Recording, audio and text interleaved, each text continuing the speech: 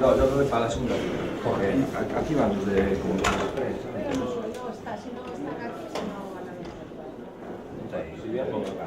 Los tres son de dos.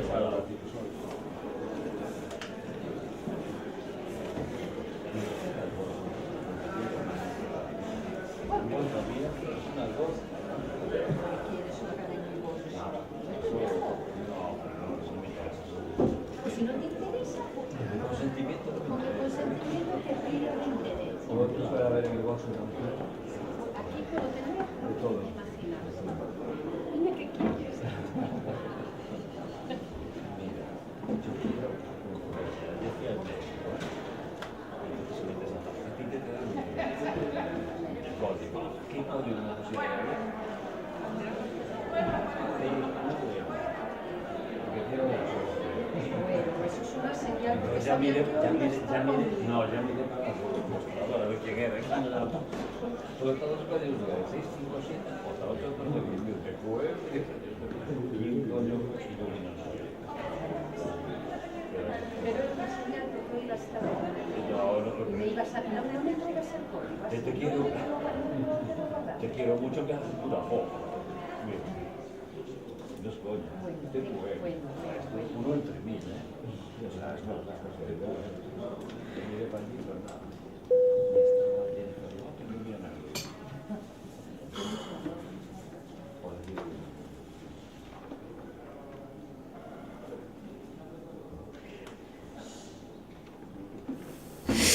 Moi bo día a todos e a todas, benvidos a este pleno ordinario correspondente ao mes de marzo. Saudamos a todos os membros da corporación, señor secretario, señor interventor, personal municipal que nos acompaña, xornalistas, medios gráficos e asistentes na tribuna de convidados e todos aqueles que nos siguen a través do streaming. Como cada pleno, comezaremos gardando tantos minutos de silencio como vítimas como mulleres fosen asasinadas polo machismo desde o anterior pleno e, en consecuencia, neste pleno deberán gardarse 3 minutos de silencio polas vítimas que a continuación se relacionan. Unha muller de apelidos non coñecidos de 48 anos en Málaga que deixa 3 menores de idade o 9 de febreiro de 2025. O 10 de marzo do 25, outra muller de identidade descoñecida de 78 anos en Jaén. E tamén o 10 de marzo, unha muller de nome e apelidos non coñecidos de 36 anos en Girona que deixa unha filla menor de idade. Asimismo, comunicamos que, conforme os datos que facilita a Delegación do Goberno contra a Violencia de Xénero, as mulleres asasinadas por Bioxen en España ascendeu a 50 no ano 22, 58 no 23, 48 no 24, 4 no 25 e 1.298 dende o 1 de xaneiro de 2003, quedando 36 menores orfos e orfas en 2024, 6 no 2025 e 475 desde o ano 2013. O número de menores asesinados ascendeu a 9 no ano 2024 e a 62 desde o 1 de xaneiro do ano 2013. Prego a todos os membros presentes que se poñan en pé.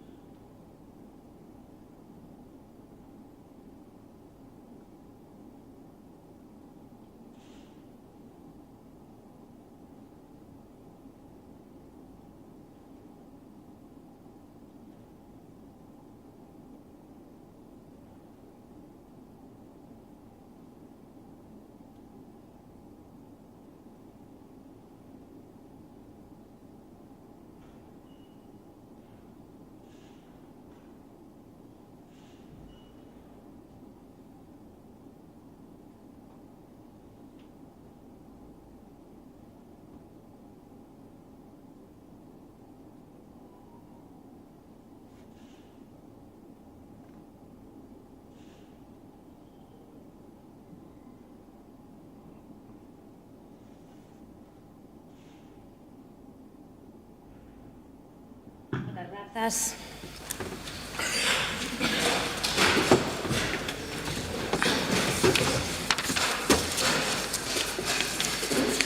A continuación, darei lectura ás dúas declaracións institucionais acordadas na Xunta de Voceiros. A primeira deles co gallo do día 8 de marzo, Día Internacional das Mulleres, e acordamos a declaración da Federación Española de Municipios e Provincias, que convida as entidades locais, concellos, deputacións provinciais, cabildos e consellos insulares a unirse na conmemoración do Día Internacional das Mulleres.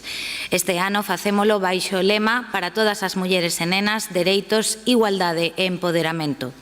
Nesta data tan sinalada renovamos o noso compromiso firme e inquebrantable de promover e defender os dereitos das mulleres e nenas sen distinción de orixe, idade, etnia, orientación sexual, discapacidade ou calquera outra condición. Segundo os últimos datos do INE, as mulleres representan aproximadamente o 51% da poboación en España.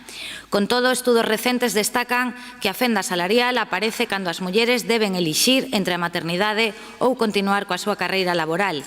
Persiste en ámbitos específicos como en sectores tales como os servizos e os coidados, e que as mulleres continúan asumindo unha carga desproporcionada nas tarefas non remuneradas. Estas cifras poñen de manifesto a necesidade de reforzar as políticas de igualdade, de conciliación e corresponsabilidade, especialmente desde o ámbito local, para garantir o pleno exercicio dos seus dereitos. As administracións locais, pola súa proximidade á cidadanía, deben garantir servizos de calidade que permitan ás mulleres conciliar a súa vida laboral, familiar e persoal, como tamén debemos velar pola dignidade das mulleres e nenas. O noso obxectivo é seguir construindo cidades e povos libres de violencias machistas, onde a autonomía e a independencia das mulleres sexa unha realidade palpable. A educación en igualdade e o fomento de valores de respecto desde temperá idade son esenciais para prever a discriminación. É necesario impulsar proxectos que garantan que as novas xeracións crezcan nunha contorna que promova a corresponsabilidade entre homes e mulleres. Impulsar proxectos educativos que fomenten a libre elección da formación afastada de determinados estereotipos, facendo que sectores masculinizados sexan máis atractivos para as mulleres. O liderado feminino é clave para unha democracia sólida. Fomentaremos a participación das mulleres en todos os niveis, promovendo a súa presenza en órganos directivos e apoiando o emprendemento feminino. Comprometémonos a prestar unha atención específica e particular ás mulleres do medio rural e ás mulleres con discapacidade que teñen maiores dificultades para alcanzar as reivindicacións que reclamamos nesta declaración institucional. A igualdade efectiva require acción coordinada de todas as administracións públicas, a sociedade civil e o sector privado. Só mediante a cooperación poderemos alcanzar un progreso sostible.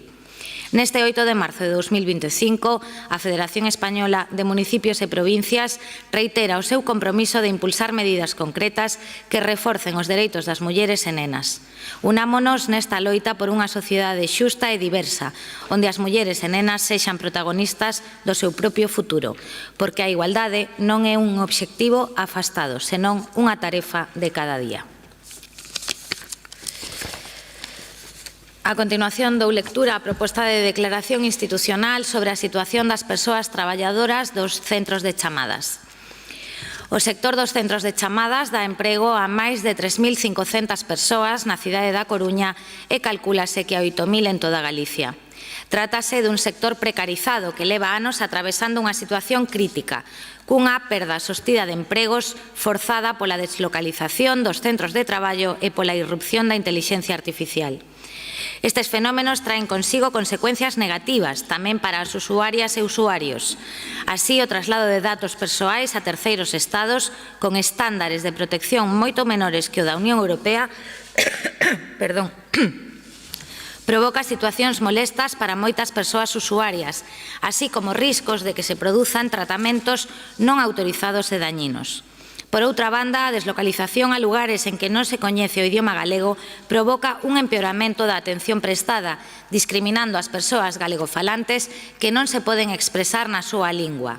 Ademais, a falta de coñecemento da realidade do país dá tamén lugar a situacións indesexáveis, dificultando o entendemento coas persoas que atenden.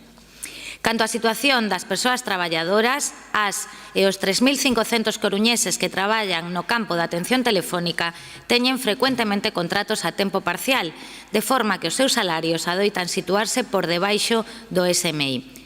A isto súmase a decisión de eliminar a autorización administrativa nos expedientes de regulación de emprego, o que se traduce en que a decisión de suprimir numerosos postos de traballo fica ao arbitrio das empresas, sen control administrativo das causas da supresión e, polo tanto, privando as persoas traballadoras da tutela administrativa dos seus intereses lexítimos. Esta situación é máis grave se cadra polo feito de que as empresas afectadas son subcontratas de Telefónica, unha empresa participada pola SEPI. Por todo o anterior, esta corporación trasládalle ao Goberno central que considera necesario adoptar as medidas para garantir que Telefónica, actualmente cun 10% de participación pública, deixe de permitir as súas subcontratas a deslocalización dos seus servizos en terceiros estados e que fomente o seu retorno, co obxectivo de incrementar os postos de traballo no noso país. Que debe impulsar unha regulación para que as grandes empresas non deslocalicen os seus servizos de atención ás persoas, clientes ou usuarias. Non só é cuestión de postos de traballo, é cuestión de proximidade e calidade na atención para toda a cidadanía, pois canto máis afastada é a atención, máis difícil é poñerse no lugar da clientela e, por tanto, maior é a perda de humanidade das empresas de cara á mesma. A necesidade de garantir por lei que as empresas deban ter atención en galego, cuestión que, alén de garantir os dereitos lingüísticos das persoas usuarias, tamén fomentaría a creación de máis postos de traballo na nosa terra. E a necesidade de garantir o cumprimento da Lei de Protección de Datos para toda a cidadanía, evitando a recepción de chamadas ou mensaxes que conteñan datos persoais que puideran ser adquiridos de maneira fraudulenta. Agora entramos na parte resolutiva, asunto número 1. Xa está, que son as comunicacións da Alcaldía e a aprobación das actas da sesión extraordinaria urxente do 18 de decembro de 2024 e a ordinaria de 9 de xaneiro de 2025, a que non constan alegacións e, polo tanto, pasamos xa os asuntos 2 e 3, que serán debatidos conxuntamente e votados por separado. Señor secretario. Asunto número 2, o outorgamento do título de fillo predilecto da cidade, don Ramón Núñez Centella. E asunto número 3, o outorgamento do título de filla adoptiva da cidade, a dona Rosa Celia Otero Raña. Ambos acordos requiren maioría absoluta legal. Ben, terá a palabra para expoñer estes asuntos o Concelleiro de Cultura e Turismo, señor Castro Prado, e a continuación haberá unha quenda de intervencións por grupo, unha quenda única, e procederemos á votación destes asuntos por separado. Señor Castro, ten a palabra. Bo día, moitas grazas, señora alcaldesa. Bo día aos compañeiros e compañeiras da corporación, especialmente as compañeiras nunha semana na que se ten cumprido o centenario da primeira vez que unha muller entrou neste salón de plenos de María Pita como concelleira. Bo día aos funcionarios e habilitados do Concello, ao público asistente e aos veciños e veciñas que nos siguen polas redes sociais. A iniciativa da Alcaldía traemos 2 acordos que son moi importantes, son esenciais na vida dunha cidade, como é o recoñecemento tanto aos seus fillos predilectos como adoptivos de toda a súa acción e actuación vital que ten contribuído de xeito decisivo ao desenvolvemento social en todos os ámbitos da vida dunha cidade como a nosa e tamén máis alá do que significa, digamos, a nosa cidade. En primeiro lugar, se propón a declaración de fillo predilecto de Ramón Núñez Centella, de Moncho Núñez, que naceu nesta cidade un 16 de agosto do 46 e que, como todos e todas sabemos, é un divulgador científico español de moitísimo recoñecemento e prestixio tanto a nivel nacional como internacional. Ramón Núñez, tras licenciarse en Ciencias na Universidade de Santiago, comeza a traballar na industria petroquímica, pero non tarda moito en reverter o que era unha tradición familiar e comeza a dar clases, a dar aulas de física e química nun colexio coruñés. Foi despois dun máster en didáctica das ciencias na Universidade de Nova York, de onde volve coa convicción de que a mellor forma de aprender é facendo ciencia e, sobre todo, desde unha perspectiva divulgativa. Foi despois cando entra como director neste Concello, como director do Servizo Municipal de Educación e ao pouco tempo O alcalde Francisco Vázquez encárgalle a creación da Casa das Ciencias, o primeiro museo de ciencia interactivo de carácter público de todo o país.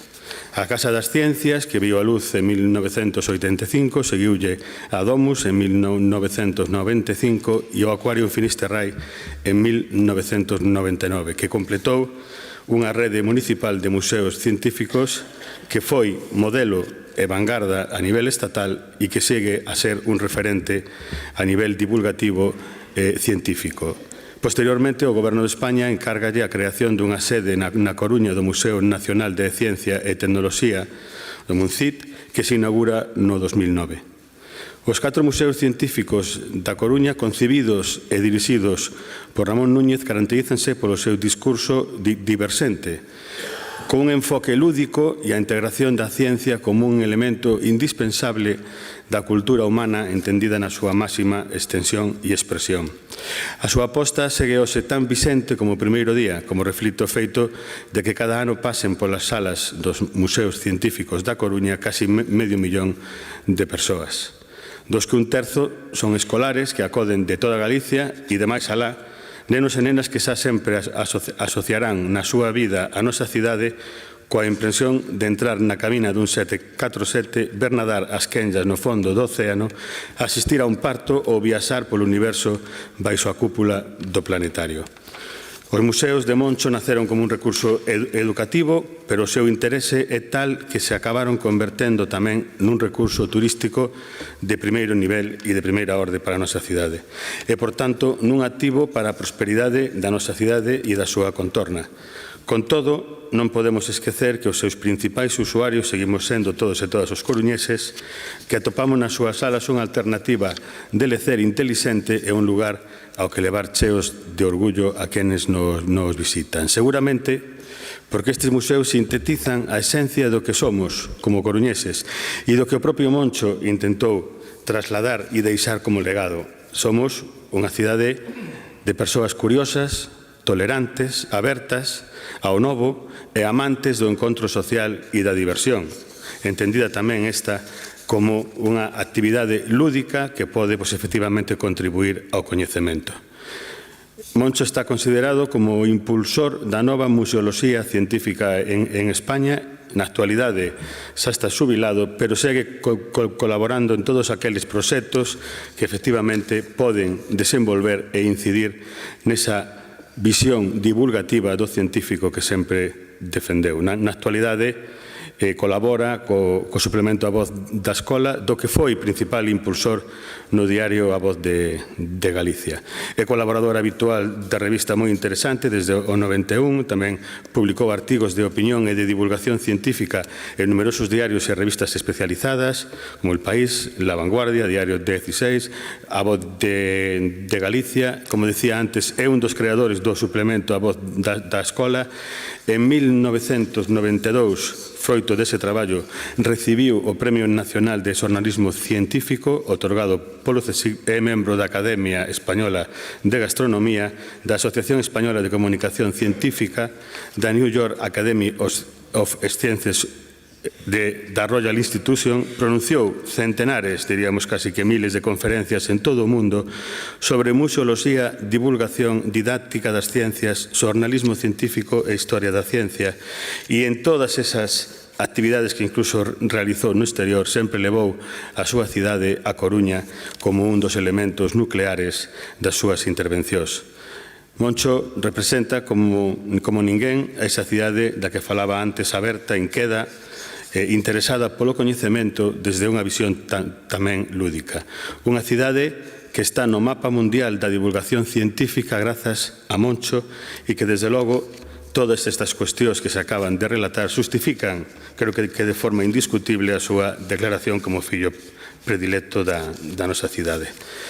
En canto á segunda das propostas, estamos a falar dunha proposta de declaración de filla adoptiva de Rosa Celia Otero Raña, que naceu en Santiago de Compostela o 20 de outubro de 1940, licenciada en farmacia e presidenta de asociacións tan importantes para a nosa cidade como a Asociación Antonio Noche, presidenta da Asociación de Ayuda al Preso, presidenta da Federación Gallega de Amas de Casa, Consumidores e Usuarios, É vicepresidenta de Mulleres Empresarias, membro da Xunta Directiva do Club de Leones Marineda, primeira muller membro do Comité Executivo da Cámara de Comercio, Industria e Navegación da Coruña, premio en femenino á participación social otorgado pola Xunta de Galicia, distinguida pola Fundación Iniciativas 21, en recoñecemento ao seu traballo sanitario e humanitario, recoñecemento á súa labor social, prestixioso galardón Melvin Jones Filou do Club de Leóns da Coruña, interviu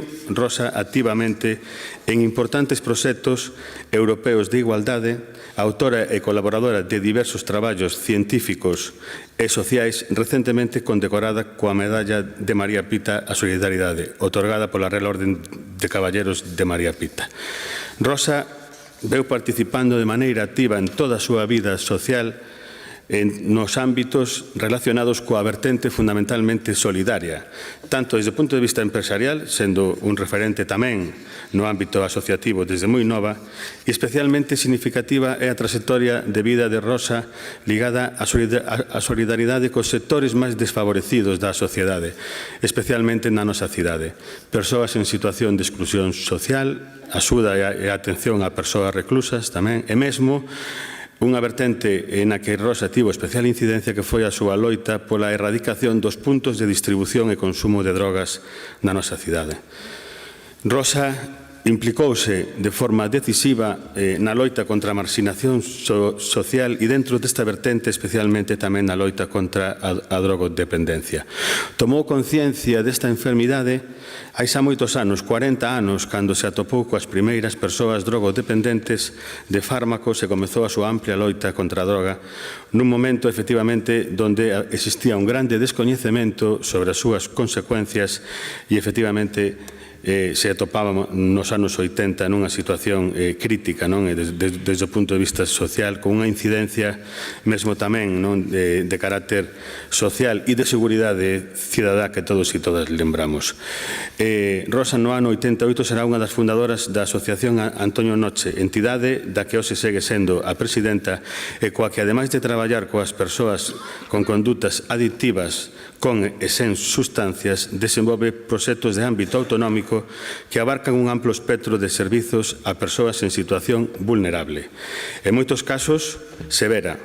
Tamén liderou con esta entidade proxectos de ámbito internacional en colaboración co Reino Unido e con Italia. Rosa funda posteriormente, ao ano 88, a Asociación de Axuda e Atención ao Preso, entidade da que tamén segue sendo a presidenta a día de hoxe, que desenvolve a súa labor en estreita colaboración coa asociación que comentábamos, Antonio Noche, coa que visitou regularmente as cárceles galegas, ofrecendo apoio, formación e diversos servizos de asesoría e intermediación, así como a reagrupación familiar e pisos de acollida. Dentro da labor realizada desde estas dúas entidades, destaca o seu compromiso fronte á estigmatización das enfermedades como a sida, a hepatite, etc. Labor realizada en estreita colaboración co doutor Pedreira e a súa equipa, implicándose fortemente cos colectivos máis castigados, rechamando recursos para facer fronte ás drogodependencias e realizando unha importante tarefa de divulgación e sensibilización para tratar de previr os contaxios entre os colectivos de maior risco e a sociedade en xeral. Labor que en grande parte se desenvolveu nos poboados chabolistas que existían na nosa cidade. Rosa considera que o seu labor social comezou tras o seu paso polo Hospital Municipal La Vaca, hoxe denominado Centro Oncolóxico de Galicia, José Antonio Quiroga e Piñeiro, onde traballou como especialista de análise clínico, doando o que percibía por este traballo aos máis necesitados. Esta ardua tarefa a combinou durante 10 anos coa súa farmacia. Nesta época tratou con moita xente necesitada de apoio e, en canto se facía enfermeira auxiliar, tamén coa Cruz Vermella, cando requerían moito dela. Rosa encarna, eu creo que, unha trayectoria de vida que é exemplo de solidariedade e de axuda cara as persoas e sectores máis desfavorecidos da sociedade, en especial na nosa cidade. Loita contra a droga, erradicación dos puntos de venda e distribución e consumo da cidade, así como, decíamos antes, de axuda aos presos. Dos merecementos da vida de Rosa creo que non existe ninguna dúbida para a súa declaración como filla adoptiva da nosa cidade. E, sobre todo, se temos en conta que, efectivamente, a nosa cidade tamén se caracteriza e é exemplo en moitos aspectos de cidade comprometida co benestar social, coa igualdade, coa solidaridade e, efectivamente, coa loita contra calquera lacra que incide de forma decisiva na exclusión social. A nosa cidade é unha cidade profundamente comprometida cos valores da solidariedade, da xustiza social, foi no sempre, foi vanguarda histórica, non, da defensa da igualdade de todos e todas e da defensa da igualdade de oportunidades vinculada, como non podía ser de outro xeito, coa xustiza social e coa loita contra calquera tipo de exclusión. Por estas razóns, polo que encarna a vida de Rosa, se lle propón como filla adoptiva da nosa cidade. Ben, moitas grazas. Iniciamos esta quenda de intervencións, comezando polo Grupo Municipal do Bloque Nacionalista Galego. Ten a palabra a señora Queixas. Grazas, alcaldesa, e moi bo día a todos e a todas. Desde o BNG trasladamos o noso voto favorável á proposta da alcaldía de nomear fillo predilecto a Ramón Núñez Centella e filla adoptiva a Rosa Celia Otero Raña, tal e como xa adiantamos na Comisión de Honras e Distincións que se celebrou o pasado luns 10 de marzo. Concordamos co recoñecemento de dous currículos profesionais e persoais de marcada relevancia na nosa cidade. Ramón Núñez Centella, referente como impulsor da ciencia na Coruña, conta con múltiples merecementos acreditados no exercicio da educación e da divulgación científica con sede nesta cidade, dende a dirección dos Museos Científicos Coruñeses, en primeiro lugar, até posteriormente a dirección do MUNCIT, entre outras moitas responsabilidades. Dona Rosa Celia Otero Raña é toda unha referente do movimento asociativo da Coruña, dende múltiples vertentes. As súas accións sociais representan os valores da solidariedade, da tolerancia, da inclusión e da xustiza social, en definitiva, dunha vida dedicada á defensa da dignidade humana, pondo a súa formación e o seu tempo vital ao servizo dos máis desfavorecidos e vulneráveis. Unha muller, en definitiva, a que todas as problemáticas sociais do seu tempo non lle resultaron indiferentes e converteu a implicación nelas nunha forma de vida. Confiamos en que o Goberno local faga efectivos estes recoñecementos nun tempo prudencial e non demore o acto público de demostración do orgullo da cidade polos seus veciños ilustres, como recentemente fixo con Ibrahima Imagat, adiado case 3 anos desde o acordo plenario. A SEMADE, dende o BNG, advertímoslle tamén ao Goberno local que debe mudar o proceder unilateral co que actuou nesta primeira convocatoria da Comisión de Honras e Distincións deste mandato, a primeira que se celebra en 21 meses de mandato. O Goberno de Inés Rei non pode activar esta comisión só para impulsar as propostas de parte, as propostas do Goberno local a través da alcaldía, sen nos facer partícipes aos grupos de oposición previamente para consensuar as propostas. Neste sentido, lembramos a alcaldesa que son moitos os acordos desta comisión pendentes de executar dende hai anos. Para comezar, a alcaldesa, polo cumprimento da lei de memoria democrática a respecto do Rueiro coruñés, aínda regado de demasiados nomes franquistas, tal e como recolle o informe do Instituto José Cornide, e continuar por executar acordos sobre propostas impulsadas por outros grupos políticos, como é o nomeamento dunha rúa en honor da futbolista coruñesa Irene Basanta, ou por colectivos sociais como a agrupación IO, quen propuxo outorgarlle o nome de Antonia Ferrín a un espazo público. Os dous acordos de marzo de 2022 que seguen pendentes de executar, coa escaseza de nomes de mulleres que temos no espazo público coruñés. Marcelino Liste, Pepe Temprano, Manuel Pereira, Marisol Soengas ou o noso poeta nacional Manuel María son propostas que continúan incomprensiblemente esquecidas na amnesia selectiva do Goberno en minoría de Inés Rei. Desde o BNG solicitamos que este Goberno cumpra todos os acordos da Comisión de Honras e Distincións e impulse o estudo das propostas pendentes de forma consensuada e participativa. Moitas grazas. Moitas grazas, señora Queixas. Turno para o Partido Popular. Señor San Claudio. Muchas gracias, señora alcaldesa. El apartado primero de la exposición de motivos del reglamento para la concesión de honores y distinciones otorgadas por este excelentísimo ayuntamiento proclama la raíz en la eficacia del otorgamiento de dichos reconocimientos por esta corporación.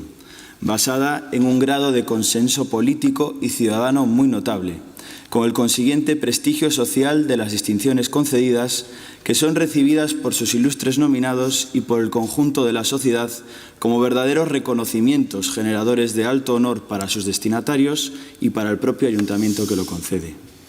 No nos equivocamos, atendiendo al voto unánime de los 3 grupos municipales que conformamos este pleno, al afirmar que reconocer con el título de hijo predilecto de la ciudad de La Coruña a don Ramón Núñez Centella y con el título de hija adoptiva a doña Rosa Celia Otero Rama constituyen verdaderos reconocimientos generadores de alto honor, no solo para ambos destinatarios, sino también para nuestro ayuntamiento y para este grupo municipal del Partido Popular. Sin duda alguna, los 4 minutos de esta intervención resultarían insuficientes para enumerar las destacadas cualidades personales y méritos alcanzados por don Ramón Núñez y por doña Rosa Otero, pero que pueden ser concretados en los servicios en beneficio, mejora y honor de nuestra ciudad, a los que se refiere el artículo 17 del referido reglamento. Sin embargo, permítame detenerme en 2 cuestiones que, a mi entender, devienen especialmente trascendentales en la concesión de dichos reconocimientos a nuestros distinguidos coruñeses. La primera de ellas, como necesidad de aseguramiento de la memoria colectiva, como puente entre nuestro pasado, nuestro presente y nuestro futuro.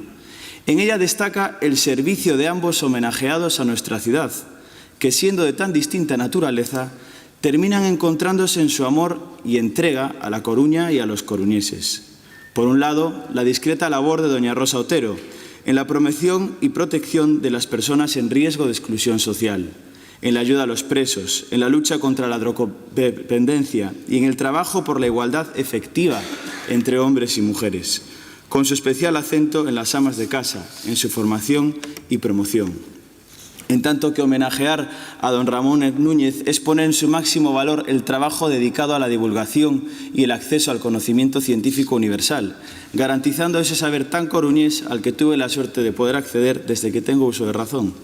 Mientras me dirijo a ustedes, recuerdo con cariño la incubación de los pollitos en la Casa de las Ciencias, el asombro con el parto en la Domus y la emoción de embarcar a bordo del Lope de Vega de Iberia, tal como hizo el Guernica en su salida de Nueva York. Hoy reconocemos ambos avances pioneros, como también asumimos el deber de su custodia. Es por ello por lo que ni que decir tiene que su cuidado, mantenimiento y continuación son la máxima expresión de reconocimiento, respeto, así como de reivindicación de nuestro coruñesismo. Termino ya, señora alcaldesa. Con todo, el otorgamiento de títulos de hija adoptiva a doña Rosa Otero y de hijo predilecto a don Ramón Núñez mantiene viva la memoria y tradición de nuestra ciudad respecto a su compromiso con la ciencia y su inigualable liderazgo femenino. En 1803, La Coruña vio partir a la corbeta María Pita, en la que el doctor Balmis, junto con la enfermera coruñesa Isabel Zendal, lideraron la primera campaña global de vacunación de la historia de la humanidad, que, como no podía ser de otro modo, fue coruñesa. Hoy podemos afirmar que nuestros distinguidos coruñeses conjugan con precisión ese mismo vínculo histórico de tan distinguidos ciudadanos con nuestra ciudad, el de una mujer entregada a los más necesitados y el de la divulgación científica universal. A ellos nuestro reconocimiento y agradecimiento. Muchas gracias. Moitas grazas, señor San Claudio. Grazas ao Grupo Popular. Pecha este debate o señor Castro polo Goberno.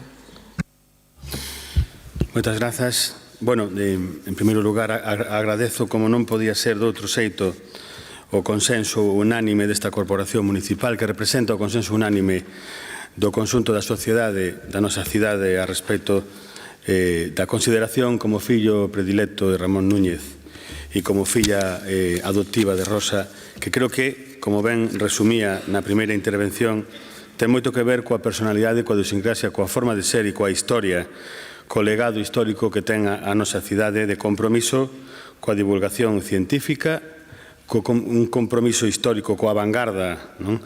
Tanto desde o punto de vista social como científico, como tamén na actualidade tecnolóxico, como así indican actuacións de primeiro nivel que coñecemos na actualidade como a cidade das TIC, ou incluso o propio feito de que a Axencia de Supervisión da Inteligencia Artificial este na nosa cidade. Creo que tamén forma parte iso do legado que xente como Moncho Núñez deixou na nosa cidade. Creo que deixou un pouso indiscutible a respeito do carácter que ten a nosa cidade de vanguarda desde o punto de vista formativo, divulgativo e científico.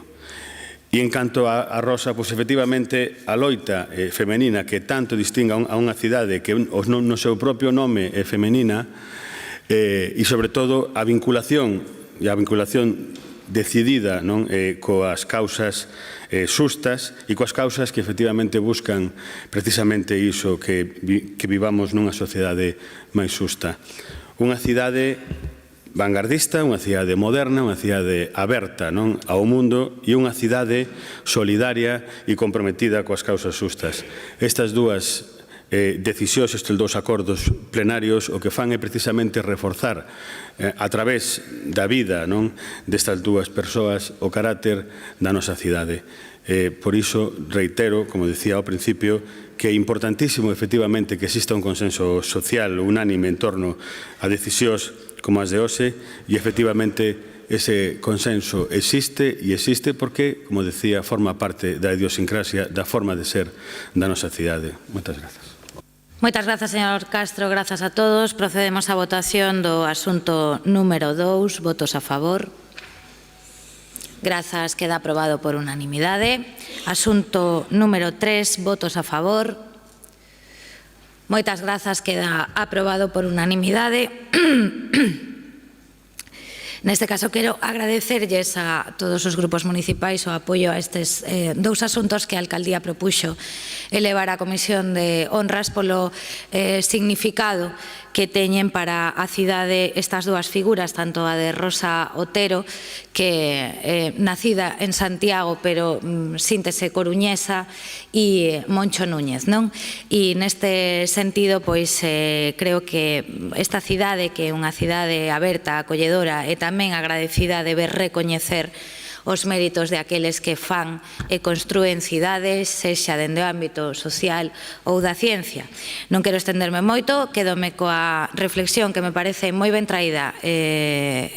Quero darlle os parabéns, señor San Claudio, ese símil, ese recordo a expedición Balmis que aunaba esa protección social co coñecemento científico, creo que non pode haber símil mellor traído, así que parabéns pola súa intervención e, como digo, moitísimas gracias. Ambos os dous actos están xa axendados por protocolo do Concello. Nas vindeiras semanas se anunciarán as datas oficiais. En calquera caso, sin querer empañar esta votación por unanimidade, señora Queixas, o que si lle pido, por favor, é que deixe de repetir cousas que non son verdad, porque non por moito repetilas adquiren a certeza que non teñen. O acto de fillos adoptivos de Ibrahima e Magate non se adiou consciente e voluntariamente por parte do Goberno municipal. Fíxose cando eles decidiron que se fixera e a condición que puxeron dende o primeiro momento foi que houbera unha sentenza. Pode vostede seguir repetindo hasta a saciedade esa falacia de que foi o Goberno municipal o que bloqueou e vetou ese acto, pero xa lle digo, señora Queixas, que non é certo. Dito isto, lamento que neste asunto, que debería de ser, e como foi unánime, teñamos que estar con este regate corto que non aporta nada. Pasamos xa á parte non resolutiva, señor secretario.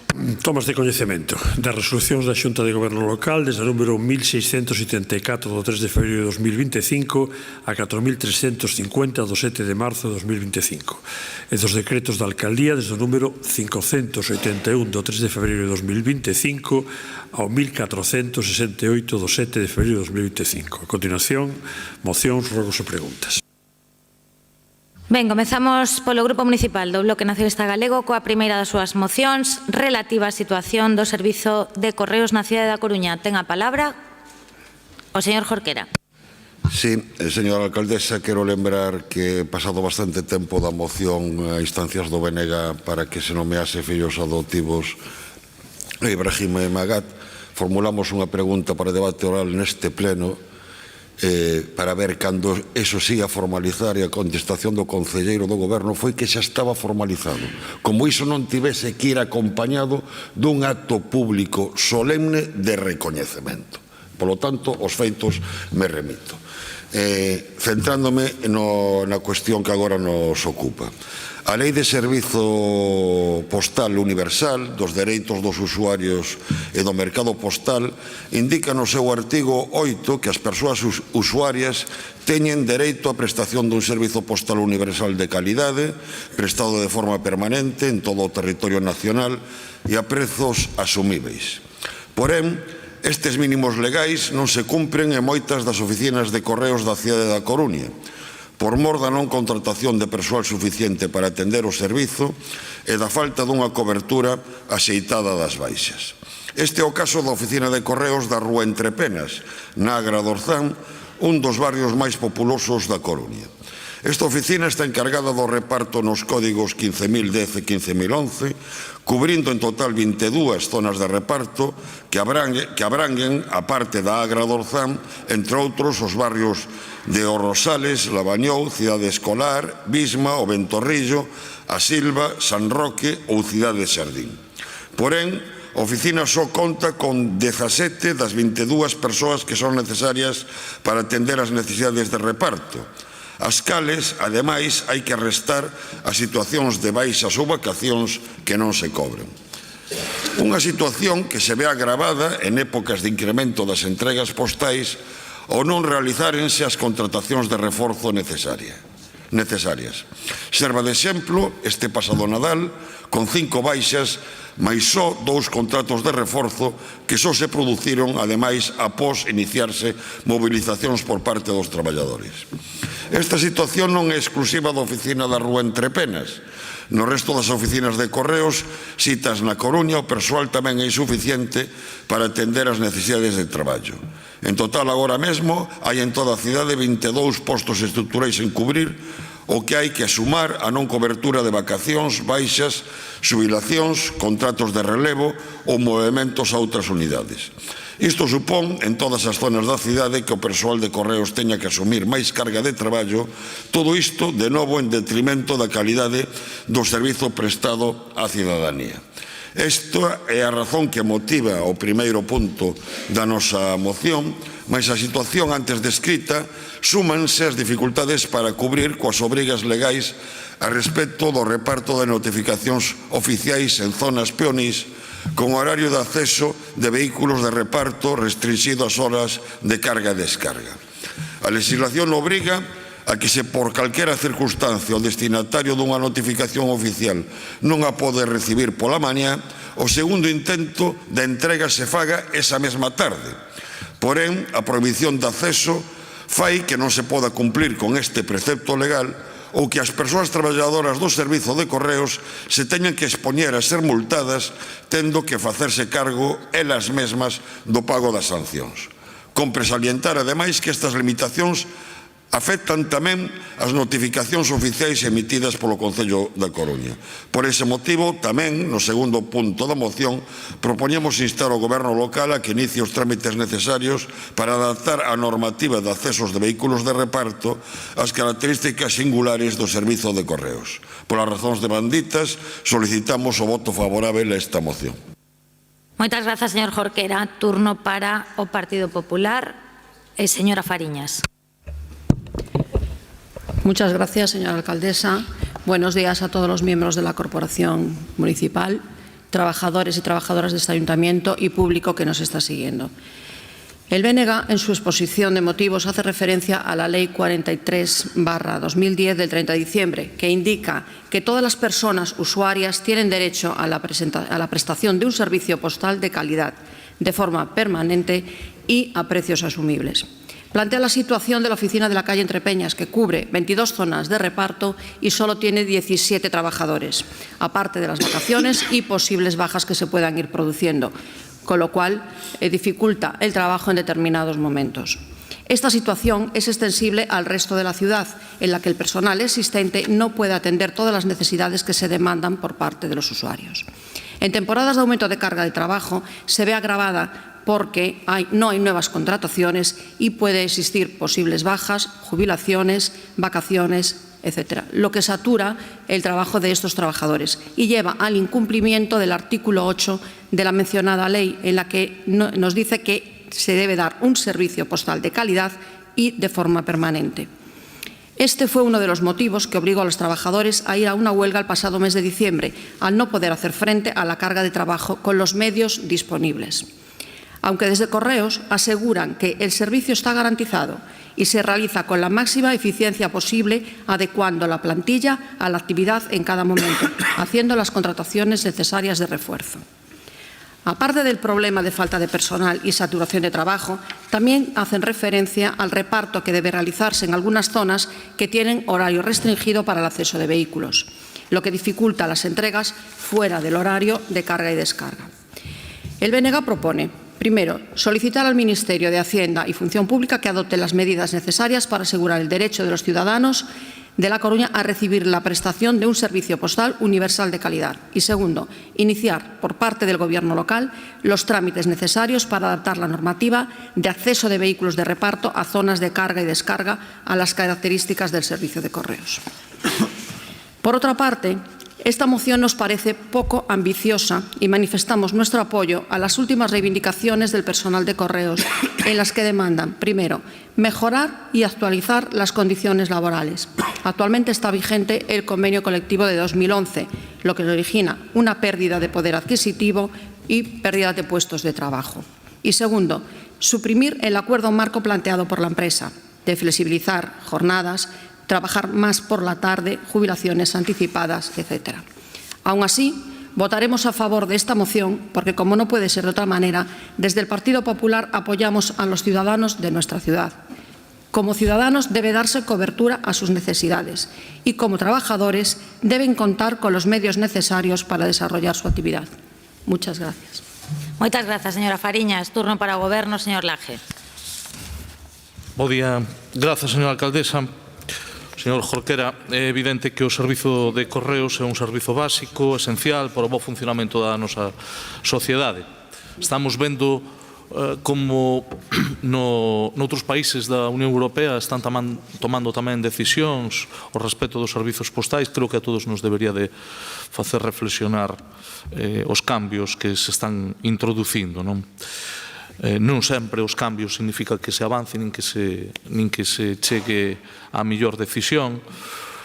En calquera caso, no que nos atinxe a nós, creo que é preciso garantir que os envíos postais se fagan coa maior calidade e con todas as garantías para evitar trastornos aos cidadáns que moitas veces se relacionan coas administracións por esta vía. Coido con todo que estamos nun país que ten un bo servizo postal con grandes profesionais e que todo o que fagamos para mantelo, para melloralo, sempre será benvido. Tamén para que se fagan as reformas necesarias que adecúen os servizos á nosa realidade, a de hoxe en día. Creo que o cuadro de personal, por suposto, debe de estar cuberto. Como se teñen que cubrir as baixas que haxa no servizo para non sobrecargar as traballadoras e os traballadores, para garantir que todos os repartos se leven a cabo nos prazos habituais.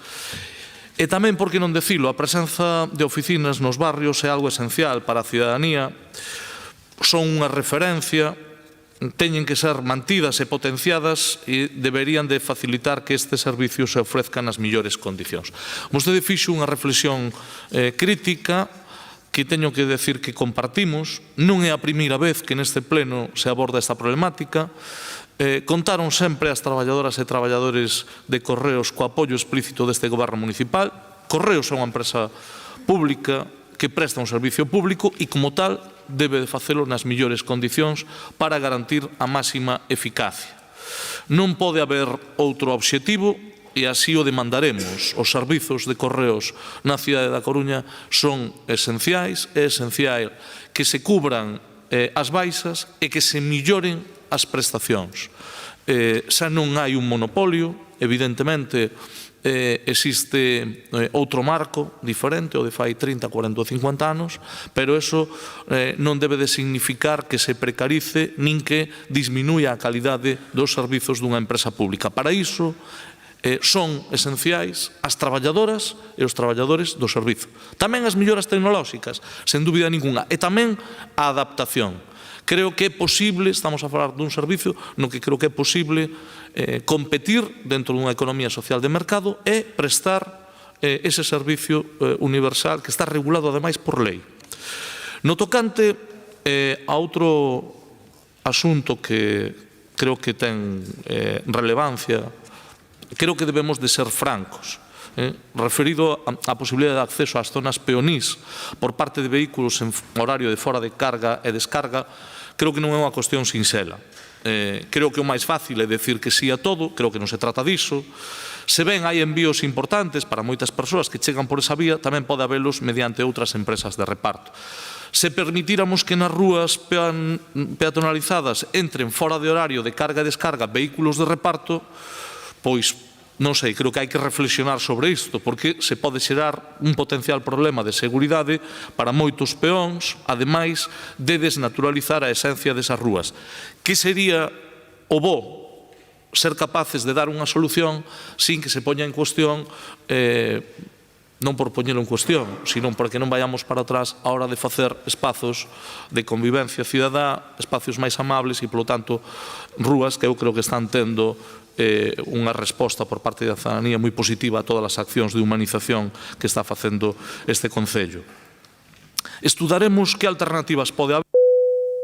Remato, señora alcaldesa, estudaremos as alternativas que pode haber, sempre en liña coas normativas estatais de tráfico, mas sempre tendo en conta tamén a propia estrutura das nosas vías peonís, moitas delas con transversais accesibles para o tráfico, iso sin contar con que en todas as contornas das rúas peonís emprazáronse zonas de carga e descarga para facilitar precisamente este tipo de traballos. É tamén momento que, ao igual que en outras cidades, os servizos, tamén correos, se adapten á nova mobilidade empregando, por exemplo, outro tipo de vehículos para estas rúas. En todo caso, non lles caiba dúbida, estudaremos as posibilidades existentes e buscaremos, se é posible, unha mellor solución para que as traballadoras e traballadores de correos nesta materia pois poidan facer con seguridade o seu traballo, pero tamén preservando a seguridade dos cidadáns que camiñan polas rúas da nosa cidade. Nada máis e moitas gracias.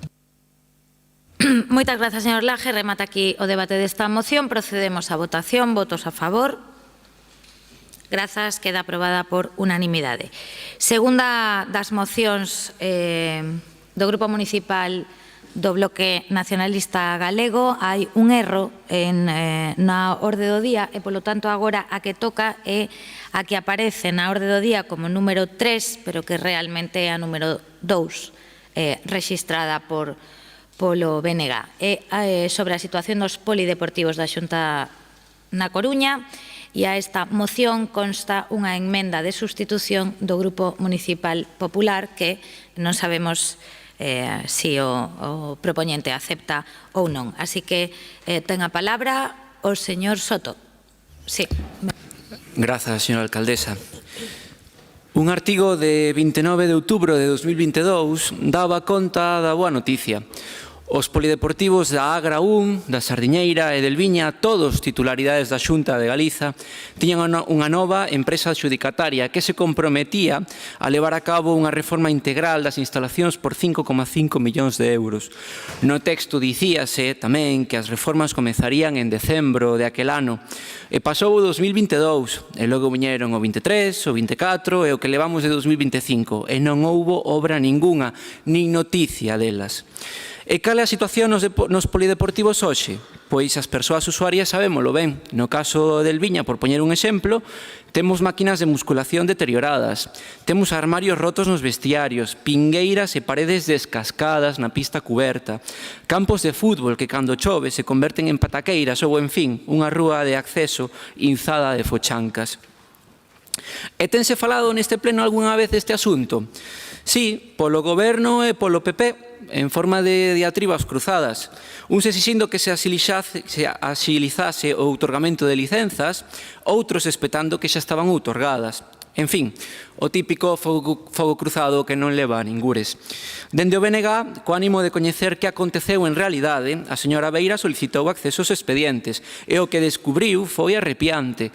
As licenzas pedíronse tarde, en maio de 2024, outorgáronse tarde, tamén, en setembro de 2024.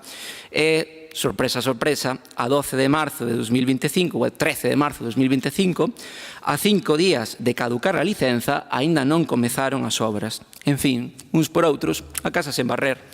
Eu creo que alguén lle debe unha explicación ás preto de 9.000 persoas usuarias das instalacións e a todos os clubs deportivos que as usan. Como é posible que a Xunta non lle teña dado un toque de atención á concesionaria para solicitar antes a autorización e comezar as obras en prazo? Como é posible que o Concello non lle teña exixido a Xunta que dé a solución a un problema que afecta a tantas persoas? Hai unha resposta a estas preguntas e eu creo que a cidadanía da Coruña ten dereito a sabela. Fíxense, este non é un problema illado. Este é un modus operandi propio dun pacto non escrito entre o Partido Popular e o Partido Socialista. Un pacto que podemos chamar de cohabitación pacífica. O PP na Xunta, o PSOE na cidade. Esa cohabitación pacífica consiste en esencia en que o PSOE non lle dá moita turra á Xunta e, a cambio, o PP non lle supón unha molestia ao PSOE na Coruña. Como explicamos, senón, que o Goberno da Coruña lle custe tanto exixirlle a Xunta que teña un papel máis proactivo con Alvedro? Que outro sentido ten que se lle permita a Xunta tourear o CEIP de prácticas evitando asumir as reparacións necesarias no recinto? Como podemos entender, senón, que este Concello non alce a voz contra o infrafinanciamento do Servizo de Axuda no Fogar que tantas críticas colleita na FEGAMP? Como podemos explicarnos que o Goberno non aprete a Xunta ante o afogamento financeiro da Universidade da Coruña? Podería seguir con exemplos. Aquí xa temos falado do Consorcio para a Promoción da Música, das bolsas comedor, da ampliación do CHUAC, da sostibilidade de Nostián, da cidade das TIC, entre moitos outros. E que hai a cambio disto? Pois unha oposición do PP que unhas veces é agresiva, de couce, pateadura, e que outras veces é con formas como de club de debate universitario, pero sempre tremendamente ineficaz. Hoxe van dar unha boa mostra diso, xa que coa súa moción estrela piden algo xurídicamente inviável, nada menos que a anulación dun acordo transaccional, a causa que non están satisfeitos. Para a parroquia se cadra soa ben, pero xurídicamente unha aberración, e vostedes saben non tan ben como a min. Eu creo que o eleitorado do PP debe facerse a seguinte pregunta. Nestes anos de PP na oposición, que conseguiu o seu grupo municipal? Para que ten servido tanto o braceo e tanto amosar os dentes? Porque é certo que non gobernan, pero algo sempre poderían ter conseguido. Nós non gobernamos. Vou rematando. Nós non gobernamos, pero conseguimos a suspensión cautelar das percebeiras. Nós non gobernamos, pero conseguimos unha ordenanza de vivendas de uso turístico. Nós non gobernamos, pero conseguimos aumentar o financiamento da Escola de Música. Incluso obrigamos ao goberno local a aumentar sensiblemente as bolsas comedor e o bono taxi no último modificativo que veu a pleno. E podería continuar, pero o PP que conseguiu? E, sobre todo, por que non conseguiu nada o Partido Popular? Por que non poden ou por que non queren? Que cada quen faga a reflexión que corresponda. Non simplemente lle pedimos, señoras e señores concelleiros do Grupo Municipal Socialista, que rematen con este pacto que tan nefasto e tan caro lle resulta a veciñanza da Coruña. Exíxanlle vostedes con determinación á Xunta que lle responda a Coruña, que se faga cargo dos seus compromisos con esta cidade, nomeadamente que inicien dunha vez por todas as obras de acondicionamento dos polideportivos del Viña da Sardiñeira. En canto á emenda de sustitución presentada polo Partido Popular, chegamos a un acordo con eles, aceptámola non como emenda de sustitución, senón como emenda de adición, e o primeiro punto da nosa moción queda a corredacción seguinte, que o Goberno local inste a Xunta a exixir á empresa concesionaria a acometer na maior brevidade posible as obras de acondicionamento das instalacións polideportivas da Xunta. Moitas grazas. Moitas grazas, señor Soto. Turno para o Partido Popular. Señor García. Muchas gracias, señora alcaldesa. Para eso estamos nosotros, señor Soto, para intentar darles explicaciones de lo perdidos que andan. Están totalmente perdidos a nivel deportivo y sobre todo a nivel local y municipal. Si no es por nuestra aportación para exigir al ayuntamiento que cumple con su deber, ustedes estarían callados. Pero bueno, hoy traen 3 iniciativas, una dirigida al Estado, otra a la Xunta y una municipal, que es por una cartografía. Ese es el empeño que tienen ustedes con la política municipal. Creo que es una iniciativa que podían llevar también al Parlamento gallego y le darían mejores explicaciones que las mías, si no las tienen a bien. Y sobre todo teniendo en cuenta que el Gobierno municipal en este tema es el único que no cumple, que no dispone de un contrato en ninguna de sus instalaciones y ustedes se pliegan. Señores del BNG, la Xunta no es el responsable de la ejecución de obras, como dicen. Sí que son, ¿saben cuál? En los 2 millones de euros que hemos invertido en las 4 instalaciones que son de titularidad autonómica. Es así. Y la Xunta sí sí que es responsable de que estas instalaciones autonómicas dispongan de un contrato. ¿Han visto las respuestas de hoy del Gobierno municipal? Todas están en estudio, todas las instalaciones. Llevo 6 años escuchando lo mismo y ustedes callan y otorgan. Mire, hay 30 comunicaciones, se las podemos pasar, entre Xunta, Fundación Deporte Gallego y empresa. 12 reuniones, hoy una porque se va a iniciar la reforma del Viñe de Sardiñeira. 700.000 euros gastados en mantenimiento, de lo que hay, efectivamente están mal, pero de lo que hay se están desarrollando. Memorias económicas del mantenimiento. Por lo tanto, la empresa está cumpliendo en este apartado y la supervisión de la Xunta está más que demostrado. Me gustaría saber lo que hace el Gobierno de Innerrei con sus instalaciones. Señores del BNG, lo que hay que exigir es al Concello que se ocupe de su parte, de su competencia, que es dar las licencias correspondientes en el menor tiempo posible. La Xunta demuestra que está cumpliendo con su obligación, con sus deberes, exigiendo a la empresa el cumplimiento del contrato. El Ayuntamiento no. Y no podemos exigirle más porque el Gobierno de Innerrei no le da las correspondientes autorizaciones. Usted lo vieron el mes pasado. Estudio de detalle del Agra. Aún no está ni comunicado a la empresa. Definitivo. Y hay que pedir la licencia de obra. Año 2023. Sardiñeira, ninguna sola comunicación. Señora Avia, no diga que no. Solamente han comunicado la cubierta, que es diferente, señora Avia. Diferente. Por cierto, el Concello no puede decir ni hacer lo mismo en el cumplimiento del contrato como la Xunta, porque si sus instalaciones más representativas, campo de golf, San Diego, piscina de San Amaro, polideportivas de Ración, campo Robiste de Orami, no tienen contrato, no pueden exigir nada, nosotros sí. En definitiva, el Ayuntamiento ni hace ni deja hacer en cuanto a la oferta deportiva a los coruñeses. Y la oposición sí que debe de exigir, ustedes no. Y a mayores han perdido en estos años 2 ayudas del Consejo Superior de Deportes por más de 3 millones de euros. No podemos consentir que concejales con responsabilidad de gobierno afirmen que puedan ir diciendo que hagan algo. Esto obedece a una política antieconómica y antieficaz de una administración. Porque se está hablando de una reforma integral, no de cambiar unos simples azulejos. Ya les adelanto que la reforma del Viña, como les decía, y la cubierta de Sardiñeira se iniciará en este mes. El pliego establece 3 años para hacer las obras, a partir de obtener la licencia, y la empresa plantea ejecutarla en 10 meses. Es más, si son de... que la Xunta ya se ha puesto en contacto porque se iba a hacer la reforma en los campos de fútbol del Viña, con la FAC y con las entidades ya el año pasado. Y se determinó, se consensuó que se iban a iniciar este año para no interferir en la competición, señores del BNG. Insisto, que la Administración pida que se vaya haciendo obras por parte de una contestación de una persona que desconoce lo que son las molestias a los usuarios y entidades y, además, lo que supone un incremento a la parte burocrática de la empresa. En definitiva, la única administración que dispone de contrato es la Xunta y, curiosamente, la única administración que no cumple, que no dispone de contrato, que no cumple con sus acuerdos con ustedes y que miente a los ciudadanos en su programa electoral es el Gobierno municipal de Innerrei. Es la única. 6 años de gobierno, 4 concejales y las instalaciones más representativas de la ciudad no disponen de un contrato. Yo cuando salga por esa puerta puedo mirar a los ojos a la gente. El Gobierno municipal creo que se va a tener que ir por la puerta de atrás. Muchas gracias, señora alcaldesa. Grazas. Señora Beira, non señora Avia. 6 anos leva vostede contando non sei que, 6 anos levo eu explicándolles que señora vai co apelido e dona co nome. Non é señora Avia, señora Beira. Señor Vázquez, don Manuel, ten a palabra. Muchas gracias, señora alcaldesa. Buenos días a todas y a todos los presentes y a los que nos siguen por streaming. La situación insostenible en que se encuentran los complejos deportivos del Viña y Sardiñeira es algo que lleva denunciando este Gobierno desde hace muchísimo tiempo. Años ya. Se le retrae incluso a la legislatura anterior. Recuerdo aquí a mi compañero, el señor Borrego, mostrando unas fotografías sobre el estado de los campos de fútbol allá por marzo del 2020.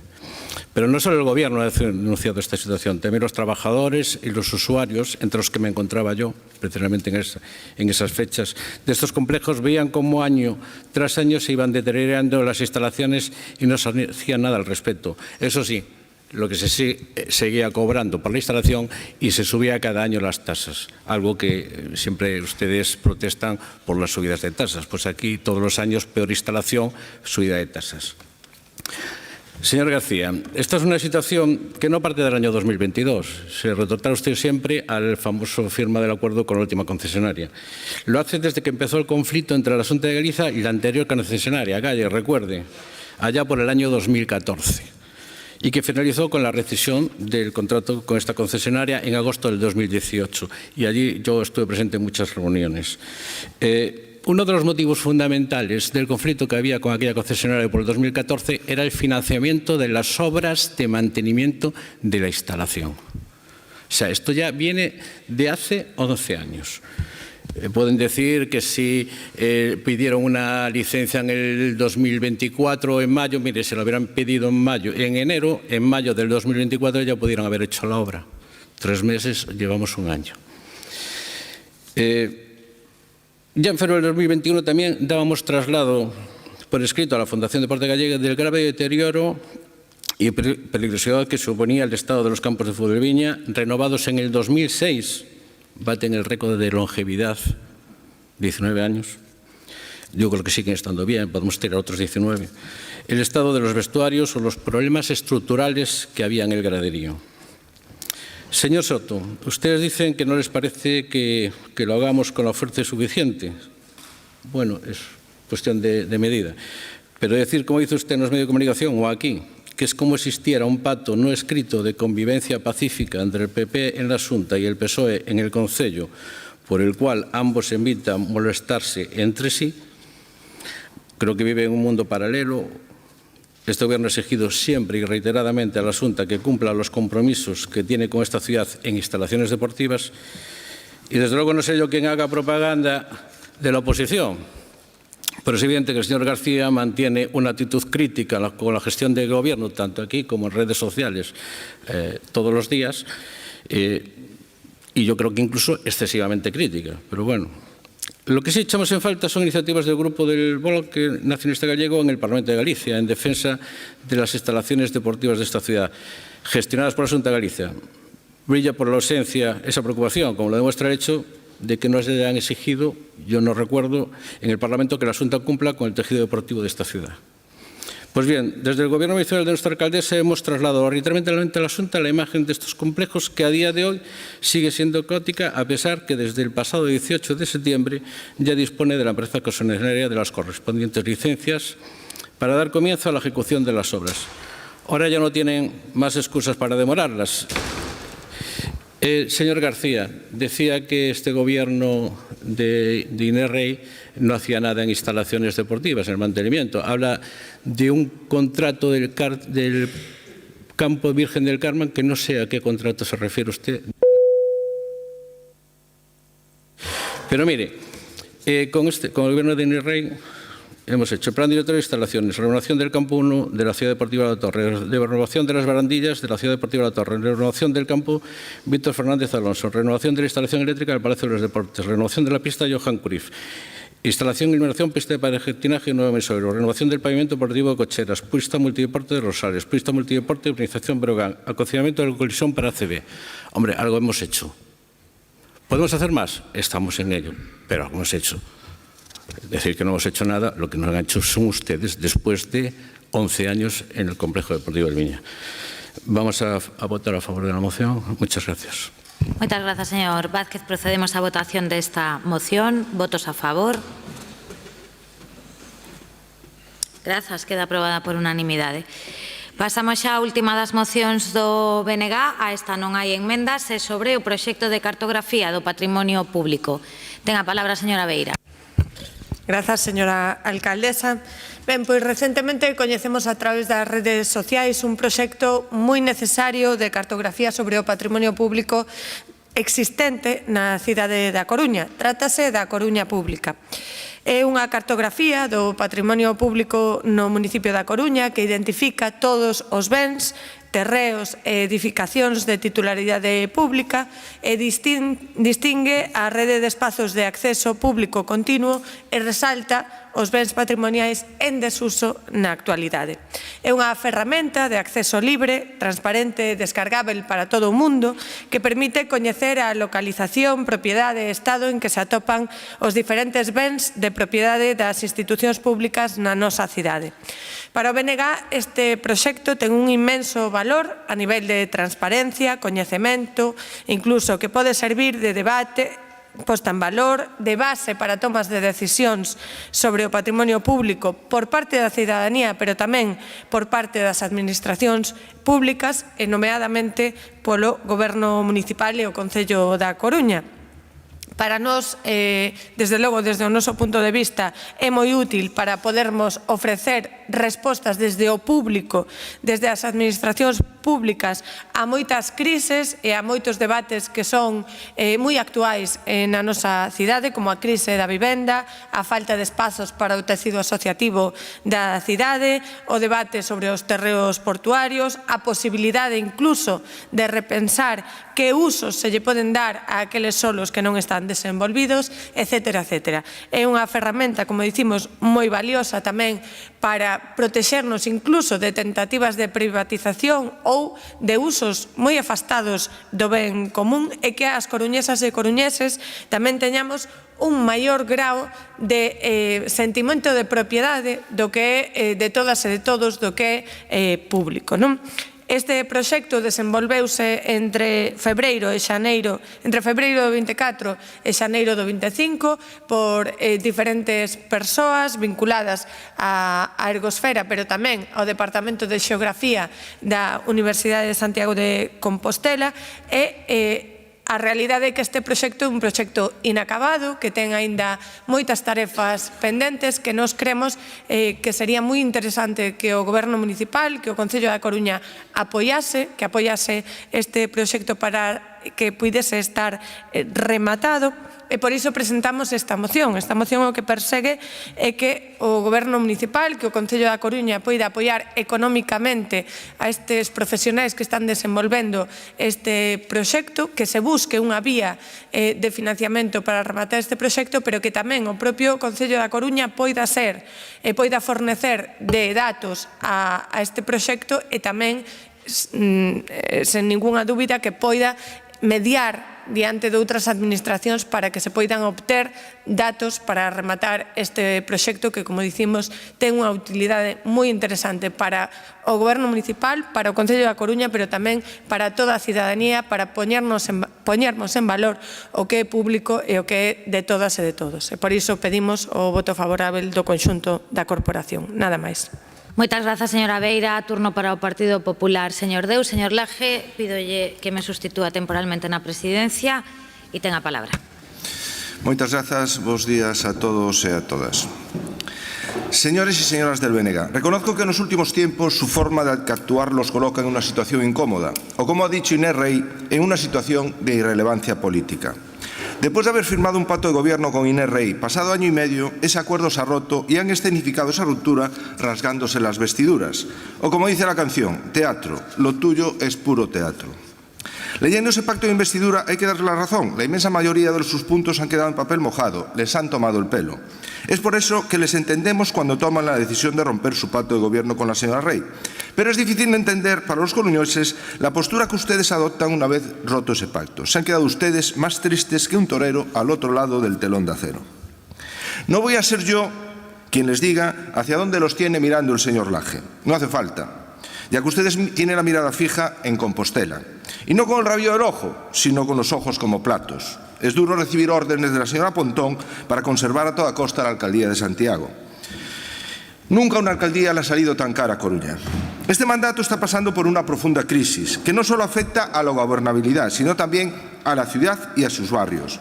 Vamos a seguir teniendo una alcaldesa gobernando en minoría, sin ganar unas elecciones, incapaz de aprobar unos presupuestos en tiempo y forma y reprobada por el Pleno. Y a la vista de los asuntos de debate que traen, el BNG ha decidido ponerse de perfil. El señor Laje y la señora Rey les tienen tomada la medida. O quizás, como les dije antes, que todo se trate de un puro teatro pactado entre ustedes. El tiempo lo dirá. Esta ciudad se encuentra todavía sin presupuestos, achacable únicamente a la dejadez del gobierno de Inés Rey, que los trajo a este pleno en el mes de febrero. Una mayoría lo rechazamos, pero el PP les tendió la mano a apoyar nuestras alegaciones que hacían no solo mención a partidas presupuestarias que mejoraban los convenios con entidades o aumentaban las prestaciones sociales y las inversiones en los barrios, tan olvidados en los mandatos de Inés Rey, que ha dejado de ejecutar 300 millones de euros, sino que además alertaban sobre las consecuencias de los cambios en las bases de ejecución, que permitirá al señor Laje modificar los presupuestos a su antojo sin pasar por el control del Pleno. Pero este postureo del BNG nos ha llevado a una situación en la que, al final, tendremos los presupuestos de Inés Rey, con las bases de ejecución controladas por el señor Laje, lo que redunda en una menor transparencia y menor fiscalización de la labor del Gobierno municipal. ¿Para qué todo este paripé? Han hecho ustedes un pan con unas tortas. Ante esta alarmante situación, el BNG se preocupa por conseguir financiación a un proyecto que dicen conocer a través de las redes sociales y del que forma parte una persona que estuvo en el desafortunado gobierno municipal del periodo 2015-2019 que paralizó esta ciudad. Paralizaron a Alfonso Molina, paralizaron la Intermoral, paralizaron el Centro de Salud de Santa Lucía y se enfrentaron a todas las administraciones. Eso sí, le compraron pisos a un colega que tuvo que invalidar la justicia. Todo ello, sin duda, con el consentimiento del Grupo Socialista. Cuando en esta ciudad tenemos sin contrato los servicios más importantes, la recogida de basuras, el bus urbano, la planta de Nostián, cuando entregamos el urbanismo a fondos de inversión extranjeros, cuando el primer teniente de alcalde juega con ventaja y nos engaña para obtener una licencia que convertía un local comercial en 2 viviendas y no pasa nada, o las entidades sociales, culturales o deportivas no tienen todavía su convenio o el que tienen es insuficiente, ustedes, señoras y señoras del BNG, quieren que se financie con dinero público un proyecto de investigación privado cuando además el gobierno de Inés Rey acaba de regalar 7,3 millones de euros del dinero de todos los coruñeses a una empresa privada. Pero ¿ustedes dónde están? Como sigan así, van a necesitar algo más que un GPS para encontrar Coruña y los problemas de los coruñeses. Por las razones expuestas, vamos a votar en contra de esta moción, animando, eso sí, al equipo de investigación a que continúe sus trabajos y su proyecto. Muchas gracias. Moitas grazas. Garden silencio, garden silencio. Señor Díaz, tenga palabra. Sí, gracias, señora alcaldesa. Antes de nada, me van a permitir salvarle la honra a mi servicio de licencia, señor Soto, en presentar una licencia en junio y que esté resuelta en septiembre, siendo una licencia de más de 1,2 millones y de Junta de Gobierno. Yo creo que tardar no es quienes tardan, son la Junta de Galicia, que dijeron que la presentaron en enero y hasta junio no entró, no sé, deben ser cosas del registro. Señora Beira, vaya por delante, desde luego que compartimos el interés en acercar a la ciudadanía la información de la que disponemos la Administración y que nos parece muy interesante, desde luego, el trabajo realizado. También creemos necesario actualizar la cartografía y los visores municipales, que en general, en todo caso, se actualizan periódicamente, como puede ser el visor del Plan General o el visor de obras. En ese sentido y con esa voluntad, desde luego, votaremos a favor de esta moción. Dicho lo cual, y con absoluta sinceridad, no consideramos que este tema se deba plantear aquí en este pleno como una moción, ni de este modo, ¿no?, instando al gobierno local a financiar directamente a un grupo de personas de las que les ha faltado a ustedes en la moción poner los DNIs y los números de cuenta. Toda la colaboración por parte de esta administración a facilitar la información necesaria para que se complete ese trabajo. Quiero aclarar en todo caso que a día de hoy ese grupo de investigación no se puso en contacto con este ayuntamiento para que le facilitásemos ninguna información, ni le aclarásemos ninguna duda, ni mediásemos con ninguna administración, pero desde luego por parte de este gobierno local y desde luego por la mía propia, si lo hacen, les facilitaremos toda la información que podemos facilitar, toda la voluntad para solucionar las dudas, desde luego, que sean necesarias en lo que respecta a los espacios de titularidad municipal y toda la colaboración, como digo, para mediar con otras administraciones. Ahora bien, como podrá comprender, este grupo municipal hoy en este pleno no va a poder comprometerse económicamente con un grupo de personas por esta vía, desde luego sin saber previamente si son las más indicadas para desarrollar un trabajo, una herramienta que si se financia desde este gobierno municipal debe ser para que sea un visor más dentro de la herramienta que es el IDE municipal y no un visor externo y por tanto tendrá que cumplir con los requisitos que para ello establezcan el Servicio de Innovación y los servicios municipales implicados en volcar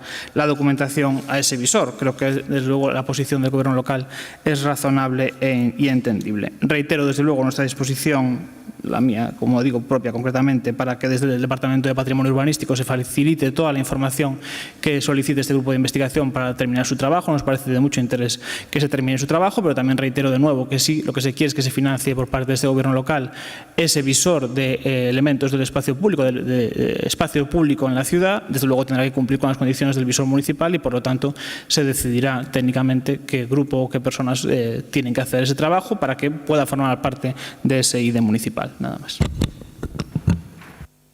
Ben, moitas grazas, señor Díaz.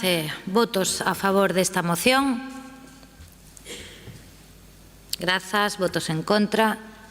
Grazas. Queda aprobada. Remata aquí o turno de mocións do BNG. Pasamos xa ás presentadas polo Grupo Municipal do Partido Popular. A primeira delas, relativa á anulación do acordo transaccional entre Concello e Urbaser. Ben, aquí hai dúas emendas de sustitución e unha transaccionada. A primeira de sustitución a presentou o Grupo Municipal do BNG. A segunda de sustitución presentouna o Grupo Municipal Socialista e, finalmente, entre as dúas se fixo unha emenda transaccional de sustitución do BNG e do PSOE. Polo tanto, refundidas as dúas enmendas de sustitución na transaccional, únicamente existe esa enmenda transaccional a esta moción que deberán decir se aceptan ou non, e en todo caso, se non a aceptan, votamos primeiro a enmenda e despois a moción se non prospera a enmenda. Así que ten a palabra o señor Lorenzo por parte do Grupo Popular. Gracias, señora alcaldesa. Buenos días a todos y a todas presentes y los que nos siguen por streaming. Bien, la verdad que sí hay algo que cambia en la política, es el criterio. Esto lo estamos viendo en el Gobierno Central de Madrid, el señor Pedro Sánchez, que un día dice una cosa y al día siguiente la contraria. Pero esto que solamente era en el Gobierno de Madrid, también se ha trasladado a este Gobierno municipal. Y voy a decirlo por qué. Un buen ejemplo de lo que estoy diciendo es este acuerdo transaccional que nos presenta una empresa privada, la concesionaria de Nostián, donde pide al Concello que le perdone o que le condone 7,3 millones de euros. Y el Concello toma el acuerdo de aceptar esa transacción. Y voy a decir por qué cambia el criterio. Porque hace un año, esa misma Junta de Gobierno aprobó iniciar esa reclamación por 15 millones de euros. Hace un año, en esa Junta de Gobierno, hubo un informe de propuesta acompañado de un informe de interventor, un informe de asesoría jurídica, un informe económico, donde se decía expresamente que los actos de pago a la UTE eran actos inválidos, conforme a la sentencia confirmada por el Supremo. Decían que era ajustado a derecho la reclamación. Decían ustedes que tenían al DABA de entregar los pagos en exceso desde enero de 2011 hasta febrero de 2018. Decían que no estaban prescritas las cantidades abonadas. Decían ustedes que tenían una obligación legal como administración para reclamarlas. Decían ustedes en ese informe de propuesta que había habido un daño patrimonial al Concello y que la UTE se había beneficiado de un enriquecimiento injusto. Y decían ustedes que conforme a ese interés general, al interés de los coruñeses, ustedes no podían renunciar al ejercicio y, sobre todo, que la cantidad era indisponible. Esto, ya digo, acompañado de un informe de asesoría jurídica que decía que todo era conforme a derecho, de un informe del interventor que decía que no había impedimento alguno para dicha reclamación y un informe económico que cuantificaba esa reclamación.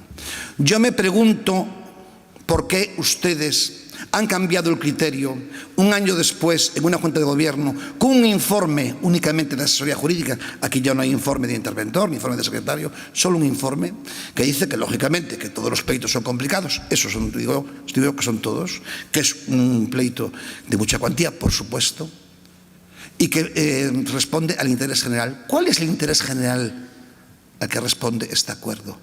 Perdonar a una empresa 7.300.000 euros. Me gustaría que nos lo explicaran, a lo mejor en su turno, cuando les toca hablar, me lo dirán.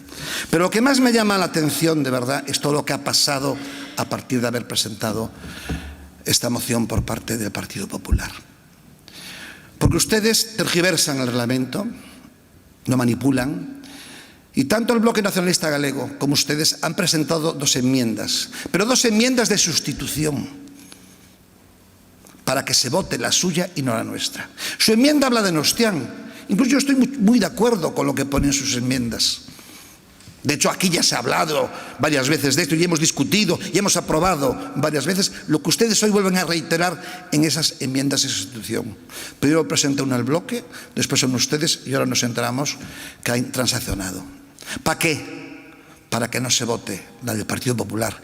Porque su enmienda de sustitución no habla para nada del acuerdo, de la suspensión de ese acuerdo y que ustedes no firmen esa transacción en el juzgado. Estamos hablando de 2 transacciones de la vergüenza. La transacción que van a presentar en el juzgado y la transacción que han hecho ustedes ahora. Señor Jorquera, se lo voy a decir, no le reconozco. Desde luego, si me permite el símil, se lo voy a decir. Estamos en época de carnavales, le hemos dado a la PACA el premio de Choqueira del año. A usted, señor Jorquera, también hay que darle el premio de Choqueiro del año. Y entiéndame que Choqueiro, como aquella persona que va al armario de un amigo, coge la ropa más peculiar y se disfraza. Porque usted está disfrazado de oposición. Usted está disfrazado de oposición y es cómplice necesario de todo lo que pasa en este concello. Lo ha pasado con los presupuestos. Ha pasado con las bases de ejecución de los presupuestos. Ha pasado con esa cuestión de confianza que usted no da a la alcaldesa, fingiendo que es oposición y al final es colaborador, porque usted hoy está colaborando a que se nos robe la moción al Partido Popular. Usted está colaborando porque no quiere mostrar su postura de todo este acuerdo. Y utiliza esto. Pero se lo voy a decir muy claro, y termino ya porque no tengo más tiempo. Como no se vote la moción que presentó el Partido Popular, anuncio en este momento que vamos a pedir un pleno extraordinario con el contenido de esa moción. Porque viendo lo que hacen ustedes, la sensación que tengo, que aquí lo que menos huele es la basura. Y como diría mi abuela, aquí cheira muy mal. Gracias por su atención. Muchas gracias, señor Lorenzo. Turno para o BNG, señor Jorquera. Señor Lorenzo, en unha recente entrevista, vostede manifestou que volvería a ser candidato nas eleccións municipais próximas, pero despois de escoitar a intervención do señor Antonio Deus na anterior moción do BNG, eu diría que el tamén se postula. Pero en calquera caso, non se impaciente, porque na miña exposición vou deixar claro porque o BNG non está de acordo cos contidos da súa moción. A esta moción presentamos unha emenda de sustitución que propón, entre outros puntos, que se licite dunha vez por todas o Servizo de Xestión do Lixo, asegurando o cumprimento dunha serie de obxectivos, pero sobre todo propón a creación dunha comisión informativa especial de seguimento do proceso de licitación do Servizo de Xestión do Lixo, instando ao Goberno local a que lle traslade de xeito sistemático toda a información relativa ás vindeiras actuacións que afectan a planta de Nostián. E presentamos esta emenda, señor Lorenzo, porque non queremos que coa planta de Nostián se cumpra o vello refrán castelán de entre todas la mataron e ella sola se murió. Esta é a razón pola que non aceptamos a súa moción. Entre todas la mataron e ella sola se murió, concelleiros do goberno, porque a concesión de Nostián caducou en decembro de 2019. A señora Inés Rei, ao comezar o anterior mandato, afirmou que agardaba que os pregos estivesen ultimados ao remate da concesión. Pasados máis de 5 anos, aínda seguimos agardando e a consecuencia é que a planta se sigue deteriorando con todo o que isto significa. Cada vez se recicla menos e cada vez as condicións de traballo do seu cadro de persoal son máis penosas. Abonda dicer que o mal estado da planta ten provocado xa distintos accidentes laborais, cunha porcentaxe de baixas que ronda o 25 ou o 30% anual e que os traballadores levan varios anos perdendo poder adquisitivo, pois a suba salarial contemplada no novo convenio non será efectiva até a nova concesión e a paga de productividade está comprometida dado que caducou o convenio con Ecoembes. Onde está o liderado de Inés Rei na comarca da Coruña? Porque durante máis dun ano as idas e vindas co Consorcio das Mariñas para chegar a un acordo foran tantas que acabamos mareados. Onde está o liderado de Inés Rei perante o Goberno Central? Porque a implantación do quinto colector aínda non está resolta e, ademais, non se justifica nin por razóns económicas nin ambientais, como temos demostrado con datos e informes. É falso que haxa que implantalo por imperativo legal. A Lei de Residuos contempla excepcións a obriga de recollida por separado destes residuos, todas de aplicación ao modelo húmedo seco que existía na Coruña. En cambio, a alcaldesa foi incapaz de que se aceptase a excepción coruñesa. E entre todas la mataron e ella sola se murió, señores do Grupo Popular, señor Lorenzo, porque vostedes están sobreactuando para poñer paus nas rodas a Nostián. Esa é a razón da súa posición. Saben que o Pleno do Concello non ten a potestade de anular o acordo transaccional con Urbaser. Sábenno de sobra. Saben que ese acordo transaccional, para que poida prosperar, require homologación judicial. Sábenno de sobra. E o xuiz ten que autorizalo velando porque non sexa lesivo para o interese público. Sábenno. Saben, se se anula o acordo, que en absoluto está garantida a recuperación da cantidade que se reclamaba, pois hai debate xurídico sobre se os efectos son só desde a data da sentenza ou sobre a prescripción de algunhas das cantidades que se reclamaban. Falan vostedes de que se condonan a Urbaser máis de 7 millóns de euros. Sorpréndenos que o digan vostedes, señores do Grupo Popular, que en cambio parecelles pouco unha condonación de máis de 4.000 millóns de euros da débeda contraída pola Xunta de Galiza. Unha débeda, por certo, que se triplicou desde que gobernan vostedes e pola que pagamos os galegos e galegas 1.700 millóns de euros o ano en amortizacións. Esas son as condonacións que vostedes desprecian. Insisto, están sobreactuando para poñer paus nas rodas a Nostián. Como entender senón que o Consorcio das Mariñas, presidido polo señor Santiso Miramontes, estivese mareando a perdiz, exixindo primeiro que o Consorcio tivese participación directa na xestión da planta, para, cando se acepta, desdecirse e condicionar seguir como cliente a que se lle asegurase un prezo? Como entender que a administración máis incumpridora en materia de reciclaxe, que se chama Xunta de Galicia, anuncia agora unha multa ao Concello da Coruña por non estar aínda implantado o quinto colector? Un quinto colector que, postos a aceptalo, nestes momentos non serve de nada porque mentres non se adapte a planta de Nostián non se pode reciclar a maior parte do seu contido.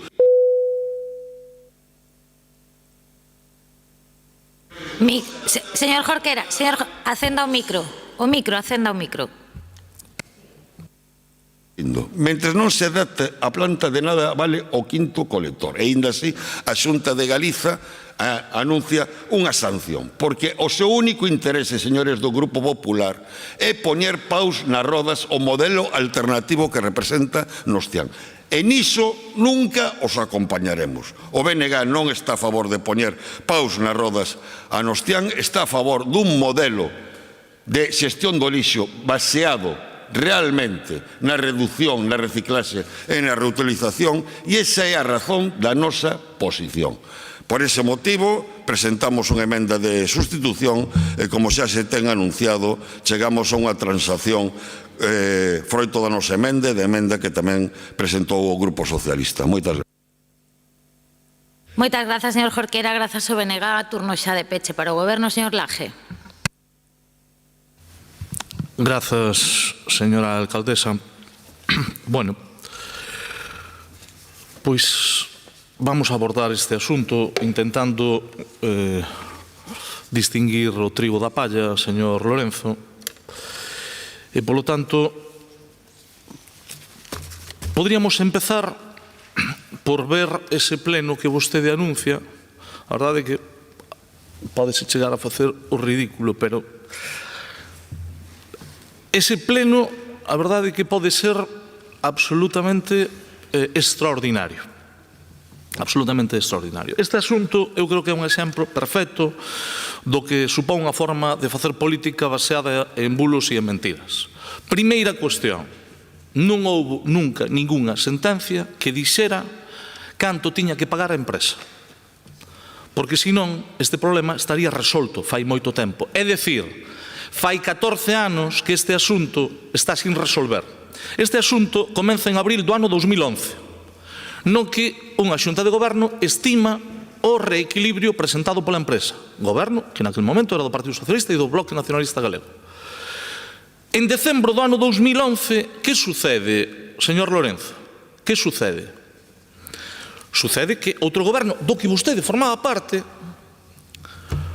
considera que hai que facer unha revisión. Pero non é ata 4 anos despois, ano 2015, xa, como diría o seu compañeiro, permítame a chanza, co goberno en funcións, que xa lle aclarei no seu momento na comisión, que os gobernos municipales non están en funcións ata despois das eleccións para asuntos de trámite, o 30 de marzo do 2015, é cando ese goberno declara a lesividade. Pero que sucede? Temos por aquí un informiño pedido ao secretario general do Pleno, a la sazón, don Manuel Díaz Sánchez, que lle piden vostedes no ano 11, que dice que corresponde adoptar medidas cautelares precisas en virtude do acordo que se adopte e se recomenda como pode ser la suspensión de la ejecución del acto cuya lesividad para el interés público va a instarse. Vostedes tardaron 4 anos en instar a lesividade. En todo o seu período, a única vez que gobernaron a historia neste Concello, non adoptaron nunca unha medida cautelar. É dicir, vostedes permitiron que se seguira pagando. O seguinte goberno tamén, ata febreiro do ano 18. E a sentencia de marzo do 18, a primeira, a do TSJ de setembro do 19. A sentenza non indicou nunca ningunha cantidade. Os servicios xurídicos no ano 2022 expuxeron que triunfaba a doutrina ex nunc e, polo tanto, os efectos dunha sentencia, neste caso, discusión de cantidades, se terían efecto a partir da propia sentencia. Si o Concello deixou de pagar en febreiro e a sentencia de marzo, os servicios xurídicos entendían eso. Bueno, pero hai interpretacións. E nos entendemos que había que pelear. E tomamos decisións no ámbito administrativo. A mí me criticaban por decir que era unha estrategia. Pois claro que sí. Porque o informe da asesoría xurídica o que dice é que as posibilidades que temos, como moito, é dende que declararon a lesividade no ano 15, marzo do ano 15, ata a sentencia, que é de marzo do ano 18. E o cuantifican en 4,8 millóns de euros. En 4,8 millóns de euros. Sí, señor Lorenzo, ten que mirar os informes. Polo tanto, nos o que fixemos foi unha negociación que é beneficiosa para este Concello. Se non contamos os intereses, duplicamos a cuantía que se podría estimar que podríamos ganar judicialmente. Pero vostedes empeñáronse en decir, primeiro, que condonábamos algo. Aquí non se condonou nada. O Gallá tiveran feito os deberes cando foron goberno, e non o fixeron. Aquí, o que se consigue para o patrimonio público son máis de 8 millóns de euros. E se renuncia a chegar ao Supremo dentro de 8 ou de 10 anos con un nivel de incertidume elevado. Ata aí podría haber unha discusión. Pero vostedes empeñáronse en que había que pedirlle informe ao secretario do Concello. Vostede, que foi goberno, señor Lorenzo, e que dice que aspira a alcaldía. O informe do secretario non o deron a coñecer, pero poderían o dar a coñecer. No que lle ten que recordar que lle corresponde á asesoría xurídica municipal, coa lei de grandes cidades, facer os informes xurídicos.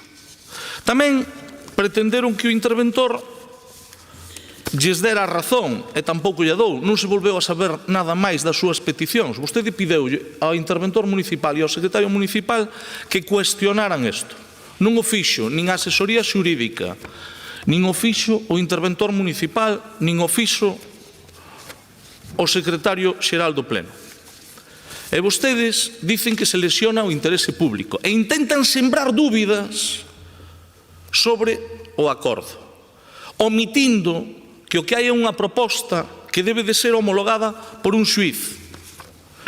E hoxe, señor Lorenzo, cousas da vida, voulle facer entrega da homologación por parte do xuiz.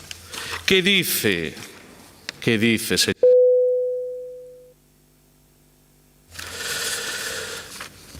No apreciándose vicio alguno de ilegalidad ni lesión de interés público ni de terceros, procede a acordar la homologación del acuerdo aportado por las partes en fecha 10 del 3 del 2025 con los efectos previstos. Parte dispositiva, homologar judicialmente acuerdo aportado por las partes. Segundo, declarar terminado el presente procedimiento. Tercero, firme la presente resolución devolver el expediente a la administración demandada. Señor Lorenzo, non hai caso, fixeron un ridículo espantoso. Nin vicio de ilegalidade, nin daño para o interese público, o que é un gran acordo para este Concello. Debería de xa estar recollendo as firmas de todos os seus compañeros, que non me extraña que lles dé a risa, para convocar o Pleno. Ulo Pleno, señor Lorenzo, ulo Pleno. Ou van a poñer algunha dúbida sobre o magistrado que homologa o acordo? Habrá un problema de cheiro? Recurriremos ao árbol genealógico para falar dos acordos? É normal que lle dé a cabeza, porque non se pode facer en tan pouco tempo máis veces o ridículo. Pídenlle un informe ao secretario e recordalle cales son as competencias e quen as pode pedir. Pídenlle ao interventor e deixa o cuco ao aire. Cuestionan o acordo e o xuiz acaba de homologar o acordo deixando claro, e remato, señora alcaldesa, deixando claro que non hai ningunha ilegalidade e ningún perxuicio para o interese público. Non sería mellor que cambiaran a forma de facer oposición e fosen algo máis constructivos, en vez de estar dando paus de cego? Nós chegamos a un acordo co BNG. Temos lanzado a licitación de Nostián a través dos pasos que hai que dar. Estamos de acordo en constituir unha comisión de seguimento, que eu creo que é o relevante, para facer o mellor posible. E, por certo, estaría ben que non se lles notara tanto que o gran problema de todo isto para vostedes e polo que se ve, por desgracia, para a Conselleira de Medio Ambiente é que se desbloqueara o asunto Nostián, que de fondo é o que parece, porque están obsesionados, está claro, señor remato, señora alcaldesa, están obsesionados con acabar con Nostián. E Nostián é imprescindible para resolver o problema dos residuos en Galicia. Nós optamos pola cooperación e a man está tendido ao goberno galego. Espero que reflexione e, se quere, pois mire de convocar o Pleno a ver como resolvemos co xuiz. Porque, en fin, nada máis e moitas gracias. Ben, moitas grazas. Remata o debate desta moción. Procedemos á votación da emenda transaccionada, toda vez que o poñente non a acepta. Votos a favor da emenda. Queda aprobada e, polo tanto, rexeitada a moción. Pasamos á segunda... Ai, perdón. Perdón, sí. Votos a favor, votos en contra. Perdón, agora sí. Queda aprobada a transacción e rexeitada a moción. Disculpen. Moción número 2, relativa ao cumplimento da moción aprobada en novembro sobre a zona da estación de ferrocarril dentro do barrio dos Mallos. Hai unha emenda de sustitución do BNG e outra do PSOE. Ten a palabra o señor Amado. Buenos días a todas las personas presentes en la sala y a las personas que nos ven desde su casa por streaming. Se preguntarán por qué trae el PP esta moción hoy aquí. Esta moción viene en el orden del día hoy aquí porque han pasado más de 120 días desde su aprobación por unanimidad y solo hemos visto que se ha ejecutado el punto 5. Pero durante este periodo, los vecinos de este barrio hemos sufrido la mala señalización y los múltiples problemas que nos genera la obra de la avenida Sardiñeira en nuestro día a día. Cortes de calles, cambio de sentido en las calles, ruidos, polvo, caos en el tráfico interior. Como resultado de su pésima gestión, se organizó la concentración vecinal el pasado 6 de marzo, convocada por la Agrupación Coruñesa de Asociaciones Veciñais. Esa agrupación que dice desconocer el señor Laje Tuñas en sus declaraciones y que engloba a más de 15 asociaciones de vecinos de nuestra ciudad. Al día siguiente, nuestra alcaldesa, Inés Rey, en un programa de radio manifestó que era imposible acceder a las peticiones de los vecinos por una cuestión técnica y que los vecinos del barrio lo sabían, pero los que no lo sabían eran los otros vecinos de los otros barrios que habían ido con la pancarta. Señora Rey, no hay ninguna cuestión técnica que impida el traslado del carril bici. Es solamente una decisión política. Es elegir entre trasplantar unos árboles o perjudicar a los vecinos de la Sardiñeira. Es elegir entre garantizar un trazado continuo del carril bici sin peligro para ciclistas y peatones o un trazado discontinuo con giros a la izquierda que va a dificultar la vida de negocios, garajes y viandantes. ¿Nos puede explicar, señora Rey, cómo van a acceder a la estación intermodal los usuarios del carril bici en ambos sentidos cuando van por el margen contrario a esta instalación? ¿Van a permitir incumplir las normas de circulación por tener que cruzar los ciclistas por el paso de peatones que van a pintar? Situación semejante ya la hemos vivido en nuestra ciudad, cuando el Gobierno municipal se empeñó en ejecutar una obra sin el consenso de los vecinos. Nos referimos a la obra de reforma del espacio público de las Casas de Franco, donde también escuchamos a la señora Rey en declaraciones radiofónicas hablando de la imposibilidad de acceder a las peticiones de los vecinos por cuestiones técnicas, raíces de árboles, existencia de cableado, etc. Al final se han tenido que comer sus mentiras y darle la razón a los vecinos en todas sus peticiones, pero con un sobrecoste de 170.000 euros, que veremos cómo justifican en ese modificado y que vamos a pagar todos los coruñeses. Todavía resuenan las palabras del señor Laje en este Palacio Municipal en una reunión con estos vecinos. Deixad de seguir a obra e despois se hai que tiralo, tírase. Vaya forma de gestionar el dinero público. Tanto le regalamos a una empresa 7,3 millones de euros con una sentencia favorable a los intereses municipales como tiramos lo construido y lo pagamos 2 veces. También, y durante estos 120 días, los concesionarios del aparcamiento del Agra de los Mayos y los vecinos de las casas del POL 29 del Agra de los Mayos siguen sin noticias. Así, mientras que unos, los concesionarios del aparcamiento, siguen mejorando el aparcamiento con su dinero, continúan sin saber nada sobre su solicitud de aumento de plazo en la concesión motivado por el incendio de este. Acabamos de leer en las preguntas escritas que está en estudio. Bueno, pueden esperar muchos años, está claro. Los otros, los vecinos del Agra de los Mayos, siguen con la misma inseguridad sobre el futuro de sus casas, incumpliendo reiteradamente la moción aprobada en abril del 2024 por este Pleno Municipal. Pero otra nueva incidencia, otro ejemplo de su falta de planificación, se nos presenta en las obras que están acometiendo en el enlace entre la avenida Arteixo y la avenida La Sardiñeira. La rotonda prevista en la avenida Arteixo. ¿Cómo van a justificar que se haga una rotonda que no soluciona las incorporaciones a la estación intermodal si vienes desde el centro de nuestra ciudad? ¿Van a modificar el proyecto de obra ubicando la rotonda más abajo de donde estaba proyectada o van a construirla como estaba dibujada en el proyecto? Van a construir como está en el proyecto y después la van a volver a demoler, como han hecho con los muros de la zona pública de la Casa de Franco. Por estos motivos es por lo que proponemos los siguientes puntos. Por este motivo es por lo que proponemos los siguientes puntos de votación y aceptamos la sustitución de la redacción del punto 3 en iniciativa del Bloque Nacionalista Galego, porque es voluntad del Partido Popular intentar llegar siempre a acuerdos. Señores del Bloque, no entendemos por qué tienen ustedes miedo a reunirse con los vecinos, como poníamos en nuestra redacción. Aún así, lo aceptamos. En cuanto al cambio que nos propone el PSOE, creemos que no es pertinente, porque si hubieran hecho sus deberes, esta moción no hubiera tenido lugar. Muchas gracias. Moitas grazas. Turno para o BNG. Señora Queixas. Grazas, alcaldesa. Ben, esta moción do Partido Popular lévanos a facer unha pregunta. Canto vale a palabra do goberno de Inés Rei? Porque, efectivamente, 4 meses despois de aprobarmos por unanimidade unha moción con propostas para a veciñanza dos Mallos, os acordos desa moción seguen pendentes de executarse. O portavoz do Partido Popular recoñece que está cumprido o punto 5, que, por certo, non estaba inicialmente na moción do Partido Popular, senón que foi froito dunha emenda do BNG. Di o señor Amado que está cumprido ese punto, que é o relativo á petición á Xunta para actuar no Colexio Rosalía de Castro, un centro educativo referente do noso barrio, reparando de forma urxente toda a zona afectada polos graves desperfectos que provocou o temporal Kirk. Pero volvemos a preguntarlle agora ao Partido Popular a mesma pregunta que fixemos ao comezo: canto vale a palabra do Partido Popular? Porque a veciñanza dos Mallos, ben vemos, está á vista de calquera, que as obras no colexio seguen totalmente pendentes de execución. Se cadra tamén van volver vostedes mobilizar a veciñanza de outros barrios da cidade para exixirlle no noso dos Mallos á Xunta que asuma as súas competencias e que actúe como lle corresponde con un centro educativo como é o Rosalía de Castro. Ou é que os servizos públicos non están na súa acción de defensa do noso barrio, concelleiros e concelleiras do Partido Popular.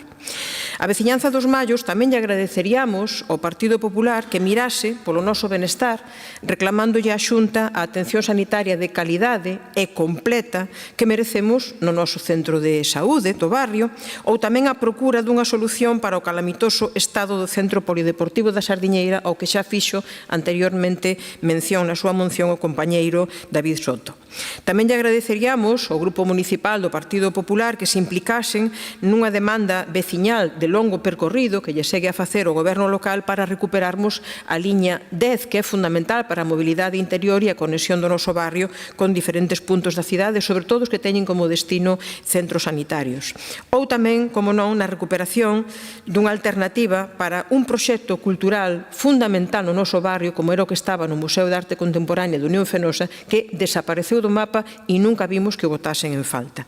Non son, polo tanto, preguntámoslle desde o BNG da súa incumbencia estas deficiencias que sofre a veciñanza dos Mallos. Desde logo para o BNG sí que o son.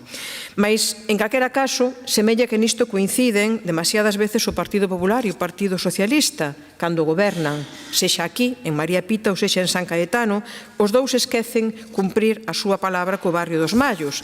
Esquecen facer política para as persoas que vivimos nos Mallos e, sobre todo, anulan principios democráticos básicos como son a escoita e a participación da cidadanía na toma das decisións. O Partido Popular pide nesta moción que o Goberno local cumpra acordos, escoita a veciñanza e atenda as súas reclamacións. Todo o apoio desde o BNG a estas demandas, porque é así como entendemos e, ademais, actuamos e practicamos a acción e a responsabilidade en política. Reiteramos o dito na intervención do pleno de novembro. É preciso abrir un proceso de información coa veciñanza. Render contas ante a cidadanía é responsabilidade de todo representante público. Non poden deseñarse obras de intervención na vida da veciñanza sen perspectiva de proximidade, sen coñecemento directo e sen escoitar a quen vive o espazo no día a día. É rectificar no posíbel sempre significa acertar. Por iso convidamos a facelo. Con todo, presentamos unha emenda á moción do Partido Popular coa proposta de sustituir a redacción do punto 3 e, en vez de dicir permitir a participación de todos os grupos políticos da corporación nas conversas coa veciñanza, nós o que propoñemos é manter informados os grupos da oposición das conversas coa veciñanza e tecido comercial do barrio, así como das conclusións e acordos aos que se chegar. É moi importante non confundir o papel que lle corresponde a cada grupo municipal. No BNG temos claro que somos oposición, iso sí, con vontade de redobrar o traballo de fiscalización do Goberno municipal e de achegar propostas alternativas para continuar a medrar en representatividade social de cara a ser goberno e actuar, iso sí, como un goberno de palabra. Moitas grazas. Moitas grazas, señora Queixas. Turno para o Goberno municipal. Señora Díaz. Moitas grazas, señora alcaldesa. Bo día a todas as persoas presentes e tamén a aquelas que nos siguen por streaming. Pois, señor Amado, parece que di que por si non sabemos por que ven esta moción. A verdade é que eu non o sei, porque dá a sensación de vivir nun bucle constante na que só se vive este déjà vu, na que só se vive nos Mallos. E eu sei que vostede vive ali, pero mire máis alá, hai máis Coruña para visitar, para vivir e para atender. Pois ben, na nosa emenda suprimimos o primeiro dos apartados porque vostede di que se cumpra e se complete toda esa moción do 7 de novembro, pero que igual está desactualizado, porque realmente xa está toda completa, xa se fixo todo, e leo, abrir o proceso de información con veciños do barrio, xa temos ese proceso aberto, xa nos reunimos e seguímonos a reunir, de feito temos unha próxima reunión a semana que ven para falar dun plan de mobilidade para o barrio. Cumplir a moción referida ás casas de Agra dos Mallos. Recentemente, a nosa alcaldesa e o concelleiro de Urbanismo estiveron cos veciños da Agra dos Mallos e calquera problemática que puidera haber está solventada. O aparcamento público dos Mallos está reaberto. Estudar a posibilidade de modificar o trazado do carril bici. Bueno, expliqueino, non me extraña que me teña a sensación de bucle, porque xa o expliquei 2 veces os motivos técnicos. Nós atendemos as peticións, pero nunca imos pasar por riba da seguridade e do criterio técnico. E, por último, instar a Xunta a facer o estudio do CEIP Rosalía de Castro, que, como din, xa está feito. Polo tanto, ese primeiro apartado de cumprir a moción de novembro, para nós non ten sentido porque xa está feito. Miren, este goberno caracterízase pola comunicación, polo diálogo cos veciños e veciñas, e por escoitar, e sempre, sempre, na medida do posible, tratar de adaptar os proxectos, as actuacións, ás necesidades que poidan xurdir, como vimos de facer en San Andrés e como, por exemplo, estamos a facer en Plai Cancela, onde se temos que mover unha marquesiña e se pode, se move, se adapta unha zona de carga e descarga ou, por exemplo, se crea unha zona de aparcamento de motos que non estaba deseñada no proxecto. Entón, como digo, sempre baixo criterios de seguridade e criterio técnico. Así que pido, por favor, que non sigan insistindo no carril bici, porque non imos obviar ou pasar por riba, repito, do criterio técnico ou da seguridade para as persoas. E isto os veciños e veciñas dos Mallos xa o teñen claro, igual vostede non, e por eso os que se manifestaban non eran dali. Pero mire, o que sí que teño que dicir é que os Mallos é un barrio esquecido, abandonado durante anos por gobernos sucesivos. O Partido Popular non pisou durante o seu mandato o barrio dos Mallos, nin investiu nin un solo euro. Non sei se vostede naquel momento non vivía ali, ou non protestaba, ou non lle facían caso, pero o certo é que non se investiu nin un euro. E agora nós estamos investindo máis que nunca. E non só o que estamos a facer agora, sino que vimos de solicitar fondos europeos de Estrategia de Desenvolvemento Integrado Local por valor de 20 millóns de euros. O PP sempre se opuxo radicalmente á peonalización de Ángel Senra, de rúas como Barcelona, Gaiteira, e que hoxe ningún veciño ou veciña pediría que esas rúas volvesen a como eran antiguamente. Igual que os veciños prefiren como deixamos Ramón Cabanillas e deixamos San Andrés. E aquí estou segura que vai pasar exactamente o mismo. Vostedes protestan, remexen, sin razón, sin xeito, pero o resultado vai ser absolutamente espectacular. Está claro que as obras son molestas e tamén está claro que ver en plano unha obra non é o mismo que vela rematada. Así que pídolles a veciños e veciñas un pouquiño máis de paciencia, que estou segura que o resultado final vai compensar absolutamente esa incomodidade que temos actualmente.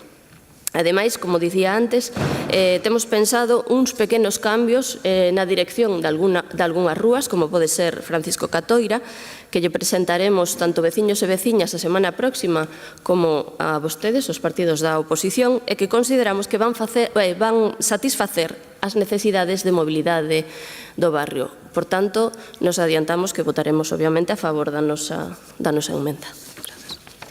Moitas grazas, señora Díaz. Ben, a emenda presentada polo BNG está xa aceptada polo propoñente, polo tanto quedaría únicamente a emenda de sustitución do Partido Socialista. Sí? Ben, comenzamos polo tanto votando a emenda do PSOE. Votos a favor? Moitas grazas. Votos en contra? Grazas, pois queda aprobada a emenda e, polo tanto, rexeitada a moción. Terceira é...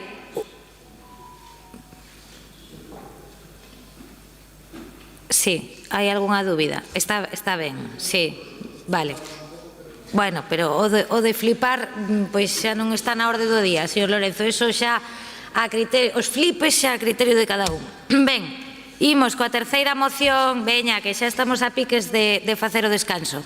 Imos coa terceira moción relativa á Casa da Veduría presentada polo Partido Popular, señor San Claudio.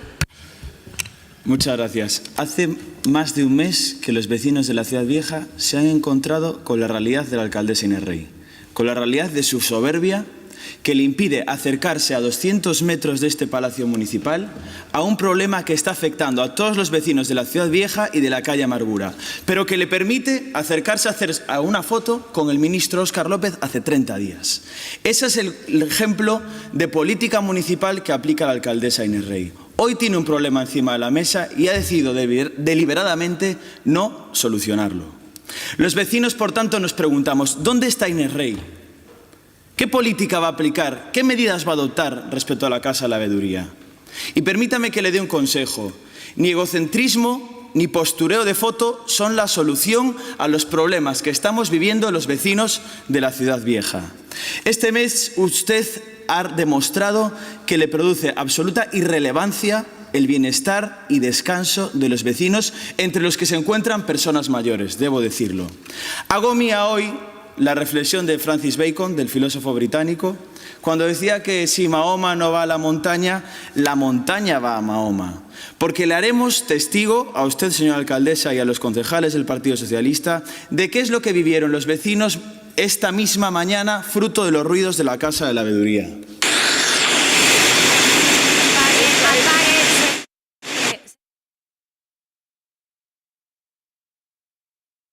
Ilusión, que grava os vídeos, que vai ali, que fai a foto, que no Instagram ou no TikTok ou non sei o que ten, de todo terá. Pero aquí non se traen os móviles para reproducir audios. Daquela, xa o fixen no anterior mandato, neste caso entendo que vostede non o sabía, pero apague o teléfono e continúe coa moción. Apagado el teléfono, le traemos la realidad que usted ha desechado escuchar en el último mes. Esa es la realidad, señora Rey. Le guste o no escucharla. Y desde aquí le preguntamos, ¿qué medidas han adoptado en los últimos 30 días respecto a la situación que está a vivir la calle Amargura? ¿Han inspeccionado el problema? ¿Cómo van a ejecutar la reforma o cambios necesarios en el edificio ante la situación encontrada? Somos nosotros los que se lo pedimos, los vecinos de la Ciudad Vieja, y ustedes no hacen más que ignorarnos. Y siento hoy tener que traer este audio aquí, pero es que es la única forma de que ustedes entiendan lo que están a vivir los vecinos de la Ciudad Vieja en el último mes. Sin embargo, permítame hacer una última reflexión. Ustedes anunciaron en 2022 que la Casa de la Veeduría iba a contar con un centro de día, espacio de juegos para los niños, espacio de estudio para universitarios, vivero de empresas, sala de exposiciones. ¿Dónde está todo esto? ¿Cómo es posible que se gasten 3 millones de euros de dinero público en reformar un edificio de la Casa de la Veeduría, se hagan una foto y desde eso no nos den absolutamente nada más a los vecinos? ¿Cómo es posible? ¿Cuándo veremos estos usos? ¿Qué dotación humana y qué dotación presupuestaria le darán respecto a su ejecución? No todo vale. Y me pregunto, si actúan así con esta gran inversión, ¿cómo actuarán frente al resto de los problemas de los vecinos en los barrios de nuestra ciudad? ¿Es esto el alarde que tenemos que hacer del gobierno de Inés Rey y de su gestión frente al problema? Actúe ya, porque se lo pedimos de forma activa y pasiva. Necesitamos una solución en la calle Amargura, de forma inmediata. Muchas gracias. Moitas grazas, señor San Claudio. Turno para o BNG, señora Beira. Moitas grazas, señora alcaldesa. A verdade é que eu podería ser con esta moción do Partido Popular case tan despectiva como foi o señor Deus coa que defendín eu anteriormente. Podería dedicarlle, non sei, 2 minutos 30 a falar de política xeral a nivel municipal, pero a verdade é que me parecería de bastante mala educación e non sería propio de min. Así que o que vou facer é dicirlle, señor San Claudio, que imos votar a favor desta moción porque, desde logo, estamos de acordo en que existe o problema na Casa da Veeduría, que existe o problema na Cidade Vella. Convidamos o Goberno municipal a recoñecer a realidade, que sempre é o primeiro paso para poder superar os problemas e que, desde logo, lle dean unha resposta adecuada á xente da Cidade Vella. E incluso instámolos a que revisen non só este sistema de ventilación, sino a todos os que hai nas infraestructuras municipais, porque recentemente coñecemos que hai un problema moi parecido na Sagrada Familia, o carón da Biblioteca Municipal e, polo tanto, que haxa un control dos ruidos que fan os sistemas de ventilación, porque tamén hai veciños noutros barrios da cidade que teñen estes problemas, que teñen chamado incluso a policía local, e creemos que hai que dar pasos para que, desde logo, poidamos todos e todas na cidade vivir cun maior silencio, cun maior control dos ruidos, porque é algo moi importante para a nosa saúde, aínda que pareza que non, é moi importante para a nosa saúde. Moitas grazas e nada máis. Moitas grazas, señora Beira. Turno de peche para o Goberno, señor Díaz Gallego. Gracias, señora alcaldesa. Señor San Claudio, le puedo garantizar que la señora alcaldesa ha ido varias veces en el último mes a Casa de Veeduría, para otra cosa que nos hiciese fotos como se hizo usted, pero ha ido varias veces. Adelantar el voto favorable del Grupo Municipal Socialista a esta moción relativa al edificio de Veeduría, no sin antes explicar, desde luego, en qué punto se encuentra este tema y aclarar la información que se da en esta moción, que pues, efectivamente está muy bien expuesta y muy trabajada, pero desde luego es inexacta o cuanto menos directamente falsa. La obra de rehabilitación del Palacio de Veeduría es a día de hoy una obra recibida con reparos y con plazo de subsanación. Reparos que van desde temas menores a temas relacionados con el funcionamiento propio de las instalaciones, que se han ido comprobando estos días y que con el funcionamiento diario del edificio y que bueno, pues en algún caso tendrán que subsanarse. Dicho lo cual, como digo, paso a aclarar lo que se cuenta en la moción y que, como digo, es absolutamente falso. La instalación de ventilación... Señor San Claudio, garde silencio, por favor, garde silencio. Non está no uso da palabra, non pode contestar. Continúe. Señor San Claudio, non ten a palabra. Non me faga, por favor, chamarlle a orde. Por favor, non conteste. Señor Díaz, cale un momento. Señor San Claudio, por favor, que imos levarnos ben. Non me faga o das chamadas a orde. Non conteste, xa dixo, non é falso. Vale, xa está. Señor Díaz. Aparte que aún le voy a aclarar lo que es falso, que aún no se lo he aclarado. La instalación de ventilación del edificio de Veeduría es perfectamente legal, cumple normativa y cumple con todos los estándares que se deben cumplir, entre ellos los de patrimonio. Está en un edificio con catalogación integral y, por lo tanto, eso limita las posibilidades de ubicación y de afección al exterior del funcionamiento de la maquinaria de ventilación y climatización, como imagino que ustedes conocerán. Por lo tanto, eso que mencionan o que mencionaron en los vídeos de la posibilidad de colocarlo en cubierta era algo que taxativamente se nos prohibió por parte de patrimonio. Es absolutamente falso que se emita ruido de madrugada en los últimos días. Absolutamente falso. El horario de funcionamiento... Agora sí, garde un momento. Señor San Claudio, ten unha primeira chamada a orde por interrumpir a un concelleiro no uso da palabra. Vostede tivo a súa oportunidade de defender a moción, ninguén lle interrumpiu e agora debe manter silencio porque non está no uso da palabra. Lémbrolle que conforme ao Regulamento Orgánico Municipal, se hai unha segunda chamada á orde, terei que expulsalo da sesión. Non quero chegar a ese punto. Por favor, non me obligue a tomar medidas que non quero tomar. Mantéñase calado o minuto 09 que queda da intervención do concelleiro de Urbanismo. Señor Díaz, continúe, por favor. Como digo, es absolutamente falso que se emita ruido de madrugada en los últimos días, como se dice en la moción. El horario de funcionamiento desde hace unas semanas es de 9 a 1 y de 4 a 9. Por lo tanto, de madrugada no estaba funcionando. Periodo que, en todo caso, no funciona de forma constante. En fin, durante el periodo que acabo de mencionar, no funciona de forma constante. Funcionó de forma intensiva, y sí que eso se lo puedo comprar, lo que han dicho, funcionó de forma intensiva y a máxima potencia, precisamente para probar la instalación y para probar que funcionaba perfectamente los primeros días. En esos días sí que puedo asegurarle que funcionó a máxima potencia y en un horario diferente a ese, pero que es la práctica habitual cuando se prueba una instalación. El señor Deus, que es técnico, se lo puede explicar. Se hace en todos los equipamientos, en todos los edificios en los que hay que probar una máquina de climatización y hay que probar una máquina de ventilación, que tienes que elevarla a máxima potencia durante unos días para comprobar que esa máquina cumple con lo que tiene que cumplir y está bien instalada. Esta circunstancia fue comunicada a los vecinos tanto por parte de la concejala de distrito, mi compañera Yoya Neira, como por mi parte a la Asociación de Vecinas en los días sucesivos. Se les explicó que había unos días en los que se iba a funcionar de esa manera y que a partir de ese momento se iba a establecer un horario del funcionamiento de la ventilación. La Asociación de Vecinos me comunica a mí que si hay un problema a partir de esos días me lo trasladará. A día de hoy nadie me ha trasladado desde la Asociación de Vecinos que haya ningún problema fuera de esos días que funcionó para la prueba de las máquinas. Se afirma en la moción que el aire es perjudicial para la salud, en un alarde de terraplanismo desde luego tremendo. El aire es aire limpio, aire que se coge de la calle por la propia maquinaria, aire limpio que se coge de la calle, que hace intercambio de calor en el interior del edificio y que se vuelve a expulsar como cualquier máquina de ventilación.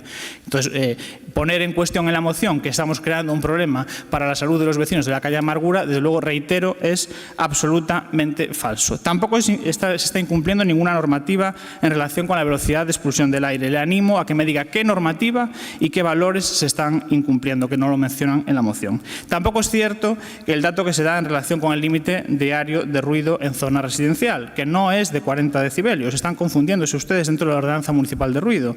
El límite es de 60 decibelios, límite que por nuestra parte consideramos que cumplimos. No sabemos cómo hacen ustedes esas mediciones, si nos lo dicen y nos aportan una medición que esté hecha de manera legal, homologada y demás, pues lo veremos. En todo caso, y como para finalizar mi intervención, entendemos desde luego que en una calle que no había ruido, que no había ningún ruido ni de tráfico, ni de ninguna maquinaria, ni de ninguna instalación, ni de ningún local comercial, el más mínimo ruido se note por parte de los vecinos. Y entendemos que hay un ruido que puede generar molestias en este momento. Y se está trabajando para minimizarlo. Pero le reitero que en todo caso no hay ningún incumplimiento normativo, no hay ninguna ilegalidad y la instalación está funcionando y está instalada perfectamente. Trabajaremos para que ese ruido se minimice, pero como a más de la instalación, no porque haya ningún problema con la maquinaria ni ningún problema de incumplimiento normativo. Muchas gracias. Ben, moitas grazas, señor Díaz. Rematado o debate, procedemos á votación desta moción. Votos a favor.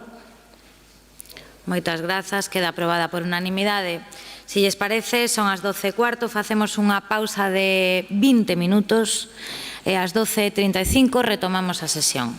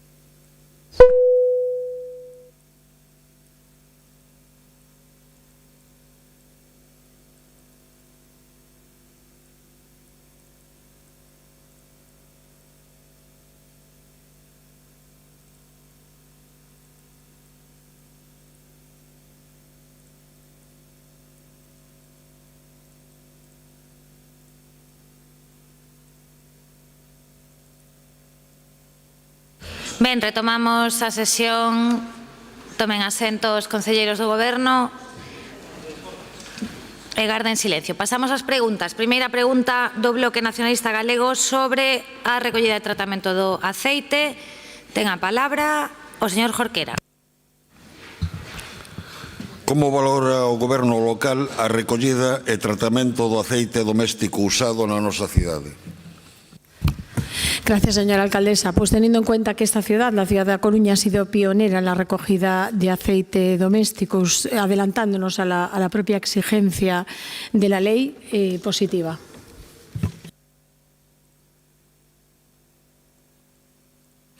Señora concelleira, permítame que explique as razóns que motivan esta pregunta.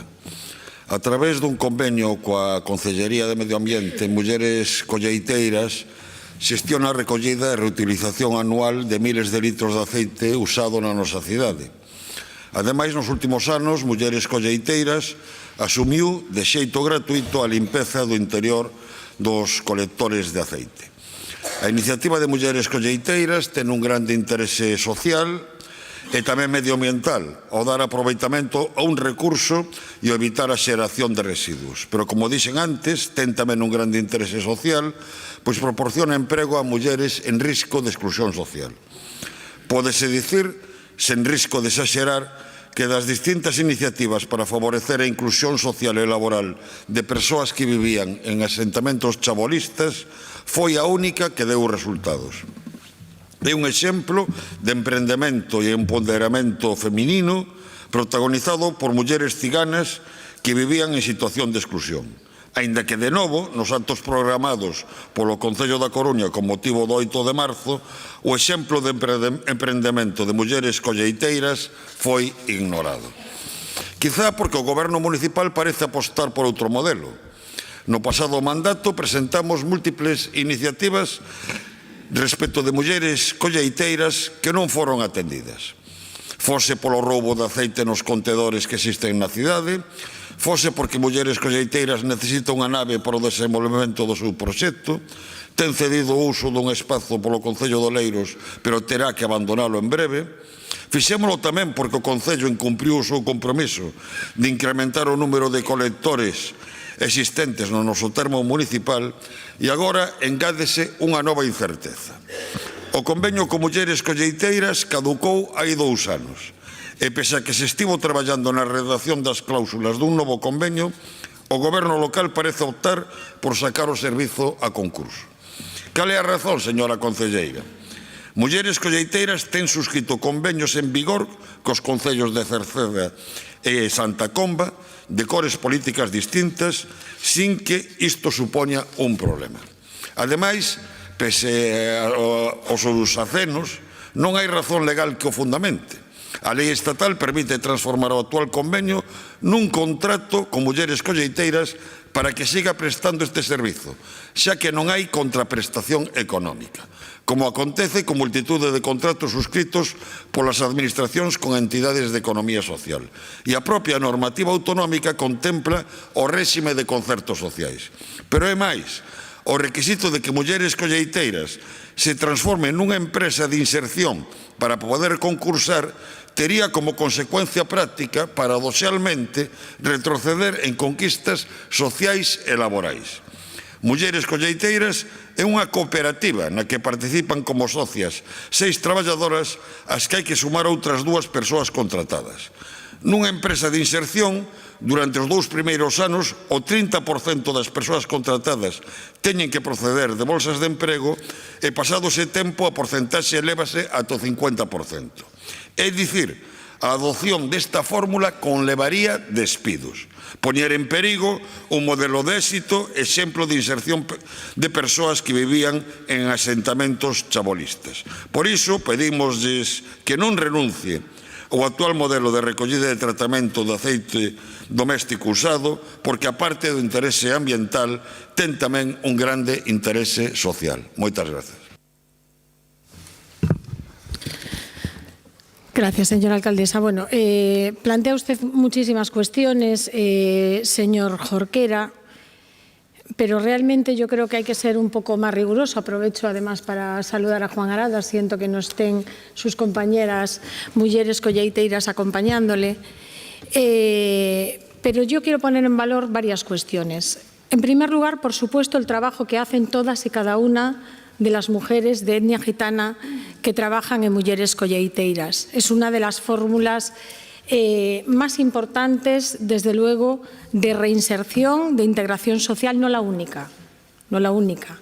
Hay muchas mujeres gitanas, afortunadamente cada vez más, que al margen de mulleres colleiteiras van alcanzando una situación de absoluta independencia de las ayudas sociales de la Administración y con autonomía, que ese es el objetivo que tiene que existir. Y quiero poner de manifiesto además una realidad, y es que Mulleres Colleiteiras lleva trabajando con este ayuntamiento años, cuando todavía no era obligatorio el tema del aceite. Usted plantea una serie de cuestiones y lo que subyace aquí es una demanda de la que ya se ha dado respuesta al representante de Mulleres Colleiteiras y a las mulleres colleiteiras, que es la posibilidad de prorrogar un convenio. Usted dice que sí, al amparo de la ley. Nosotros consideramos que no, porque la ley es clara. La ley es clara y no se pueden establecer convenios cuando se tienen que realizar por contrato. Y, por lo tanto, hay que sacar la licitación del contrato, tanto del textil, desaparecerá también el convenio de Padres Rubinos, se solicitó también su prórroga, o del de Mulleres Colleiteiras. Y ahí la ley es la que dará el margen para establecer la mejor fórmula. Contratos reservados, efectivamente ahí entran las empresas de inserción social. Contratos no reservados, que es lo que hace Santiago de Compostela, donde también trabaja, inserta con mulleres colleiteiras. Y donde efectivamente no se establecen contratos reservados, porque ahí se pueden entrar las cooperativas.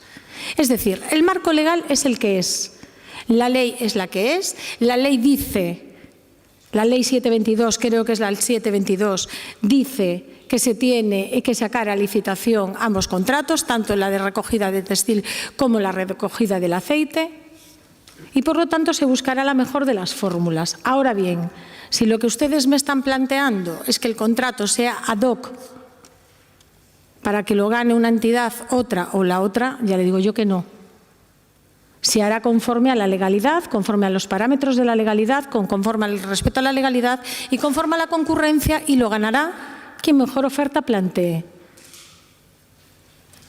Y dentro de esa oferta, evidentemente, se pueden establecer distintas fórmulas y mejoras de carácter social. Eso, indudablemente.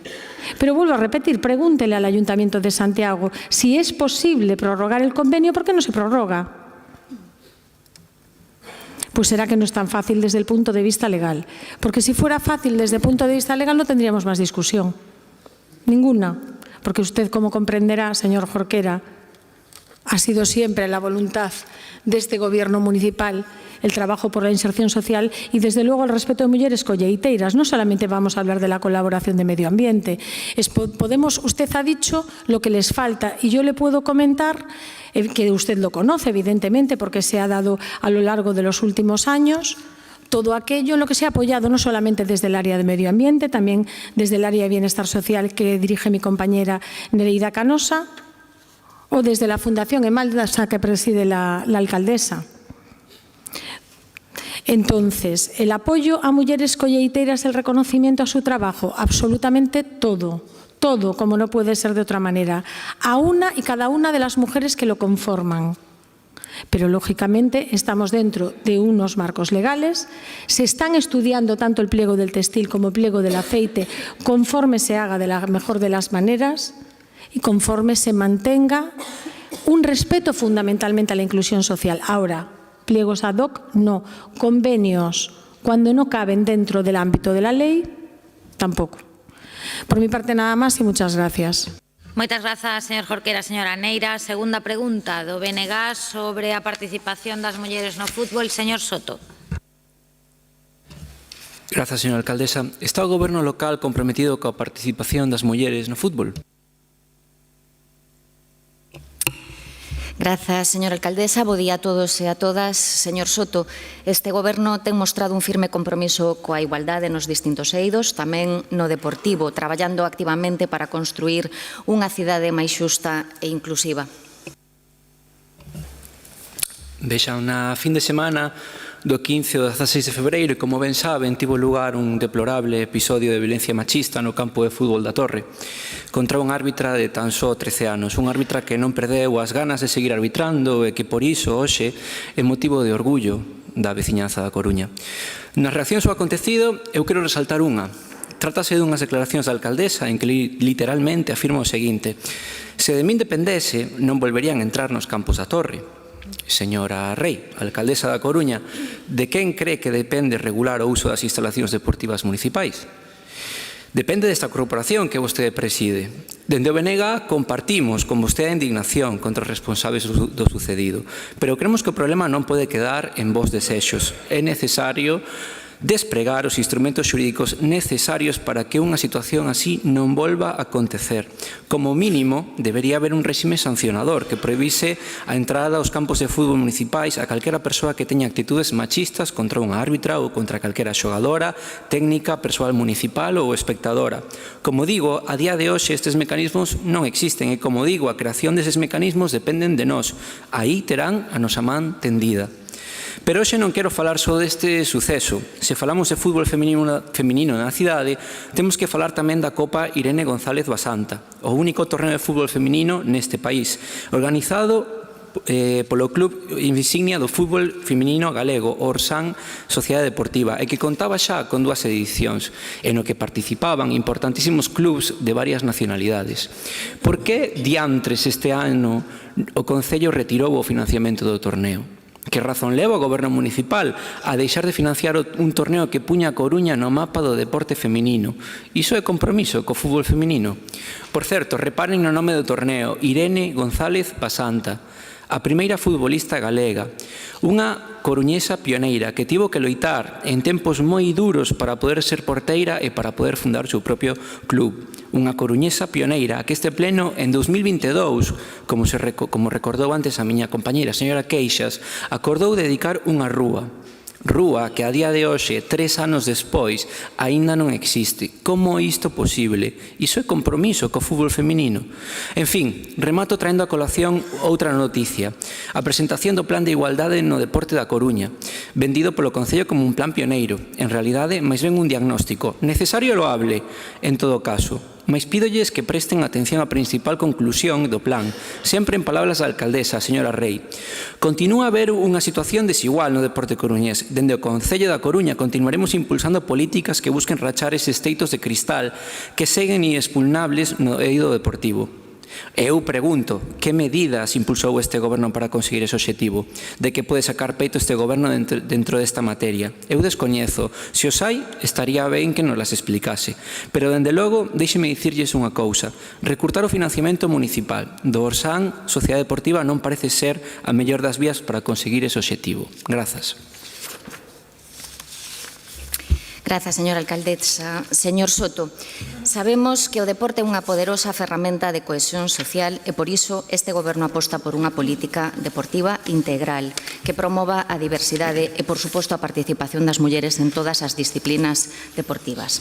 O Concello facilita convenios, subvencións, becas, ademais de ofrecer instalacións deportivas gratuitas aos clubes que promoven equipos femininos. Como ven, trátase dun apoio fundamental para derrubar barreiras, contribuindo a unha maior presenza das mulleres.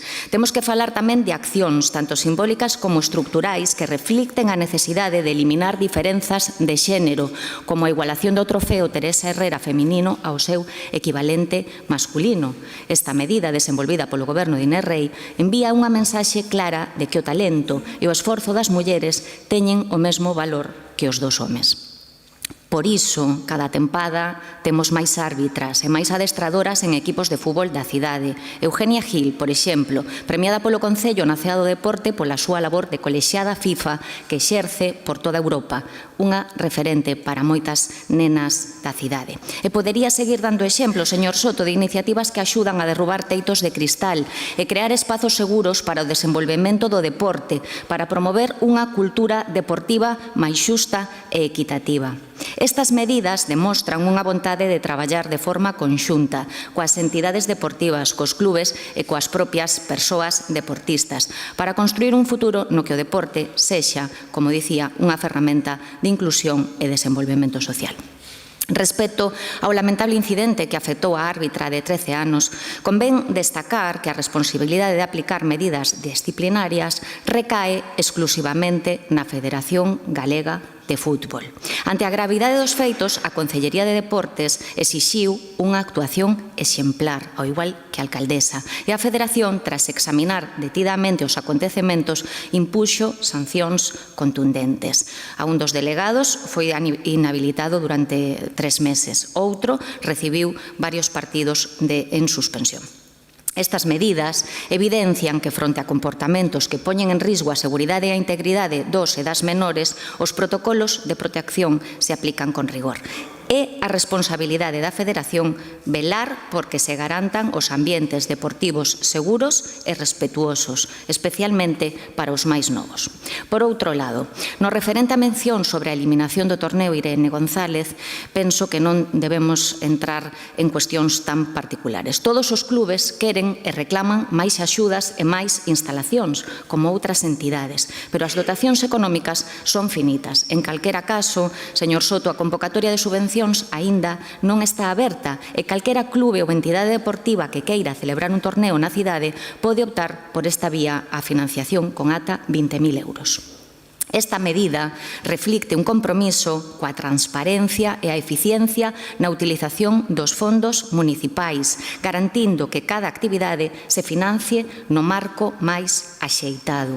Entre todas as axudas, máis de 2 millóns de euros van a chegar directamente á promoción do deporte na cidade, cifra que pensamos que é moi destacable. En definitiva, o Goberno de Inés Rei impulsa un amplo programa de apoio ao fútbol feminino, gracias ao camiño aberto por referentes como Irene González, sí, e como Eugenia Gil. Gracias a elas hoxe son 18 clubes con 34 equipos e máis de 800 xogadoras as que practica fútbol na nosa cidade. Este compromiso é inquebrantable. Non nos cansaremos de seguir traballando e apoiando a todas as entidades para que o número de clubes e equipos femininos siga en constante crecemento. E non só apoiando, senón tamén acompañando no camiño, como fixo a alcaldesa dende a primeira xornada co Depor feminino, o CRAT ou o HC Coruña de hóquei. Ou como, por suposto, fai cada fin de semana o concelleiro de Deportes, o meu compañeiro Manuel Vázquez, asistindo no ano 2024 a máis de 200 eventos, e sen perder o sonriso. Todo isto é promoción de deporte e promoción pola igualdade. Moitas grazas. Moitas grazas, señor Soto. Señora Canosa, terceira e última pregunta do BNG relativa a turismo. Señor Soto, novamente ten a palabra. Grazas, señora alcaldesa. Cando vai proceder a cubrir o goberno local o posto de xerente do Consorcio de Turismo? A cobertura deste posto forma parte dunha prioridade dentro das accións de fomento do turismo no Concello da Coruña por parte do goberno da nosa alcaldesa, toda vez que se ten acometido unha primeira fase de reforzo de carácter administrativo e de coordinación da nova estrutura que se ten creado no seo da propia administración local. Aínda que non me dea unha data exacta, alégrame a súa resposta. Vexan, hai un ano e un mes que o Consorcio de Turismo non ten unha persoa á fronte da xerencia tras a dimisión do señor Naranjo. No momento de anunciar a dimisión, vostede afirmou, señor Castro, primeiro, que non era o momento de falar da selección dun novo xerente. E días máis tarde, semella que cambiou de parecer e dixo que en breve iba a ser seleccionada unha persoa para o posto. 13 meses pode ser un prazo breve para moitas cousas, por exemplo, para construir un edificio, pero para nomear un xerente do Consorcio de Turismo convirá comigo que 13 meses é demasiado tempo. E cales son as consecuencias destes 13 meses en xerente? Pois son moi variadas. Por unha banda, os traballadores e traballadoras do consorcio queixanse da falta de planificación, que leva a que a cobertura de permisos e baixas sexa unha crevadura de cabeza. Pero tamén hai queixas de que os salarios se cobren algún mes con certo retraso. Por outra banda, as consecuencias para a cidade son moi diversas. En primeiro lugar, é obvio que a falta de organización no traballo leva tamén a unha menor calidade de atención prestada ás persoas usuarias. Pero hai máis consecuencias. Por exemplo, o Comité de Empresa de Alvedro apunta a falta de xerente do consorcio como unha das causas de que o aeroporto non acabe de despegar. Certamente, sabemos que nos últimos meses só se renovaron 4 dos 6 contratos existentes coas aerolíneas, o que necesariamente reduciu o mapa de destinos do aeroporto. O balance non pode ser bo, como tampouco pode ser o que a alcaldesa non sexa quen de poñer de acordo o resto de alcaldes da área metropolitana para facer fronte común por Alvedro. Pero non só iso. Na Coruña seguimos en plan estratégico de turismo. O último foi o do Goberno da Marea, ese que o PP ainda volveu a repetir hoxe, que vivían nunha parálise permanente. Pois polo menos facían funcionar o Consorcio de Turismo. E para que necesitamos ese plan estratégico de turismo? Para que dixo vostede, señor Castro, outro día nun foro en Madrid, cando falou da necesidade de impulsar o turismo sostíbel. E niso estamos ambos de acordo. O turismo da Coruña debe ser sostíbel. Pero iso non significa que os turistas vayan dar unha volta polo paseo marítimo. Cando se fala de turismo, sostibilidade quere dicir que o turismo debe ser organizado e planificado para que non diminúa o benestar da veciñanza, para que o reparto da riqueza xerada polo turismo sexa equitativo e para que o seu impacto ambiental sexa mínimo e non nos pase como en 2023 cos eventos de verán do Monte San Pedro ou ano pasado co evento no Paseo das Pontes, todos eles xeración de contaminación de diverso tipo. Podemos dicir que a Coruña hoxe está impulsando un turismo sostíbel? Rotundamente non. Por iso tamén é necesario contar cunha persoa á fronte da xerencia do Consorcio de Turismo. E podemos seguir enumerando os problemas. A Xunta de Goberno do Consorcio vai para un ano que non se reúne, vulnerando así o que dispoñen os seus estatutos. Como é posible que a marzo de 2025 non haxa aínda convocatoria do Consorcio? Non hai contas que presentar? Non hai ningún tema a tratar? En fin, señor Castro, vostede fía toda a súa política turística o que o seu goberno parece fiar toda a súa acción política. Os grandes acontecementos, os grandes titulares, que se a reforma de Riazor, que se os grandes festivais, que se a grande reforma do centro. Pero descuidan vostedes o cuidado das cousas pequenas que fan a esta cidade grande, os seus barrios, o seu tecido cultural e deportivo. E esta lógica vese reflectida tamén na súa política de turismo. E creo que por iso minusvalora vostede o Consorcio de Turismo, porque o Consorcio non dá para grandes titulares. Mas deben ter en conta que apostar polo Consorcio de Turismo é apostar por implicar o tecido social e económico no deseño dun modelo turístico que responda ás necesidades e aspiracións da veciñanza desta cidade. Un modelo turístico que paga a pena pasa necesariamente polo Consorcio. Coide vostede del, por favor.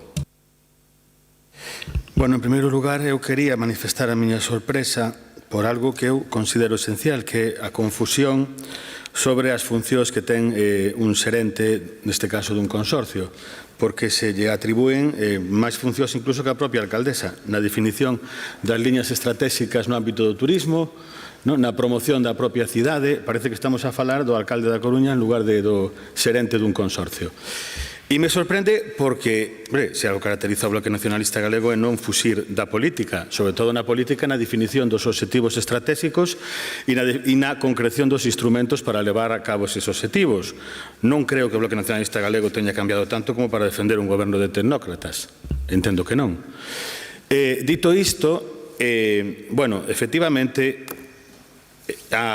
o nomeamento do xerente do Consorcio de Turismo coas funcións que ten encomendadas nos propios estatutos do Consorcio farase en breve. Pero farase en breve porque previamente o que se fixo foi un avance moi importante no establecemento dunha estrutura de carácter administrativo no propio Concello da Coruña que non existía antes, que se estableceu a raíz do mandato da nosa alcaldesa, coa creación dunha dirección de área específica e dun servizo de turismo, que ten efectivamente moitas funcións encomendadas e que ten que realizalas tamén en coordinación con un instrumento que é importante como o Consorcio de Turismo. Entre as funcións que ten encomendadas esa dirección de área e esa xefatura de servizos e Servizo Municipal de Turismo está o fortalecemento da oferta turística da cidade, a posta en marcha de novos servizos, a implantación de estrategias en liña cos obxectivos da Xenda 2030, a procura de recursos e experiencias que permitan avanzar na captación de visitantes.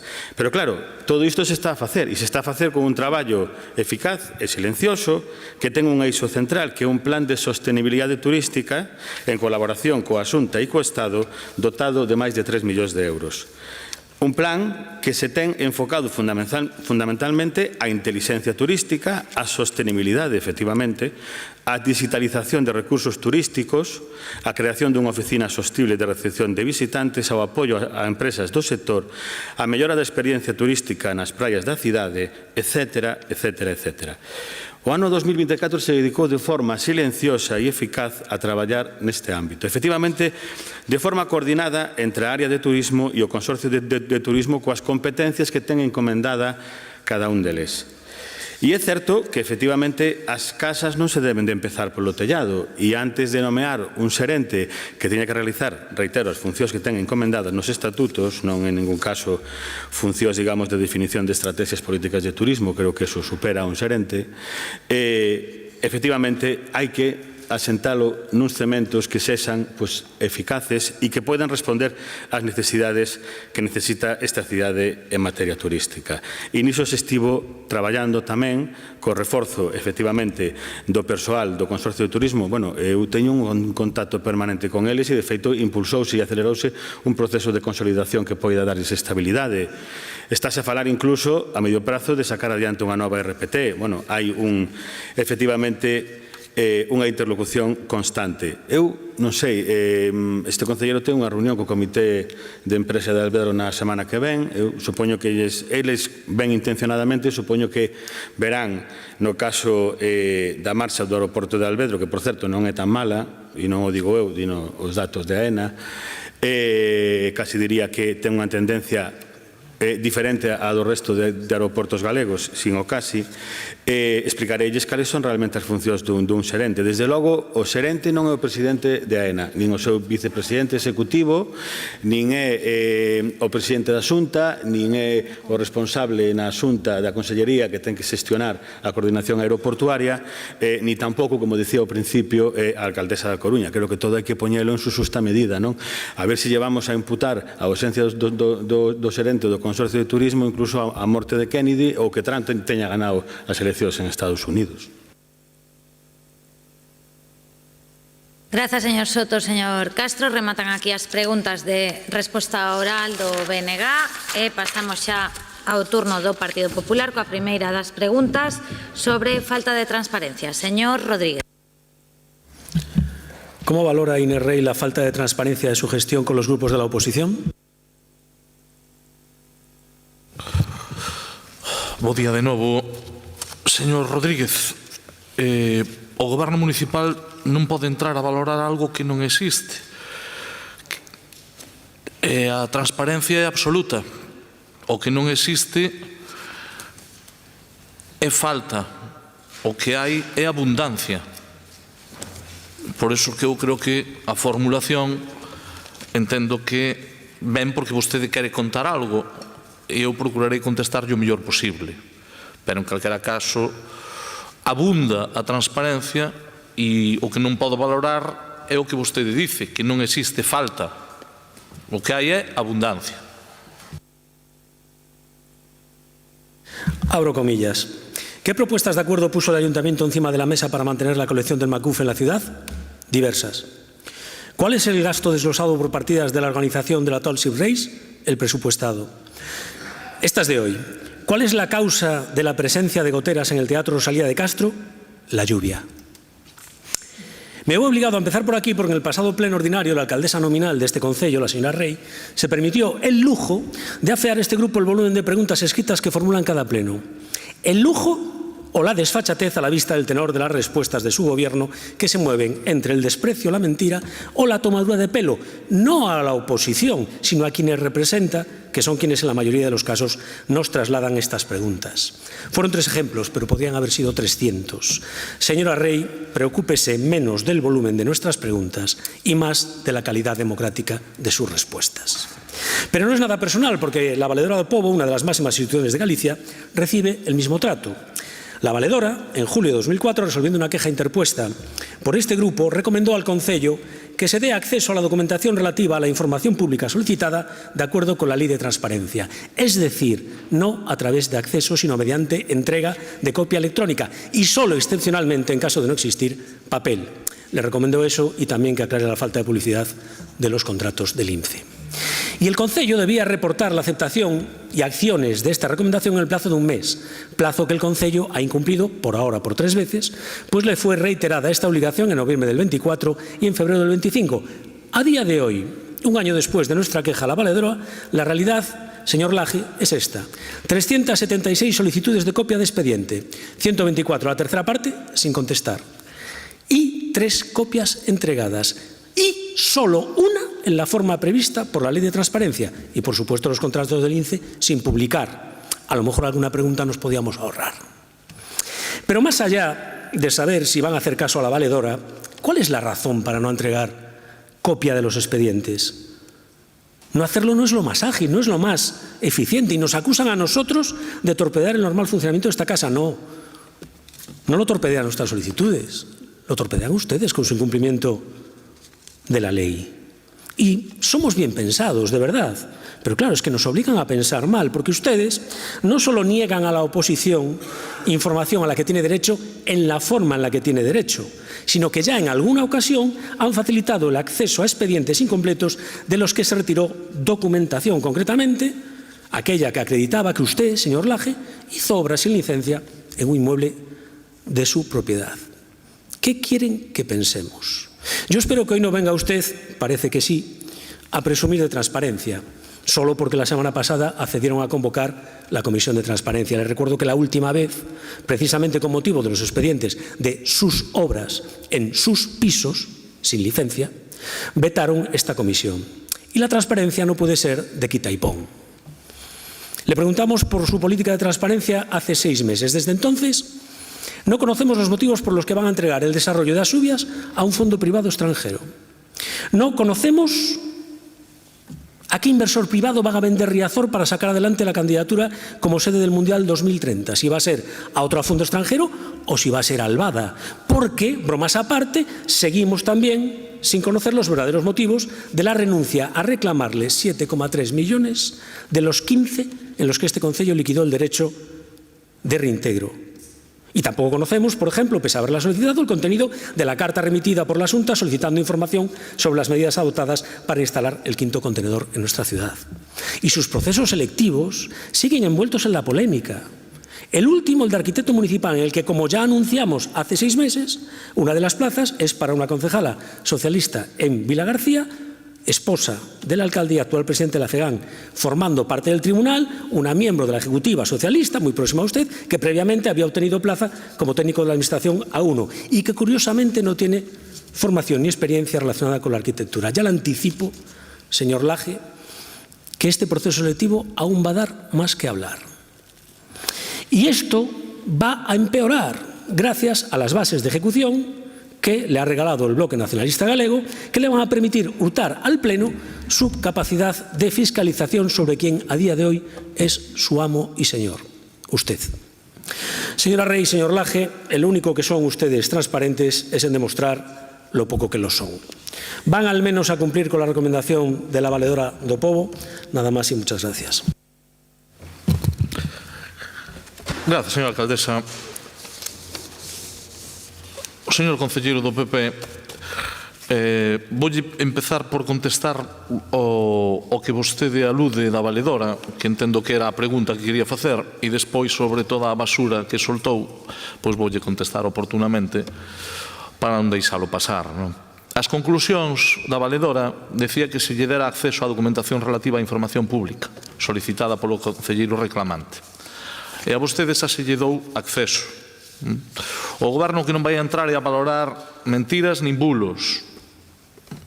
Nin mentiras nin bulos. Igual que vostedes falan de quitas, de condonacións, están permanentemente pois conducíndose por un terreno que desde logo isto xa foi contestado. Aceptouse a recomendación formulada dándoselle acceso á documentación relativa á información publicada. Isto é a resposta... Sí, señor Rodríguez, sí. Pero é máis, vostedes teñen un informe emitido polo secretario xeral do Pleno desta corporación o 6 de maio de 2022 a raíz dunha petición registrada pola súa anterior voceira, señora Gallego, na que lle explicaba que en canto ao dereito a obter copias, a sentencia do Tribunal Supremo do 28 de xaneiro de 2008 con unha cita de referencia do 29 de marzo de 2006, sinala o seguinte: o núcleo básico do dereito fundamental de participación política inherente ao cargo de concelleiro satisfácese co dereito á información e non comprende, a ver se o entende, vou deletrear. Non, pode lle dar a cabeza, pero o secretario xeral do Pleno non é vostede, é o señor Díaz Sánchez. Non comprende un dereito para obter copias da documentación. Deronlle acceso. Fin de la cita, señor Rodríguez. E despois podemos entrar en todo o que vostede queira. Poden repetir unha mentira 1000 veces, pero non se convirte nunha verdade. Están esperando na calle Monforte. Están esperando na calle Monforte. Pero vese que un ano despois aínda non foron. Repítollo. Si cree que non hai licencia, o que ten é que ir ao xuzgado. Seguir conducindo o señor Lorenzo como están facendo para que meta o barco nas pedras, a verdade é que o mellor, en fin, non sei se terei que explicarlle algo máis. Ao mellor o señor Lorenzo xa está vendo que ven de camiño. Vostede pode deletrear aquí no pleno, chegou a decir, citándose, autocitándose, cousas que lemos, é dicir, basura que lemos permanentemente, co seu altofalante, e levan o señor Lorenzo a meterse nestos xardíns, a decir que era lesivo un acordo, a cuestionar unha decisión xudicial, e hoxe levan nos morros, o que se di agora entre os novos un zasca. Non sei se lle chegou, pero parece que aínda quere levar máis.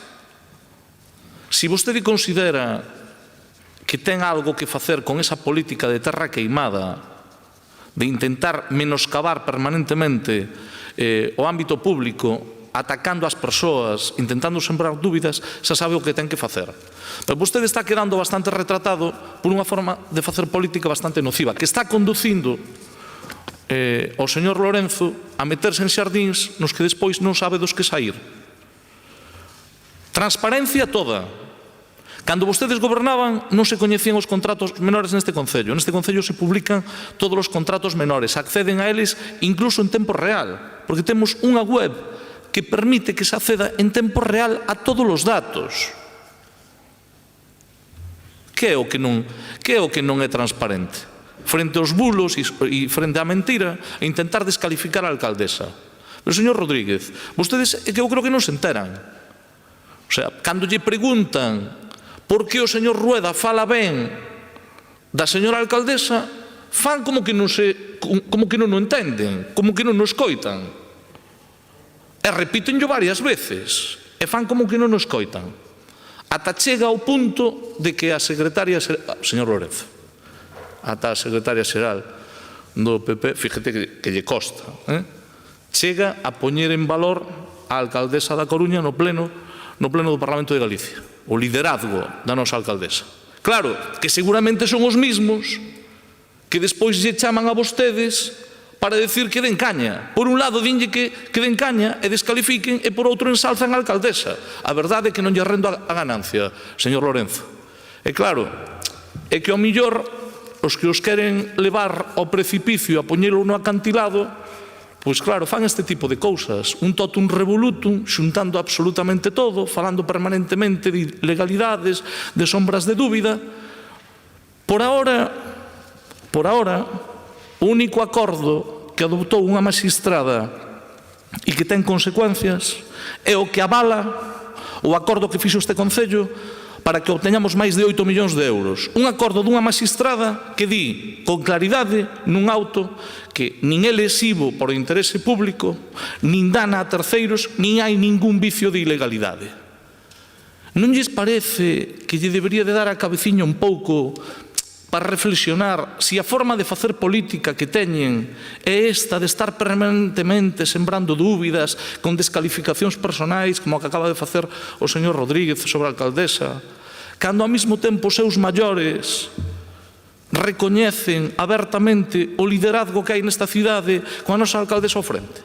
Non sería mellor que a política fora un pouco máis constructiva e que se pudera chegar a acordos e entendementos en vez de practicar unha política de terra queimada? Non quitaron ningunha conclusión despois dun ano e medio. sinceramente, por ese camiño non nos van a topar. Non nos van a topar. Non imos a deixar que sigan nesa liña de soster mentiras permanentemente. Ahora, se o que pretenden é crispar, se o que pretenden é provocar, perden o tempo.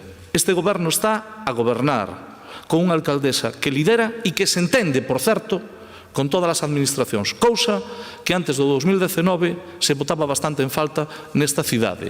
Nin había acordos, nin se tiñan desbloqueado a maior parte dos asuntos que levaban máis de 10 anos esperando. Así que, en fin, diría unha persona con moito coñecemento é mellor saber Roma locuta causa finita. Nada máis. Moitas grazas. Segunda pregunta do Partido Popular sobre promoción e fomento da cidade. Señor Mora. Muchas gracias. ¿Considera el Gobierno de Inés Rey la promoción y el fomento de la ciudad una prioridad entre sus líneas de actuación? A promoción e fomento da cidade forma parte dunha das liñas estratégicas fundamentais de actuacións do Goberno de Inés Rey. Señor Castro, como de naturaleza soy bien pensado, prefiero creer que usted y yo tenemos diferente concepción de lo que realmente significa prioridad. Y digo eso porque de lo contrario no entiendo que a pesar de todas las mociones aprobadas en este pleno por unanimidad, que el señor Soto alguna recordó aquí, es decir, y que además con su voto favorable, seguimos en el mismo punto que hace casi un año y medio. Miren, el mes de diciembre del 23 el pleno aprobó una moción en la que se instaba al Gobierno municipal a redactar un nuevo plan estratégico de turismo. En el mes de marzo del 24, en otra moción se aprobó que se convocara con la periodicidad que estipulan los estatutos el Consorcio de Turismo y Congresos, así como que se convocara la plaza de gerente del mismo. Por último, en el mes de julio del año pasado, se aprobó instar al Gobierno municipal a que se diseñase y ejecutase una política comercial destinada a la recuperación y captación de rutas aéreas.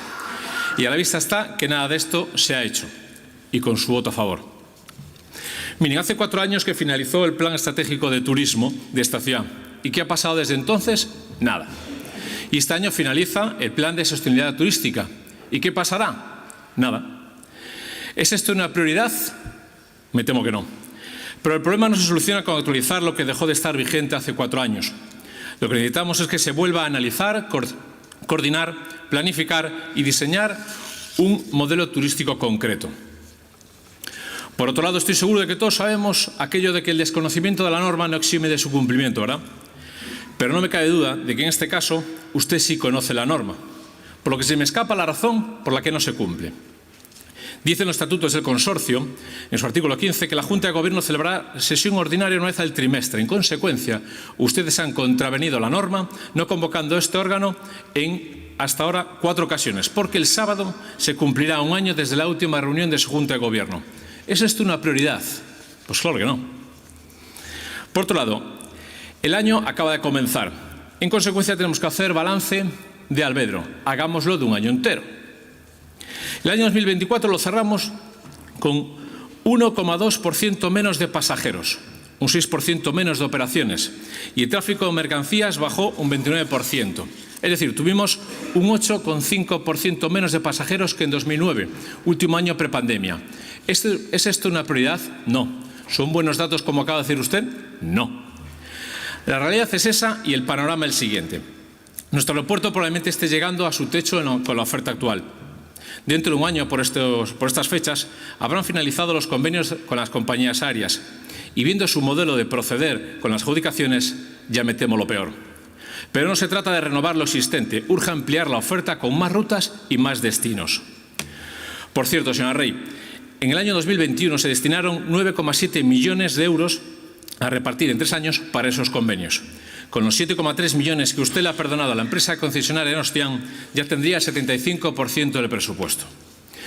Y señor Castro, que lo veo venir, no le eche la culpa a la Xunta de Galicia. Llame al ministro, compañero de partido, y que convoque el Comité de Coordinación Aeroportuaria de Galicia. Allí se encontrará a los representantes de las otras 2 ciudades con aeropuerto y que son sus compañeros de partido, los de su partido ahora y los de su partido anterior. ¿Qué puede salir mal? Por otro lado, desde el 2022, Alvedro tiene un plan director. ¿Sabemos algo de él? ¿La señora Rey lidera algún tipo de reivindicación para que se lleve a cabo? ¿Es una prioridad? No. La primera prioridad, siguiendo la terminología deportiva, es balones al 2. La segunda prioridad y las siguientes son las que marque el 2. Si diseñan un plan estratégico de turismo nuevo, el punto será para el responsable de los programas estratégicos, el 2. Si seguimos igual, sabe que la culpa será suya, ¿verdad? Si se licitan, adjudican en tiempo y forma nuevas rutas aéreas, el punto será para el responsable de las adjudicaciones, el 2. Pero si Albero sigue como está y no mejora, sabe que la culpa será suya, ¿verdad? Si contratan de una vez por todas a un gerente del consorcio de turismo, el punto será para el responsable de contratación, el 2. Si continúa vacante, será culpa suya, ¿verdad? Señor Castro, la coordinación y el fomento de la ciudad no son una prioridad para este gobierno municipal. Y usted es parte responsable de ello. El culpable es probable que no, ni siquiera el 2. La culpable de que la promoción y el fomento de la ciudad no sea una prioridad es, una vez más, la señora Rey. Muchas gracias.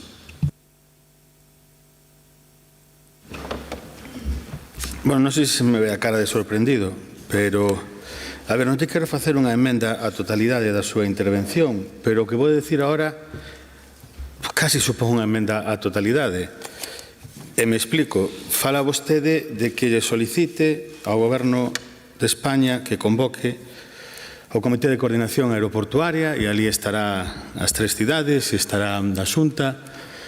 Claro, é que o Comité de Coordinación Aeroportuaria foi convocado por AENA e se celebrou unha reunión onte pola tarde.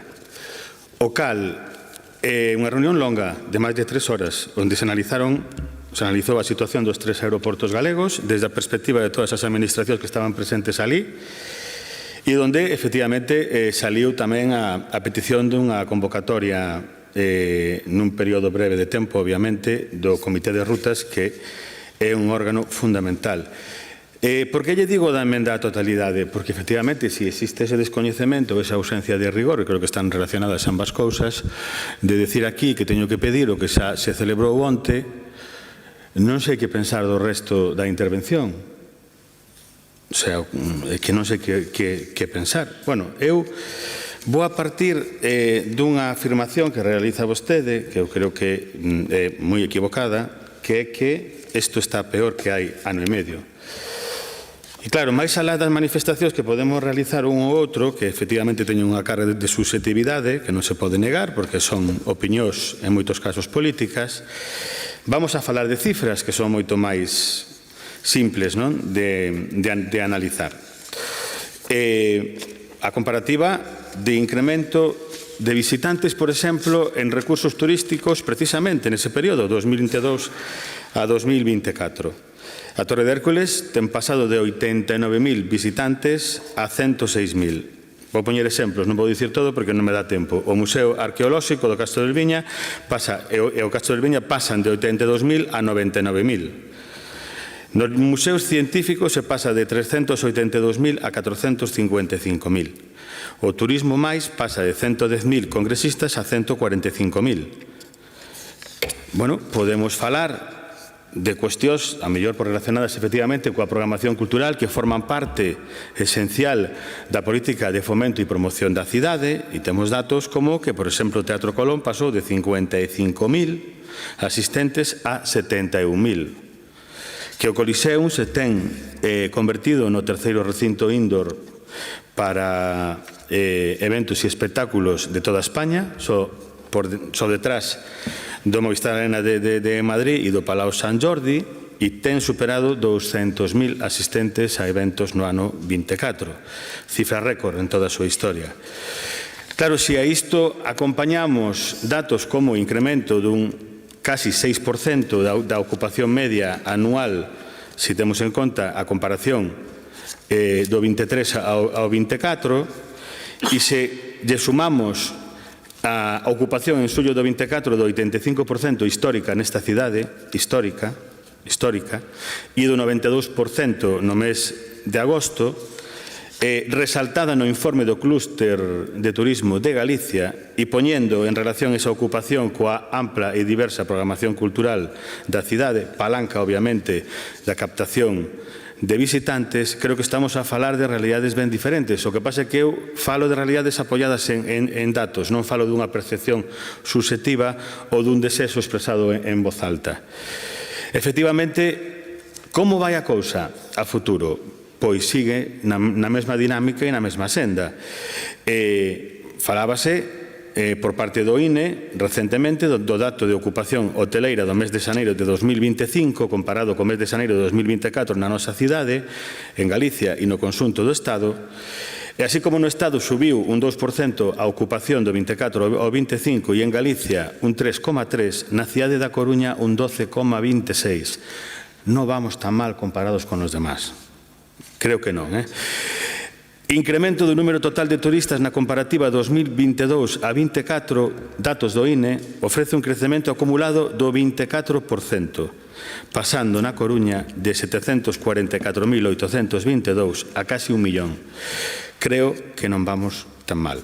E se falamos do aeroporto, pois efectivamente, o aeroporto, aquí podo citar dúas noticias, unha de un xornal de 98 anos de historia como o Ideal Galego, donde di que Alvedro se sitúa no mes de febreiro de 25 en cifras récord. E fala dun incremento con respecto ao ano 2019, cifras consideradas naquel momento como inalcanzables dun 8,3%. A Voz de Galicia, un diario con 142 anos de historia e que algo de rigor debe de ter, pois traslada tamén unha noticia sobre os datos publicados por AENA na que fala que os aeroportos de Santiago de Compostela e Vigo baixaron en febreiro, mentres que aumentou o da Coruña. Efectivamente, a realidade ten que basarse nunha reflexión que ten que partir dos datos. Falando de perspectiva de futuro, un dato que se comentou onte no Comité de Coordinación Aeroportuaria, ese que vostede dedica que convocar, pero que se celebrou onte, falábase no caso de Alvedro dunha previsión de incremento de pasaxeiros no período estival do 4%, atendendo non a un capricho ni a unha ocurrencia de ninguén, senón aos datos de reservas de vuelos que había no aeroporto coruñés. Moitas gracias. Ben, moitas grazas. Terceira e última pregunta do Partido Popular sobre residuos urbanos. Señor Lorenzo. Gracias, señora alcaldesa. ¿Cómo valora Inés Rey las decisiones que toma el Gobierno municipal relacionadas con los residuos urbanos? Gracias, señora alcaldesa. Bueno, pues las decisiones que está tomando el Gobierno local en relación con el tratamiento de los residuos urbanos se toma en función de criterios técnicos de eficacia en la gestión de sostenibilidad y, por lo tanto, los valoramos de una manera razonablemente positiva. Gracias, señora alcaldesa. Bueno, hoy aquí se habló mucho del tema de la basura, del tema de los residuos, y la verdad que lo más triste es que este Gobierno municipal toma muchas decisiones que, por supuesto, son perjudiciales para los coruñeses y también, por supuesto, para el patrimonio municipal. Hoy nos hemos enterado, en la anterior intervención, que el acuerdo que en su día tomó la Junta de Gobierno ya fue llevado al juzgado y fue objeto de transacción. Mucha prisa se dieron, carajo. Mucha prisa. Ojalá que todo lo que es decisiones que tomen sean así de rápidas, sabiendo ustedes que nosotros nos habíamos opuesto y que al menos pedíamos un debate para que alguien justificara el porqué de esa reducción, porqué esa condonación de una deuda. Y habla usted de transparencia, señor Laje. Dice usted que es un gobierno transparente y saca hoy aquí un acuerdo que no sé desde cuándo tiene conocimiento, tanto ustedes como los señores del Bloque Nacionalista, como anunciaron en la moción. Desde luego, a los ciudadanos y a la oposición, nada. Y esto usted lo ve en transparencia.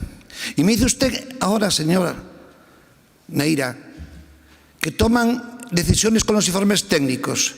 ¿Se acuerda usted de los informes técnicos de hace un año, lo que decían respecto a esta deuda?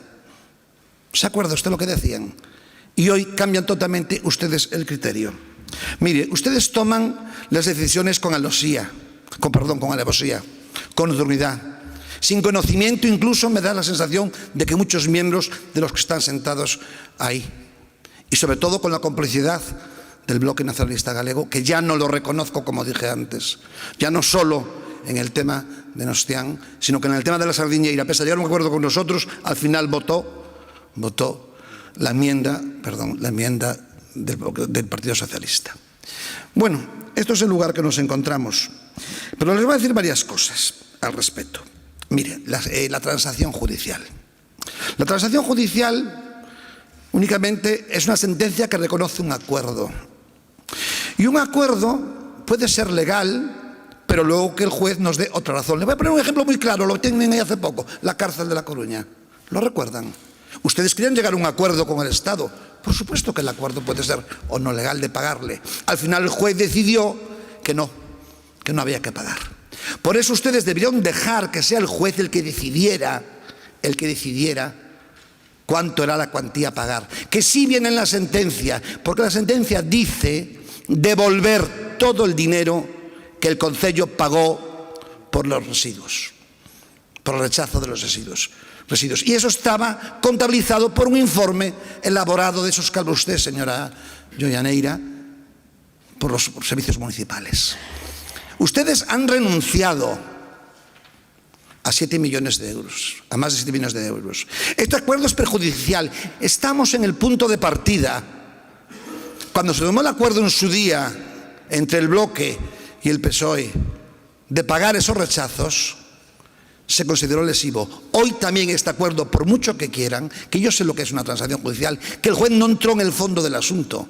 El juez ve la apariencia formal, pero no entró en el fondo, no juzgó. El juez no juzgó. El juez aprueba un acuerdo que, por supuesto, puede ser legal, pero sí, también le digo, que muy perjudicial. Y nadie conoce el porqué de sus intereses. Y ya digo, con los señores del Bloque, que no sé por qué no se sientan detrás de ustedes. Deberían de cambiar de sitio, siéntense ahí, no engañen más a la gente. No vayan ustedes de oposición cuando son cómplices de todo esto. No sé qué le dirán a sus bases, pero yo que les vi en este pleno ser tan beligerantes con ciertos temas como están últimamente agachando la cabeza. Ya les digo, deberían ponerse allí enfrente. Deberían, porque total es lo que están haciendo, apoyando todas las desfeitas que hace este gobierno. Ya le digo, yo hace 1 hora y media dije aquí que aquel acuerdo me olía mal. Ya hace 1 hora y media, utilizando unas frases que decía mi abuela, aquí chera muy mal. 1 hora y media después, ¿saben lo que les digo? A mí todo esto me atufa. Muchas gracias.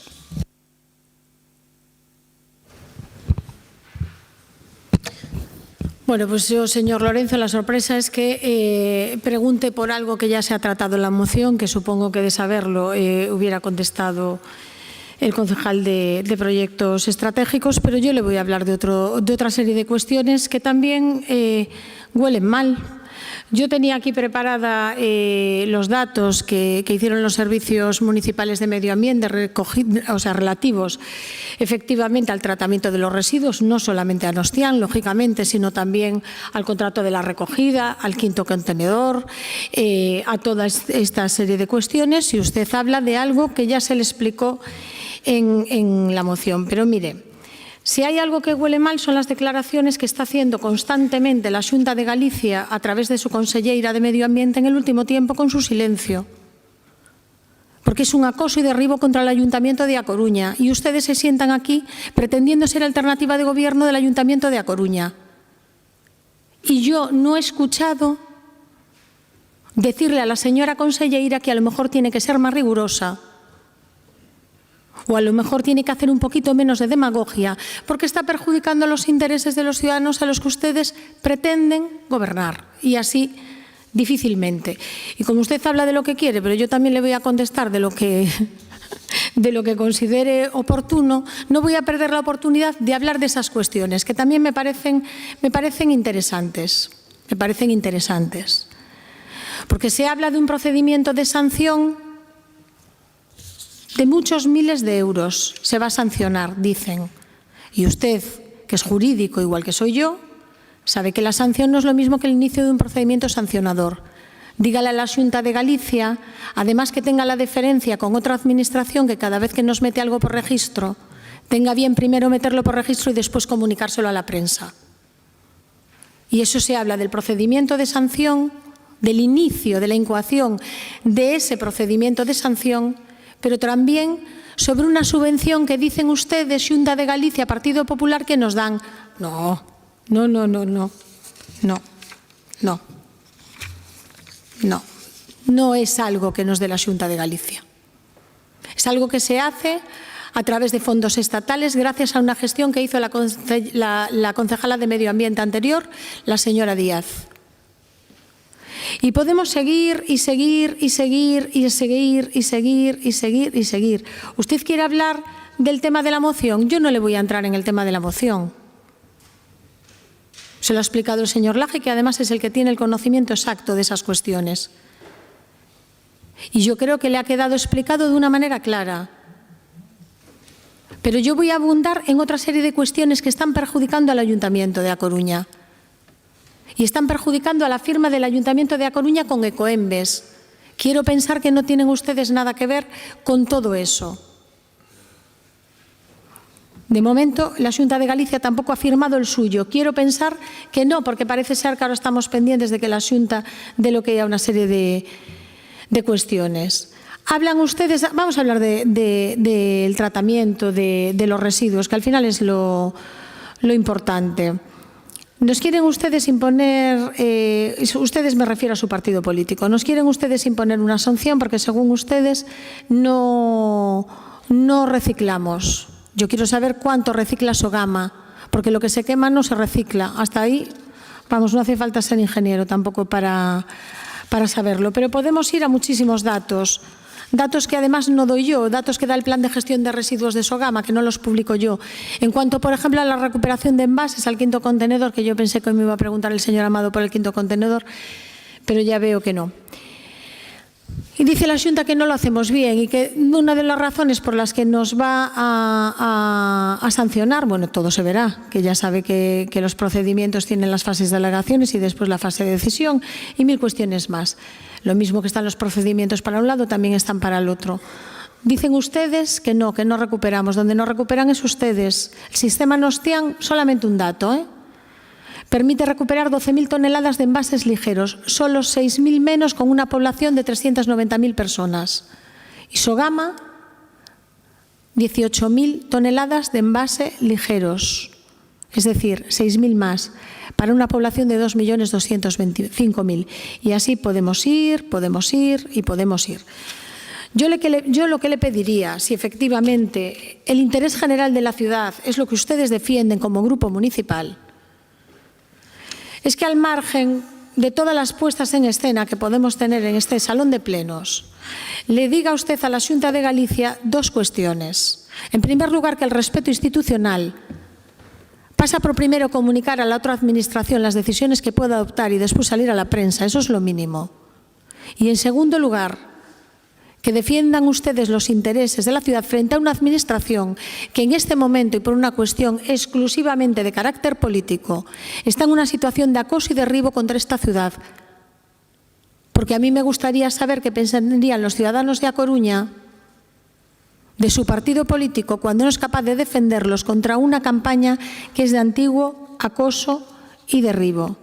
Y todo lo demás ya le ha sido usted explicado, así que permítame que no entre en más cuestiones sobre este tema. Por mi parte, nada más y muchísimas gracias. Ben, pois moitas grazas. Rematan aquí, grazas, señor Lorenzo e señora Neira, rematan aquí as preguntas de resposta oral do Partido Popular e comezamos cos rogos orais. Ten a palabra o señor Jorquera e o grupo al completo do BNG. Sí, señor Lorenzo, non vou discutir de vostede de cheiros porque recoñezo que son auténticos expertos. Aí están todos os exaltos cargos do PP no Consello de Administración de ENCE e esa megacelulosa cheirenta que pretenden instalar no corazón de Galiza. Por lo tanto, recoñezo a miña inferioridade a hora de debatir de cheiros. Desde logo, a posición e a ubicación do BNG non nos la van ditar vostedes. Teña a seguridade. E postos a facer oposición, mire, compañeros do seu partido gañan por goleada no que atinxe a loas a Inerrei. Centrándome nos rogos.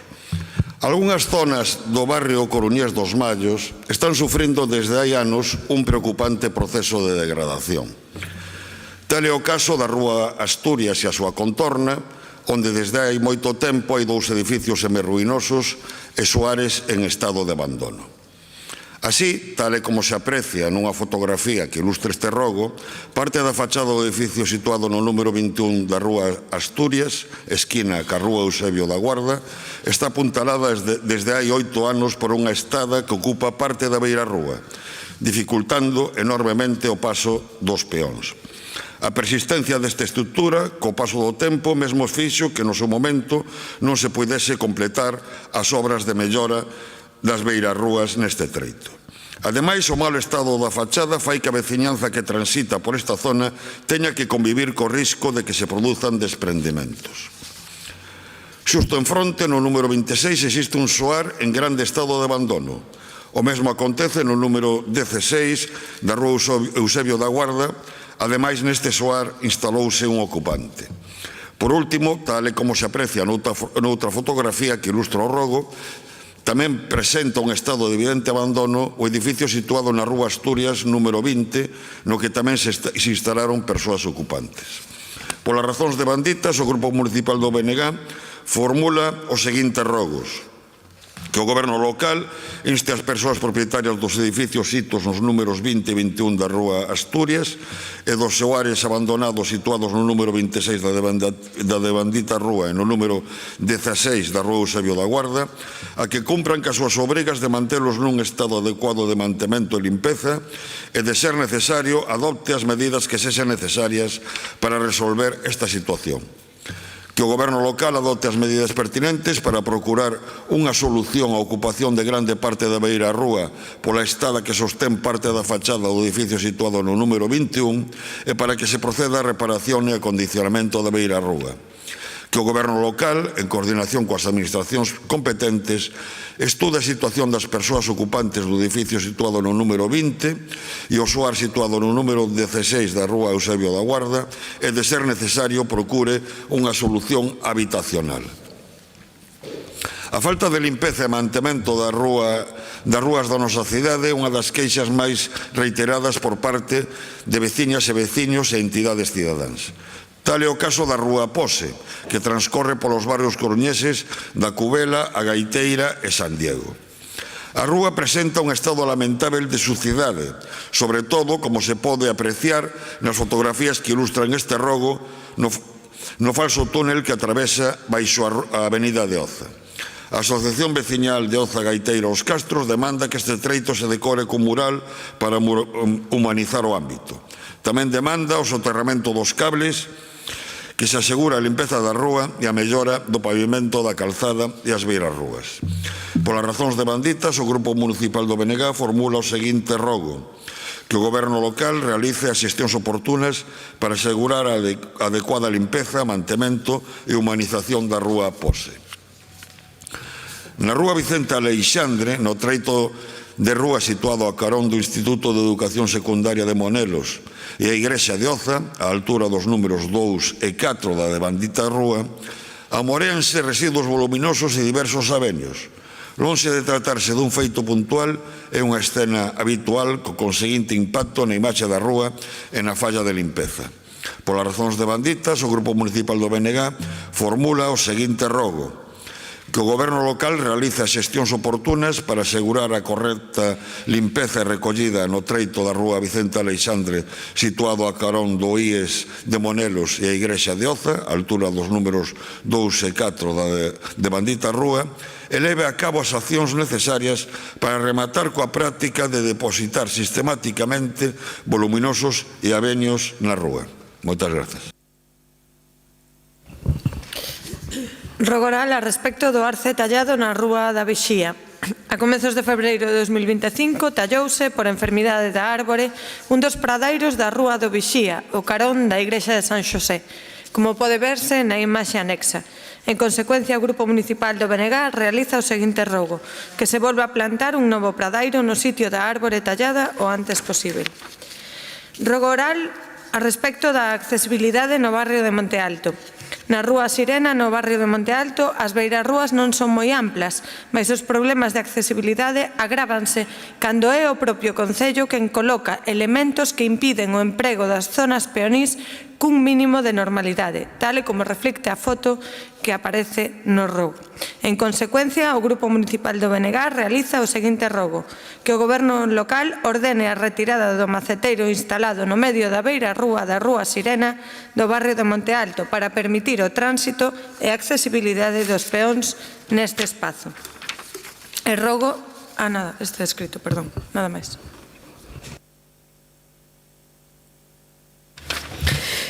Rogo oral a respecto da instalación da escultura de Ramón Conde que homenaxea os irmáns da Lixivia.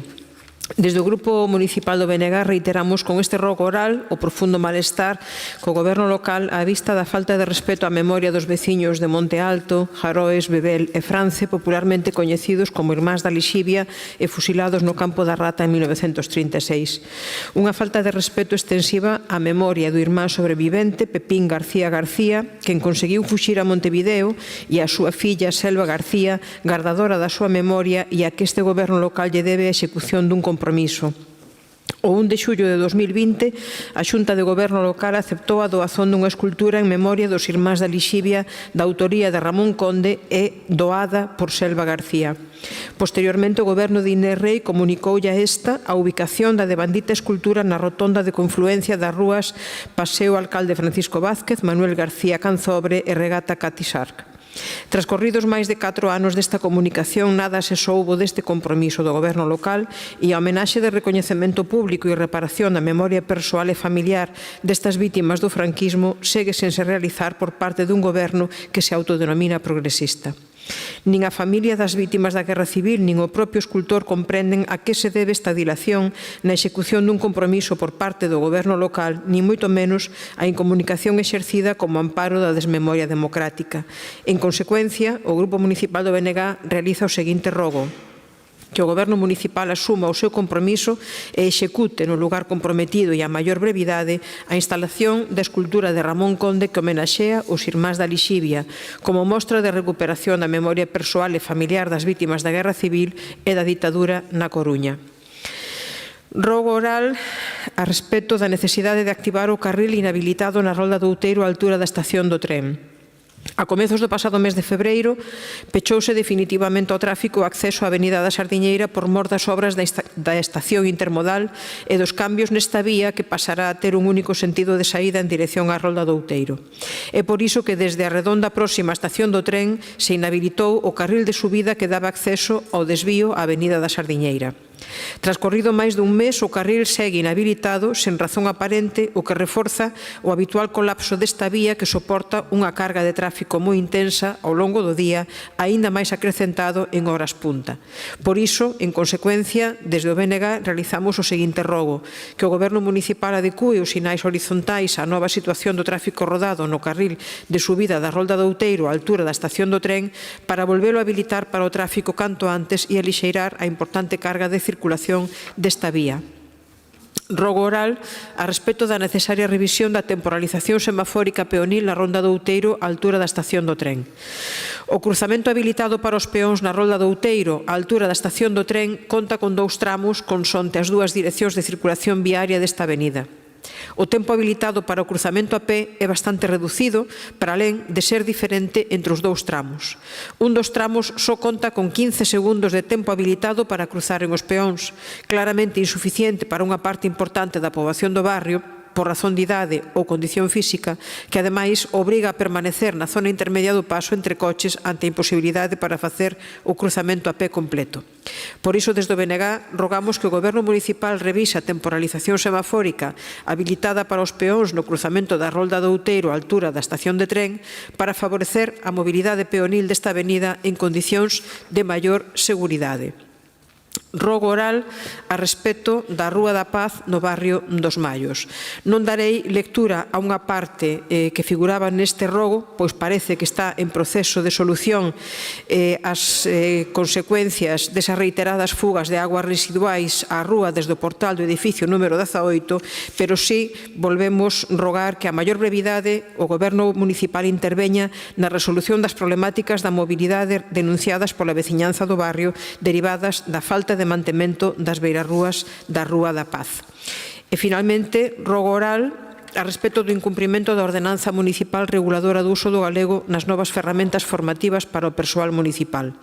Este pasado mes de febreiro entrou en funcionamento unha nova ferramenta formativa para o persoal municipal, a chamada Plataforma de Conscientización en Seguridade da Información do Concello da Coruña. Dita ferramenta formativa dispón únicamente dunha versión dos seus contidos en castelán, sen ni sequera a opción de poder acceder a unha versión en galego. Dentro moitísimo camiño que aínda queda por percorrer en moitos ámbitos da vida interna municipal, a comezar por aquel que ten a ver coa área de persoal, é un caso máis de incumprimento da vixente ordenanza municipal reguladora do uso do galego do Concello da Coruña. Vai facer xa 4 anos de aquí a 3 meses. En consecuencia, dende o BNG realizamos o rogo conforme que o Goberno municipal dé as instruccións oportunas aos servizos municipais para que esta e futuras ferramentas formativas dirixidas ao persoal municipal non exclúan o galego e se dé así cumprimento ao disposto na ordenanza en vigor. Rogo oral a respecto da rampla en mal estado na praza de aparcamento para persoas con mobilidade reducida na Rúa Ribeira Sacra número 5. Na praza de aparcamento para persoas con mobilidade reducida da Rúa Ribeira Sacra número 5 existe unha rampla de metal que serviría para acceder en cadeira de rodas ou outro vehículo de mobilidade persoal dende a zona de aparcamento a beira rúa. Con todo, a día de hoxe a rampla áchase en mal estado, estando rota e oxidada na actualidade. Ademais, non parece haber espazo suficiente para poder utilizar a demandita rampla, que en todo caso é necesaria para que as persoas usuarias de cadeiras de rodas ou vehículos de mobilidade persoal non teñan que circular pola calzada logo de aparcar o seu coche. En consecuencia, o Grupo Municipal do BNG realiza o seguinte rogo: que se proceda canto antes á retirada da referida rampla e se instale unha nova, ofrecendo un servizo seguro e adecuado ás persoas con mobilidade reducida, usuarias da praza de aparcamento na Rúa Ribeira Sacra número 5. Rogo oral a respecto da garantía da seguridade no traballo do persoal da planta de Nostián. Nos primeiros meses deste mandato, o presidente do Comité de Empresa da planta de Nostián trasladou ao pleno desta corporación, no exercicio do seu dereito ao escano cidadán, a necesidade de abordar varios problemas que se estaban suscitando en relación á seguridade laboral do cadro de persoal da dita planta. Recentemente, o Comité de Empresa volveu trasladar a este grupo municipal que, debido ao estado das instalacións, continúase a producir esvaramentos, caídas e golpes. Asemade, as baixas por doenzas laborais acadaron ao redor dun 30% de media no último trimestre. O Comité aínda se queixa de que as recomendacións do Comité de Seguridade Laboral adoitan ser desatendidas. En consecuencia, o Grupo Municipal do BNG realiza o seguinte rogo: que o Goberno local lle exixa á empresa concesionaria que garanta con eficacia a seguridade laboral do cadro de persoal da planta de Nostián. Rogo oral a respecto da celebración infantil de Entroido en Novo Mesoiro. A falta de colaboración do Concello coa Asociación de Veciños e Veciñas de Novo Mesoiro e os recortes anunciados no financiamento da festa de Entroido levaron a Asociación Veciñal a renunciar a cooperar na organización da tradicional festa de Entroido co Concello.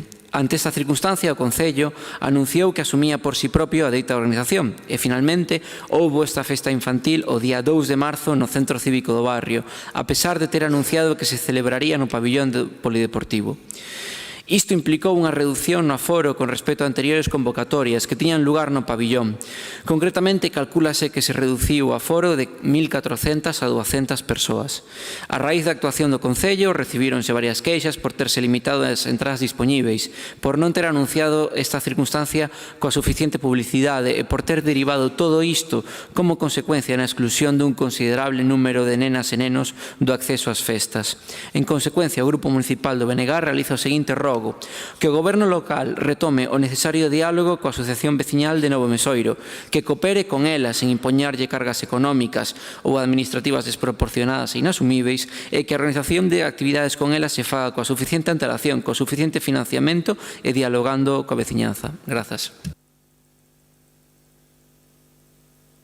Moitas grazas ao BNG. Turno para o Partido Popular, para os Rogos.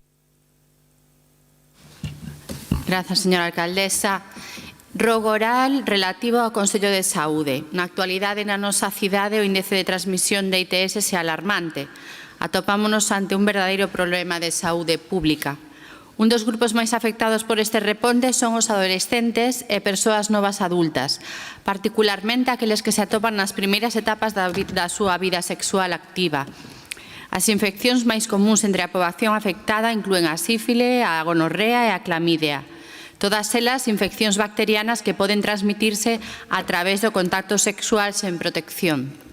Unha das prácticas de risco cada vez máis frecuentes é o chemsex, a realización de sexo en grupo, sen protección e asociada ao consumo de drogas.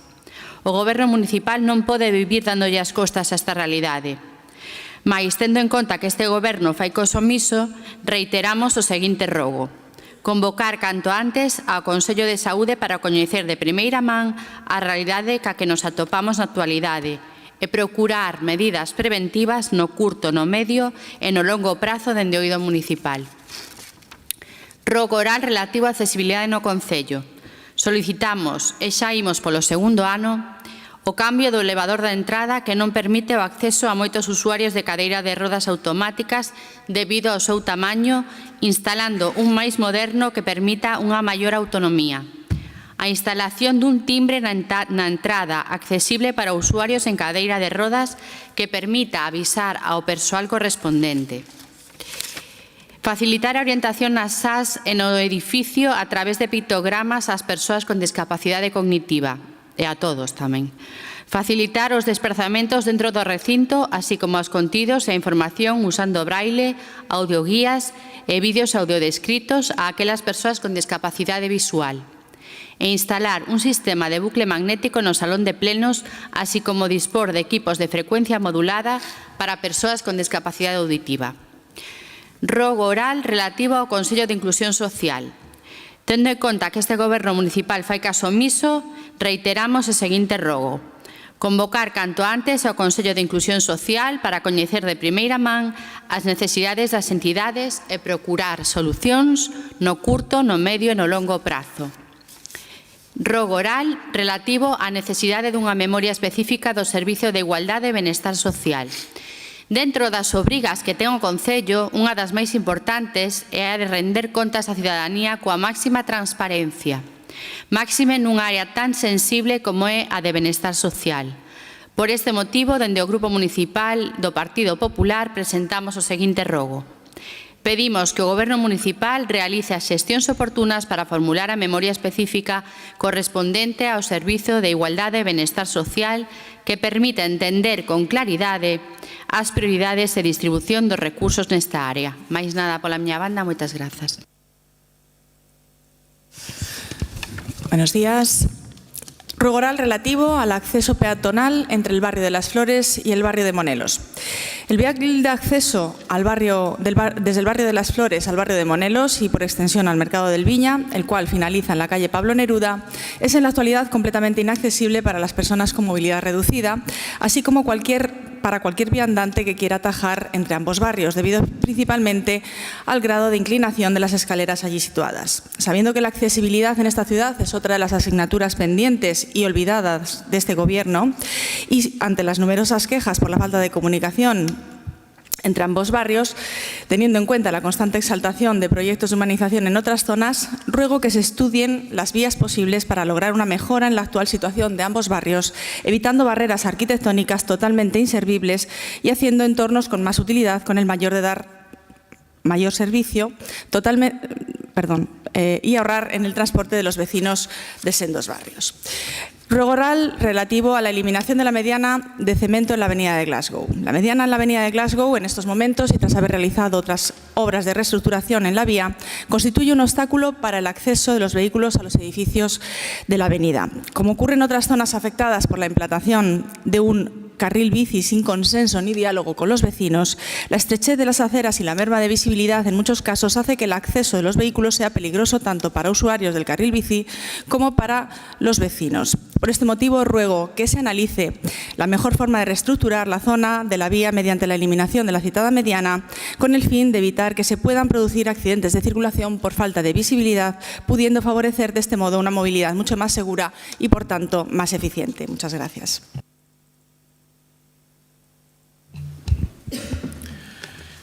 Muchas gracias. Buenas tardes de nuevo. Ruego oral relativo al barrio de Matogrande. El barrio de Matogrande es un núcleo de población con un elevado número de residentes, conformado en su mayoría por familias con miembros menores de edad. Si bien las condiciones deben de ser mínimamente adecuadas en toda la ciudad, allí donde hay un importante movimiento de vecinos en edad infantil, es necesario incrementar el mantenimiento de algunas infraestructuras. En consecuencia, el Grupo Municipal del Partido Popular insta al Gobierno Municipal a que proceda a la correcta señalización de todos los pasos de cebra y la reposición de las señales verticales que han desaparecido. Se mejore la iluminación general del barrio, haciendo hincapié en la zona donde se encuentra el colegio que hay en el barrio, así como la pasarela que comunica el barrio con la avenida Salvador Madariaga. También que se mejore la zona jardinada que se encuentra entre la rotonda de Camilo José Cela y la calle María Puga Cerdido, y en general que se reparen las aceras que se encuentran en mal estado desde hace bastante tiempo. Muchas gracias.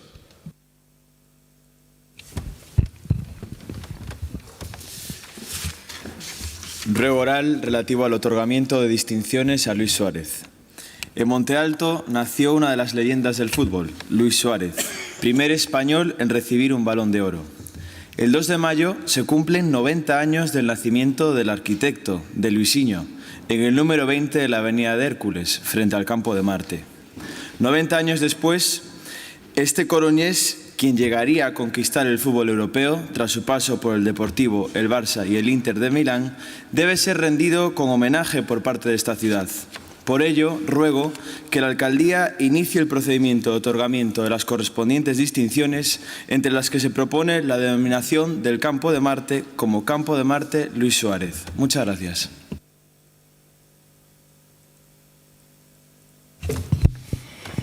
El Grupo Municipal Popular formula el siguiente ruego oral.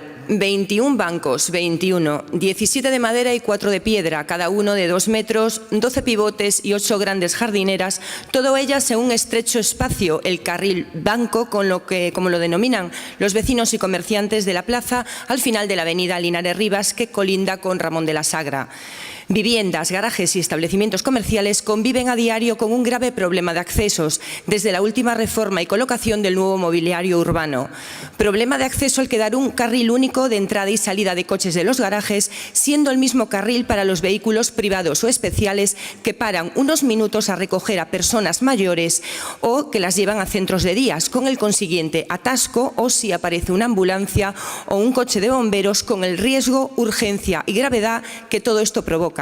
Por ello, ruego que retiren parte de los 16 nuevos bancos que colocaron hace unos meses de delante de los establecimientos comerciales y portales y, en cambio, sustituyan los 5 antiguos que debieron de dejar ahí olvidados, cuya madera ya está carcomida por el tiempo. Que también retiren las 8 grandes jardineras, por cierto, oxidadas y rotas, que se les ocurrió hacer sin pensar en los inconvenientes anteriormente mencionados, además de los problemas de carga y descarga para los transportistas que dejan indefensos a los establecimientos comerciales. Y por último, rogamos que, además de regular las direcciones de circulación, amplíen la zona de entrada desde la avenida Linares Rivas, ya que si se acercan a verlo, ustedes observarán las marcas de los neumáticos a lo largo de todo este parterre por evitar colisionar, dada la escasa visibilidad y peligro de frenada en la propia avenida, si a la vez sale un coche de los garajes. Muchas gracias. Gracias, señora alcaldesa. Es un ruego oral relativo a la seguridad en las instalaciones deportivas municipales. Teniendo en cuenta que dentro de las competencias y obligaciones que tienen los ayuntamientos en materia de deporte, que es la de fomentar, promover y difundir el deporte, así como también el velar por la plena utilización de las instalaciones deportivas que sean de titularidad municipal. Por eso ruego que este Gobierno municipal realice las gestiones oportunas para que no vuelva a repetirse el lamentable suceso ocurrido en los campos municipales de La Torre el pasado 15 de febrero, en un encuentro de prebenjamines, cuando un árbitro de menor de edad ha sufrido un episodio de violencia, abuso o acoso en el deporte por un grupo de energúmenos. Lamentablemente no es la primera vez que sucede esta situación en dichas instalaciones. Y también no es la primera vez que este grupo municipal ha solicitado una acción por parte del Gobierno de Inés Rey para que pudiese dar una solución a este problema. Como que se pueda contar, en la medida de lo posible, que dichas instalaciones puedan estar cubiertas con agentes de la policía local en los días de los partidos. Muchas gracias. Sí, muchas gracias. Las escaleras mecánicas de Maestro Clavé en el barrio de La Falperra nacieron con la intención de mejorar la accesibilidad al barrio. Sin duda, esta actuación, ejecutada hace casi 10 años, cambió el modo de desplazarse de los vecinos y mejoró la movilidad peatonal en el barrio. Pero el mantenimiento de estos elementos mecánicos nunca contó con una atención adecuada por parte de los gobiernos municipales, llegando hasta hoy en un estado lamentable. Los vecinos están hartos de demandar una adecuada limpieza periódica del entorno, que no se hace, y un adecuado mantenimiento de los mecanismos, que a la vista está que tampoco se hace. Todo el interior está lleno de tierra, barro, piedras y suciedad. Y la última reforma ejecutada en los parterres ha empeorado este problema. En este estado es imposible que funcionen adecuadamente. Y si es necesario completar la actuación realizando una cubrición ligera que las proteja mejor de la lluvia, habrá que hacerlo. Pero no pueden seguir así. Por todo ello, el Grupo Municipal del Partido Popular ruega a Inés Rey que se tome en serio el mantenimiento de esta infraestructura fundamental para el barrio de La Falperra y actúe ya antes de la ruina de los 5 tramos de las escaleras mecánicas. Muchas gracias. Muchas gracias. Ruego relativo a la proliferación de ratas en la ciudad.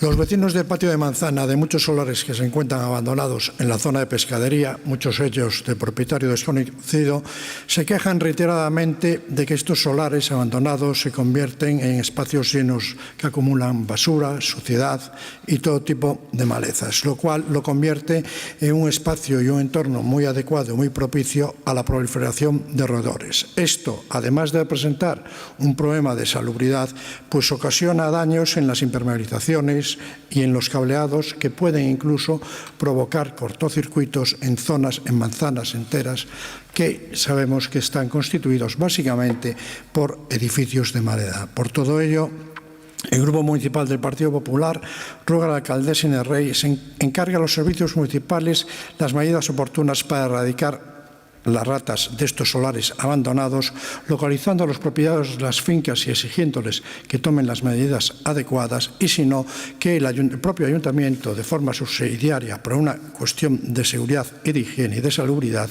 se encargue de realizar estas limpiezas. Ruego oral relativo a las escaleras mecánicas del mercado de San Agustín. Los peatones que acuden a la zona del mercado de San Agustín, cuando intentan acceder por las escaleras mecánicas y comunican las calles Pío XII y Plaza, las encuentran reiteradamente fuera de servicio por avería. Muchas de estas personas necesitan usar las escaleras por dificultades de movilidad. Por eso, el Grupo Municipal del Partido Popular ruega que la alcaldesa solicite a los correspondientes servicios municipales la reparación de manera inmediata y urgente de estas escaleras mecánicas que unen la calle Pío XII y Plaza. Este mismo ruego fue formulado por el que les habla en el Pleno de marzo del año 2024. Otro ruego semejante a este fue formulado en noviembre del 2024 también.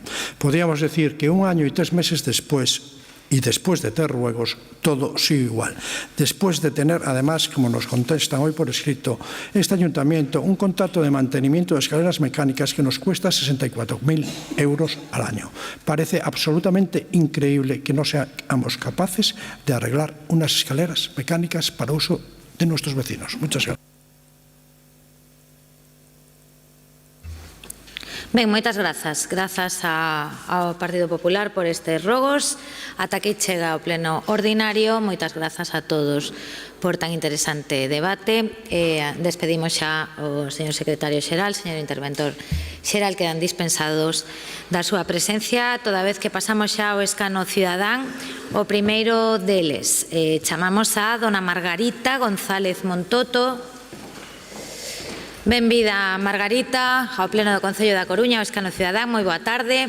Ten vostede 3 minutos para facer a súa exposición. Ten aí unhas pantallas onde vai ver o tempo, aínda que eu intento ser xenerosa cos tempos. Sei que trae un tema de vivenda, como sabe, enfocado cara ao benestar social. Entón, vanlle contestar dende o Goberno a concelleira de Benestar Social, o concelleiro de Vivenda, un dos dous ou despois os dous, en función de como vaya o tema. Así que, Margarita, benvida e cando queira. Delle o micro, pode falar de pé ou sentada como lle sexa máis cómodo. Grazas. Hola, buenos días, buenas tardes a todos. Oír no es escuchar. Y les puedo asegurar que desde el palco que llevo desde las 10 de la mañana veo que algunos de ustedes, en vez de estar escuchando, están más pendientes de sus móviles. Llevo desde las 10 de la mañana y aunque tengo algunas notas escritas, ¿vale? También les puedo decir que parece que estamos muy preocupados de las aceras, de las infraestructuras, pero poco se habló de las personas. Y les voy a decir, el artículo 47 de la Constitución dice que todos los españoles tienen derecho a disfrutar de una vivienda digna. En ningún caso dice que las regala. En el 2020 vivimos una pandemia y aparece la ley Ómnibus, ley que suspende los desahucios para hacer frente a situaciones vulnerables. A partir de ahí, muchos inquilinos dejaron de pagar el alquiler, protegidos por una ley que los ampara. 5 años después, se prorroga un año más una ley que perjudica a pequeños propietarios que en muchos casos necesitan esa renta como complemento de pensión o para ayudar a sus hijos a su formación o incluso hijos que son autónomos que tampoco lo tienen fácil. No se puede consentir que a un particular se le imponga una responsabilidad que no le corresponde. Que con la mera excusa de que la justicia es lenta, esté 2 años sin cobrar su renta. Que tenga que hacer frente a una defensa jurídica costosa. Porque si tienes un trabajo, el abogado y el procurador te lo pagas tú. Y sabrán bien de los honorarios que hablo porque algunos de ustedes son abogados. Una justicia que casi te hace sentir culpable de estar pidiendo que te devuelvan lo que es tuyo. Porque parece que solo sufre la persona que cobra el ingreso mínimo vital. ¿Alguien se preocupa de ese propietario? ¿Alguien le pregunta qué consecuencias le trae a nivel económico o emocional? Un propietario que paga el IBI, comunidad, derramas y todos los gastos que conlleva tener una propiedad que tiene ocupada. Para ese propietario solo hay obligaciones. ¿Dónde están sus derechos? Y no me digan que los propietarios también tienen compensaciones, porque si las hay, no se ven. No nos hablen de competencias. Si le pertenece al Gobierno central o a la Xunta. Asuntos sociales, junto con los ayuntamientos, son los que tienen que gestionar y cubrir las emergencias de esas personas. Den más medios a las trabajadoras sociales. Hágase escuchar, señora Nereida Rodríguez, hágase escuchar. Que la escuchen, por favor, que la escuchen. Porque hoy nos preocupamos de los aeropuertos, de los turistas que vienen y las personas que están aquí. ¿Quién se preocupa de ellas? Hágase escuchar, por favor. Porque a la única que no escuché fue a usted. Los demás todos tuvieron réplicas. Por favor, se lo pido. Por favor, a todos. Moitas grazas, Margarita. Grazas pola súa intervención. Podes apagar o micro. Non, sinto moito. Non, señora, mire, non, Margarita, mire. Margarita, disculpe, ten vostede que permanecer aí se quere recibir unha resposta do Goberno. Voulle dicir unha cosa, mire. Os 27 concelleiros e concelleiras que nos sentamos aquí, sexan do Goberno ou da oposición, estamos representando a todos os veciños. Polo tanto, nós, todos os 27, respetamos os veciños, agradecemos que tamén nos respeten a nós. O escano cidadán é unha ferramenta de participación que está pensada para que os cidadáns traian a este pleno un asunto de interese municipal para poder ser contestado por algún membro do Goberno. E á vista da deturpación que se está a producir do escano cidadán últimamente e de comentarios que non atinxen ao interese municipal e as referencias, señora, a quen contesta ou non, ou ao que si se fan fotos ou non, creo que están fora de sitio. Comentarei cos voceiros, cando teña a oportunidade, a necesaria reformulación ou concreción, ou mesmo que o servizo de participación requira dun xeito, digamos, máis minucioso os contidos das intervencións para evitarnos situacións desagradables e que non dan resposta a eso que, en base á participación ciudadana, tratamos de buscar co escano cidadán. Se é tan amable de escoitar a concelleira, esta lle responderá. Grazas, señora alcaldesa. Boa tarde, Margarita. Margarita xa estivo fai unhas semanas aquí en María Pita, foi atendida pola miña compañeira do Grupo Municipal que está aquí presente todavía e ademais rapidamente contactou conmigo para que falásemos con vostede na Concellería e así foi. Unha compañeira estivo vendo o caso específico que lle preocupaba. O certo é que as medidas legais como as que establece o Goberno Central en relación ao tema que Margarita trae a este Salón de Plenos están reflectidas nos Reais Decretos Lei 11/2020 e 37/2020 que teñen por obxectivo protexer as familias que se atopan especialmente en situación de vulnerabilidade. O vimos con vostede cando estivo con nós na Concellaría e temos que reiterar que isto é así. Entendemos o malestar, entendemos a preocupación, pero realmente o rol que ten que asumir o Concello nestes temas non é o de corresponder ás perdas ou, digamos, o que temos que facer realmente é crear proxectos habitacionais e iso é o que estamos facendo. Non podemos facer nada con este tema porque a normativa é así. Hai que garantir unha vivenda digna, especialmente a protexer as persoas que se atopan en situación de vulnerabilidade. Creo que o falamos con calma. A persoa que ten vostede na vivenda atópase nesa situación, existe un informe de vulnerabilidade ao respecto e non podemos dar outra resposta. Sí que podemos traballar en proxectos habitacionais e así o estamos facendo. Penso que o meu compañeiro pode completar un pouco o que estamos a facer en temas de vivenda.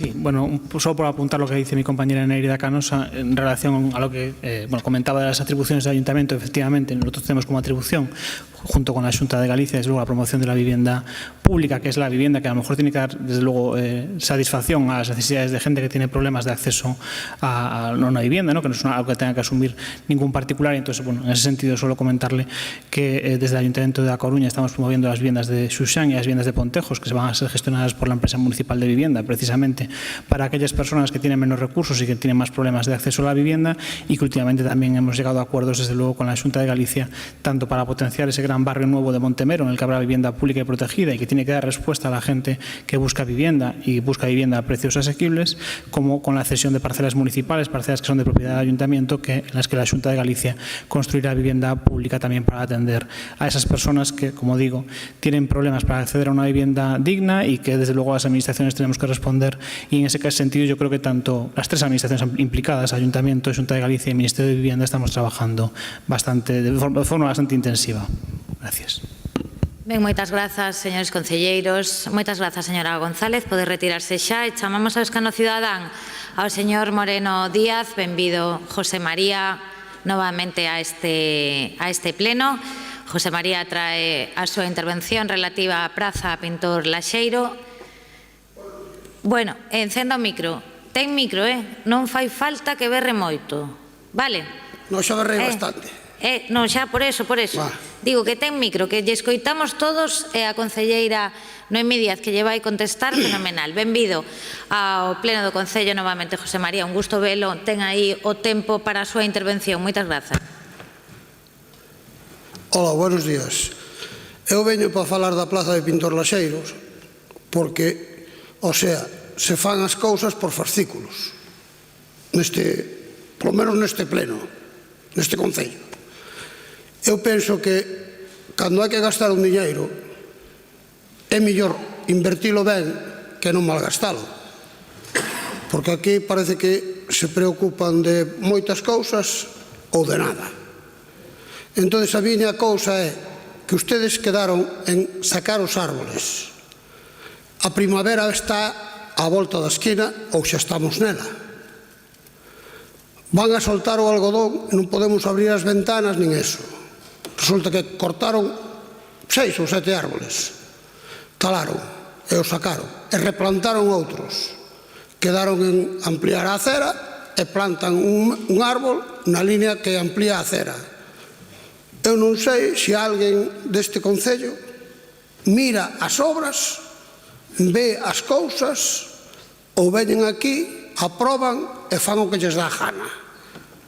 Porque é o que vexo. Con ustedes, nese momento quedei en que había unhos árboles diante dos edificios, si van a velo, ahora son excrementos dos perros. Sabe que dicen os dos perros cando lles chamas a atención? Porque teñen máis que dicir. Que iso é abono. Pero non veñen a abonar a súa casa ou a dos concelleiros de calquera de ustedes. Abónanos a nós. O arbolito aquel que é moi bonito, xa lle dixen a usted, e as plantas que son moi bonitas, plántenas no xardín e poñan ali aparcamiento de motos e iso. Claro que me teño que repetir, se non fan caso, a quen lle van facer caso? Ustedes se preocupan solamente 3 semanas polo voto, despois aquí estou yo, aquí corto e mando, vale? Despois non se preocupan de máis. E poden dicir todo o que ustedes queiran. Entendes? E facer, sí, van a facer. A mí me dixo a antigua concejala que o iban facer en noviembre. Estamos no mes de marzo, non sei se o farán antes do Día do Padre, porque se morro antes e non fajan nada. Porque a mí me afecta, e como a min a moitas máis persoas máis. Pero ustedes non se preocupan polas persoas, se preocupan polos arbolitos, polas cajallas dos cas, pola bicicleta e polos sueldos. Porque por outra cousa non vexo. Me entende? É así, porque aquí, respecto ao que digo eu, dos aparcamientos de residentes, que o dixen na antigua vez que viñen, Dixen que puxeran algunha plaza de residentes. Non pido todo. Pido en cada plaza unhas plazas de residentes. Hai unhas plazas de minusválidos que o vemos normal, pero unhas de residentes tamén o víamos ben. Me dixeron que cambiaran a lei. Aquí que se cambia a lei pos separatistas, pos delincuentes ou pos ciudadanos, que son os contribuyentes. Iso é o que teñen que analizar. E despois un inciso solamente, que xa acabo. Veño aquí e me dicen que teño dereito a un pleno ao ano, debe ser para que non me faja daño. Me entende? E despois, escoito e me replica a réplica da concejala ou do concejal de turno, pero non teño dereito a réplica. Viva la democracia. Nada máis. Moitas gracias, señor Moreno. Pois non, xa, bueno, mire, non sabe o que lle vou a dicir? Non o sabe, ainda que estivemos xuntos, que fomos a ver os árboles, que me falou da alergia, que non, que me falou dos cans, dos donos dos cans, das cacas dos cans, do aparcabicis, que xa lle expliquei que ali non se pode. Fun o domingo por ali, que tiña o rapaz xogando en Elviña, non me veu, pero fun, porque o rapaz, o maior, xogaba en Elviña. Baixando del Viña pasei por Pintor Laxeiro, había sitios para aparcar, e fun a ver o dos árboles, porque como sabía que viña vostede hoxe, quixen ir a tomar nota. Iballe contar que o escano cidadán está así regulamentado, pero xa dixen antes que igual lle dábamos unha volta, porque podemos estar aquí con réplicas toda a mañá, pero non se trata diso, José María, se trata de que se traian temas de interese municipal, como xa lle contaba a Margarita, e lle podamos dar resposta dende o Concello. Vaille contestar a concejala de Infraestructuras, a nova, non a antiga. Adiante. Grazas, señora alcaldesa. Bueno, benvido e grazas, señor Moreno. Nos coñecemos fai pouco, pero creo que xa falamos en distintas ocasións, en persoa, por teléfono. Sabe que estou aberta a calquera proposición e mellora de Pintor Laxeiro. De feito, comprometínme con vostede a facer determinadas cousas que creo que se fixeron en tempo e forma, e espero seguir contando coa súa confianza e que así me transmita esas necesidades. Porque, como explicaba antes na resposta á moción, que creo que foi o momento no que chegou vostede, pois queríalle explicar, señor Amado, que como é o meu interlocutor, perdón, señor Moreno, que como normalmente é o interlocutor, bueno, coido que traballaron xuntos, seguro que me perdona de mellor forma.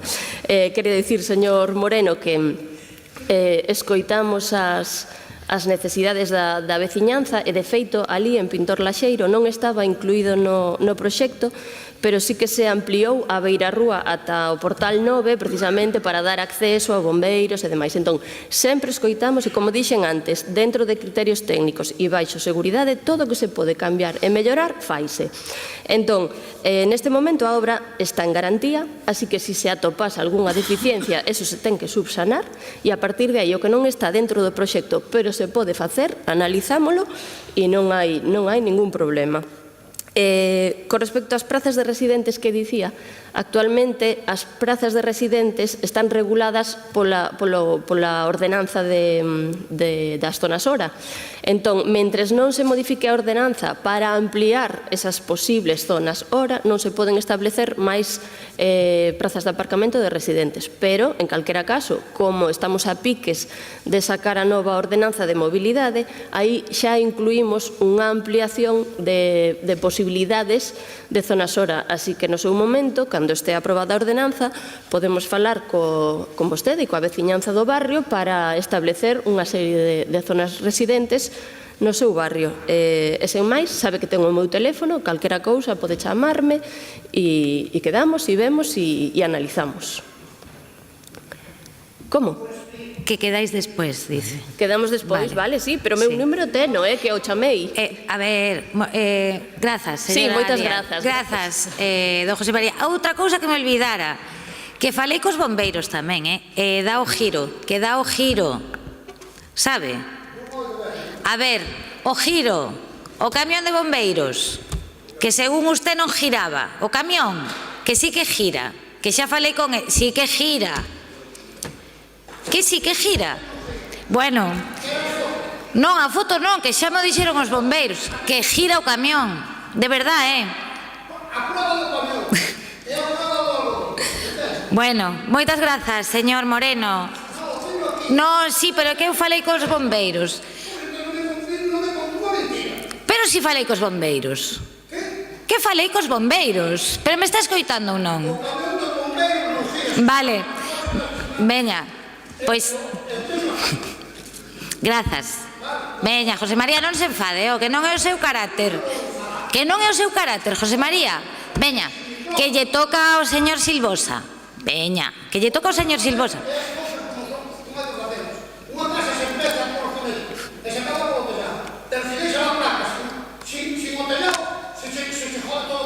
Bueno, fale ben, que estamos no Concello. Veña, señor Moreno, garde silencio.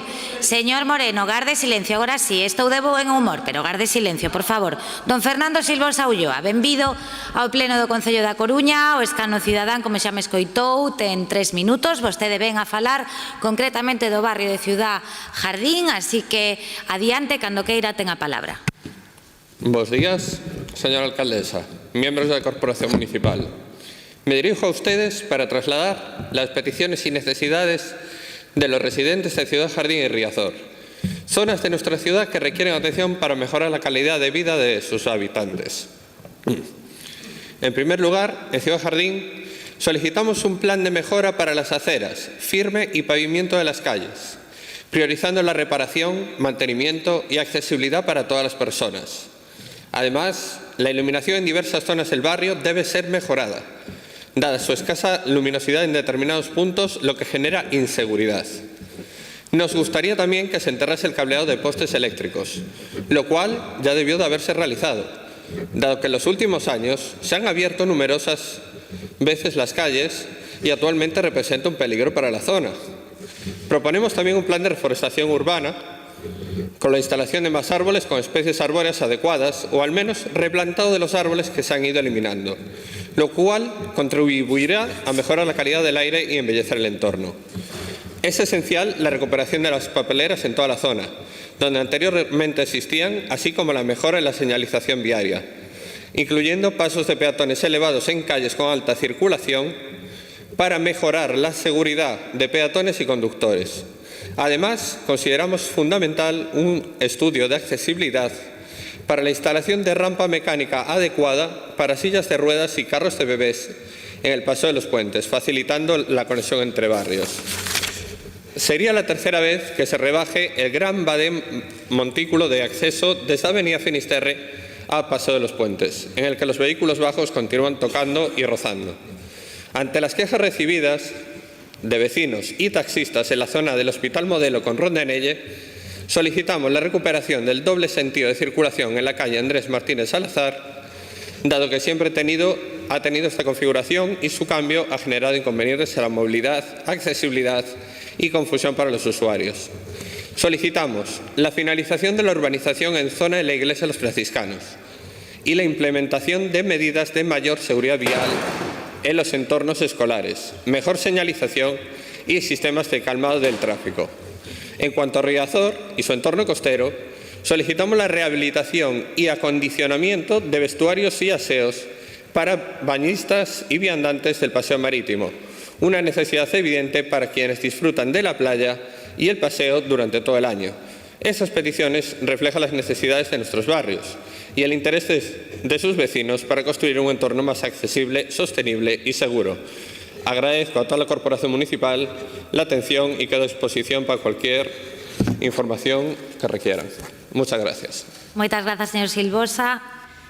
Ten a palabra a señora Díaz novamente. Grazas, señora alcaldesa.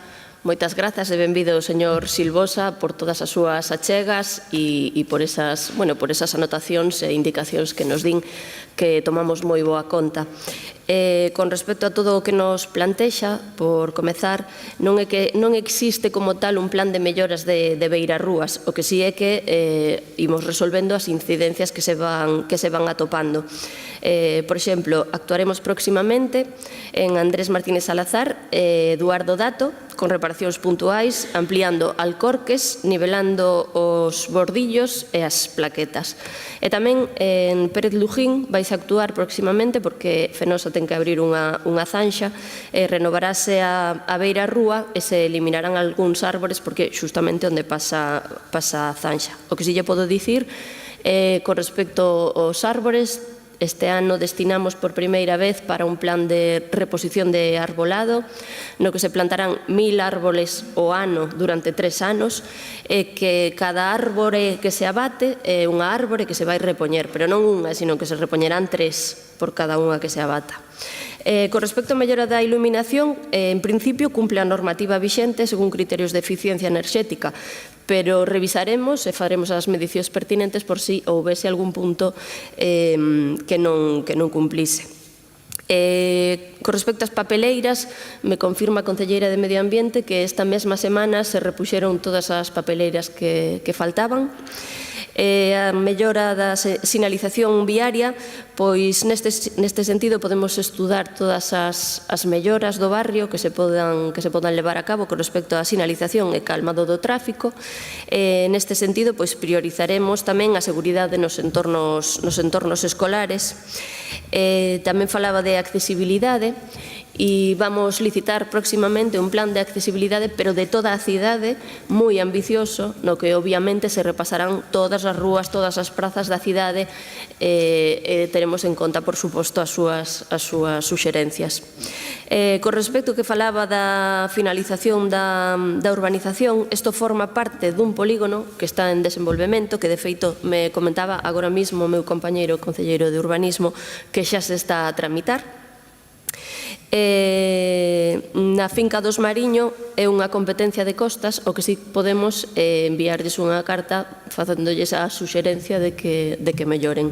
Entón, en calquera caso, si quere, podolle facilitar o meu contacto, seguimos a falar, voulle contando os avances que hai con respecto á iluminación, á mellora das beirarrúas e, de novo, moitas grazas por vir e por todas as... Non, sinto moito, señor Silvosa, non hai réplica.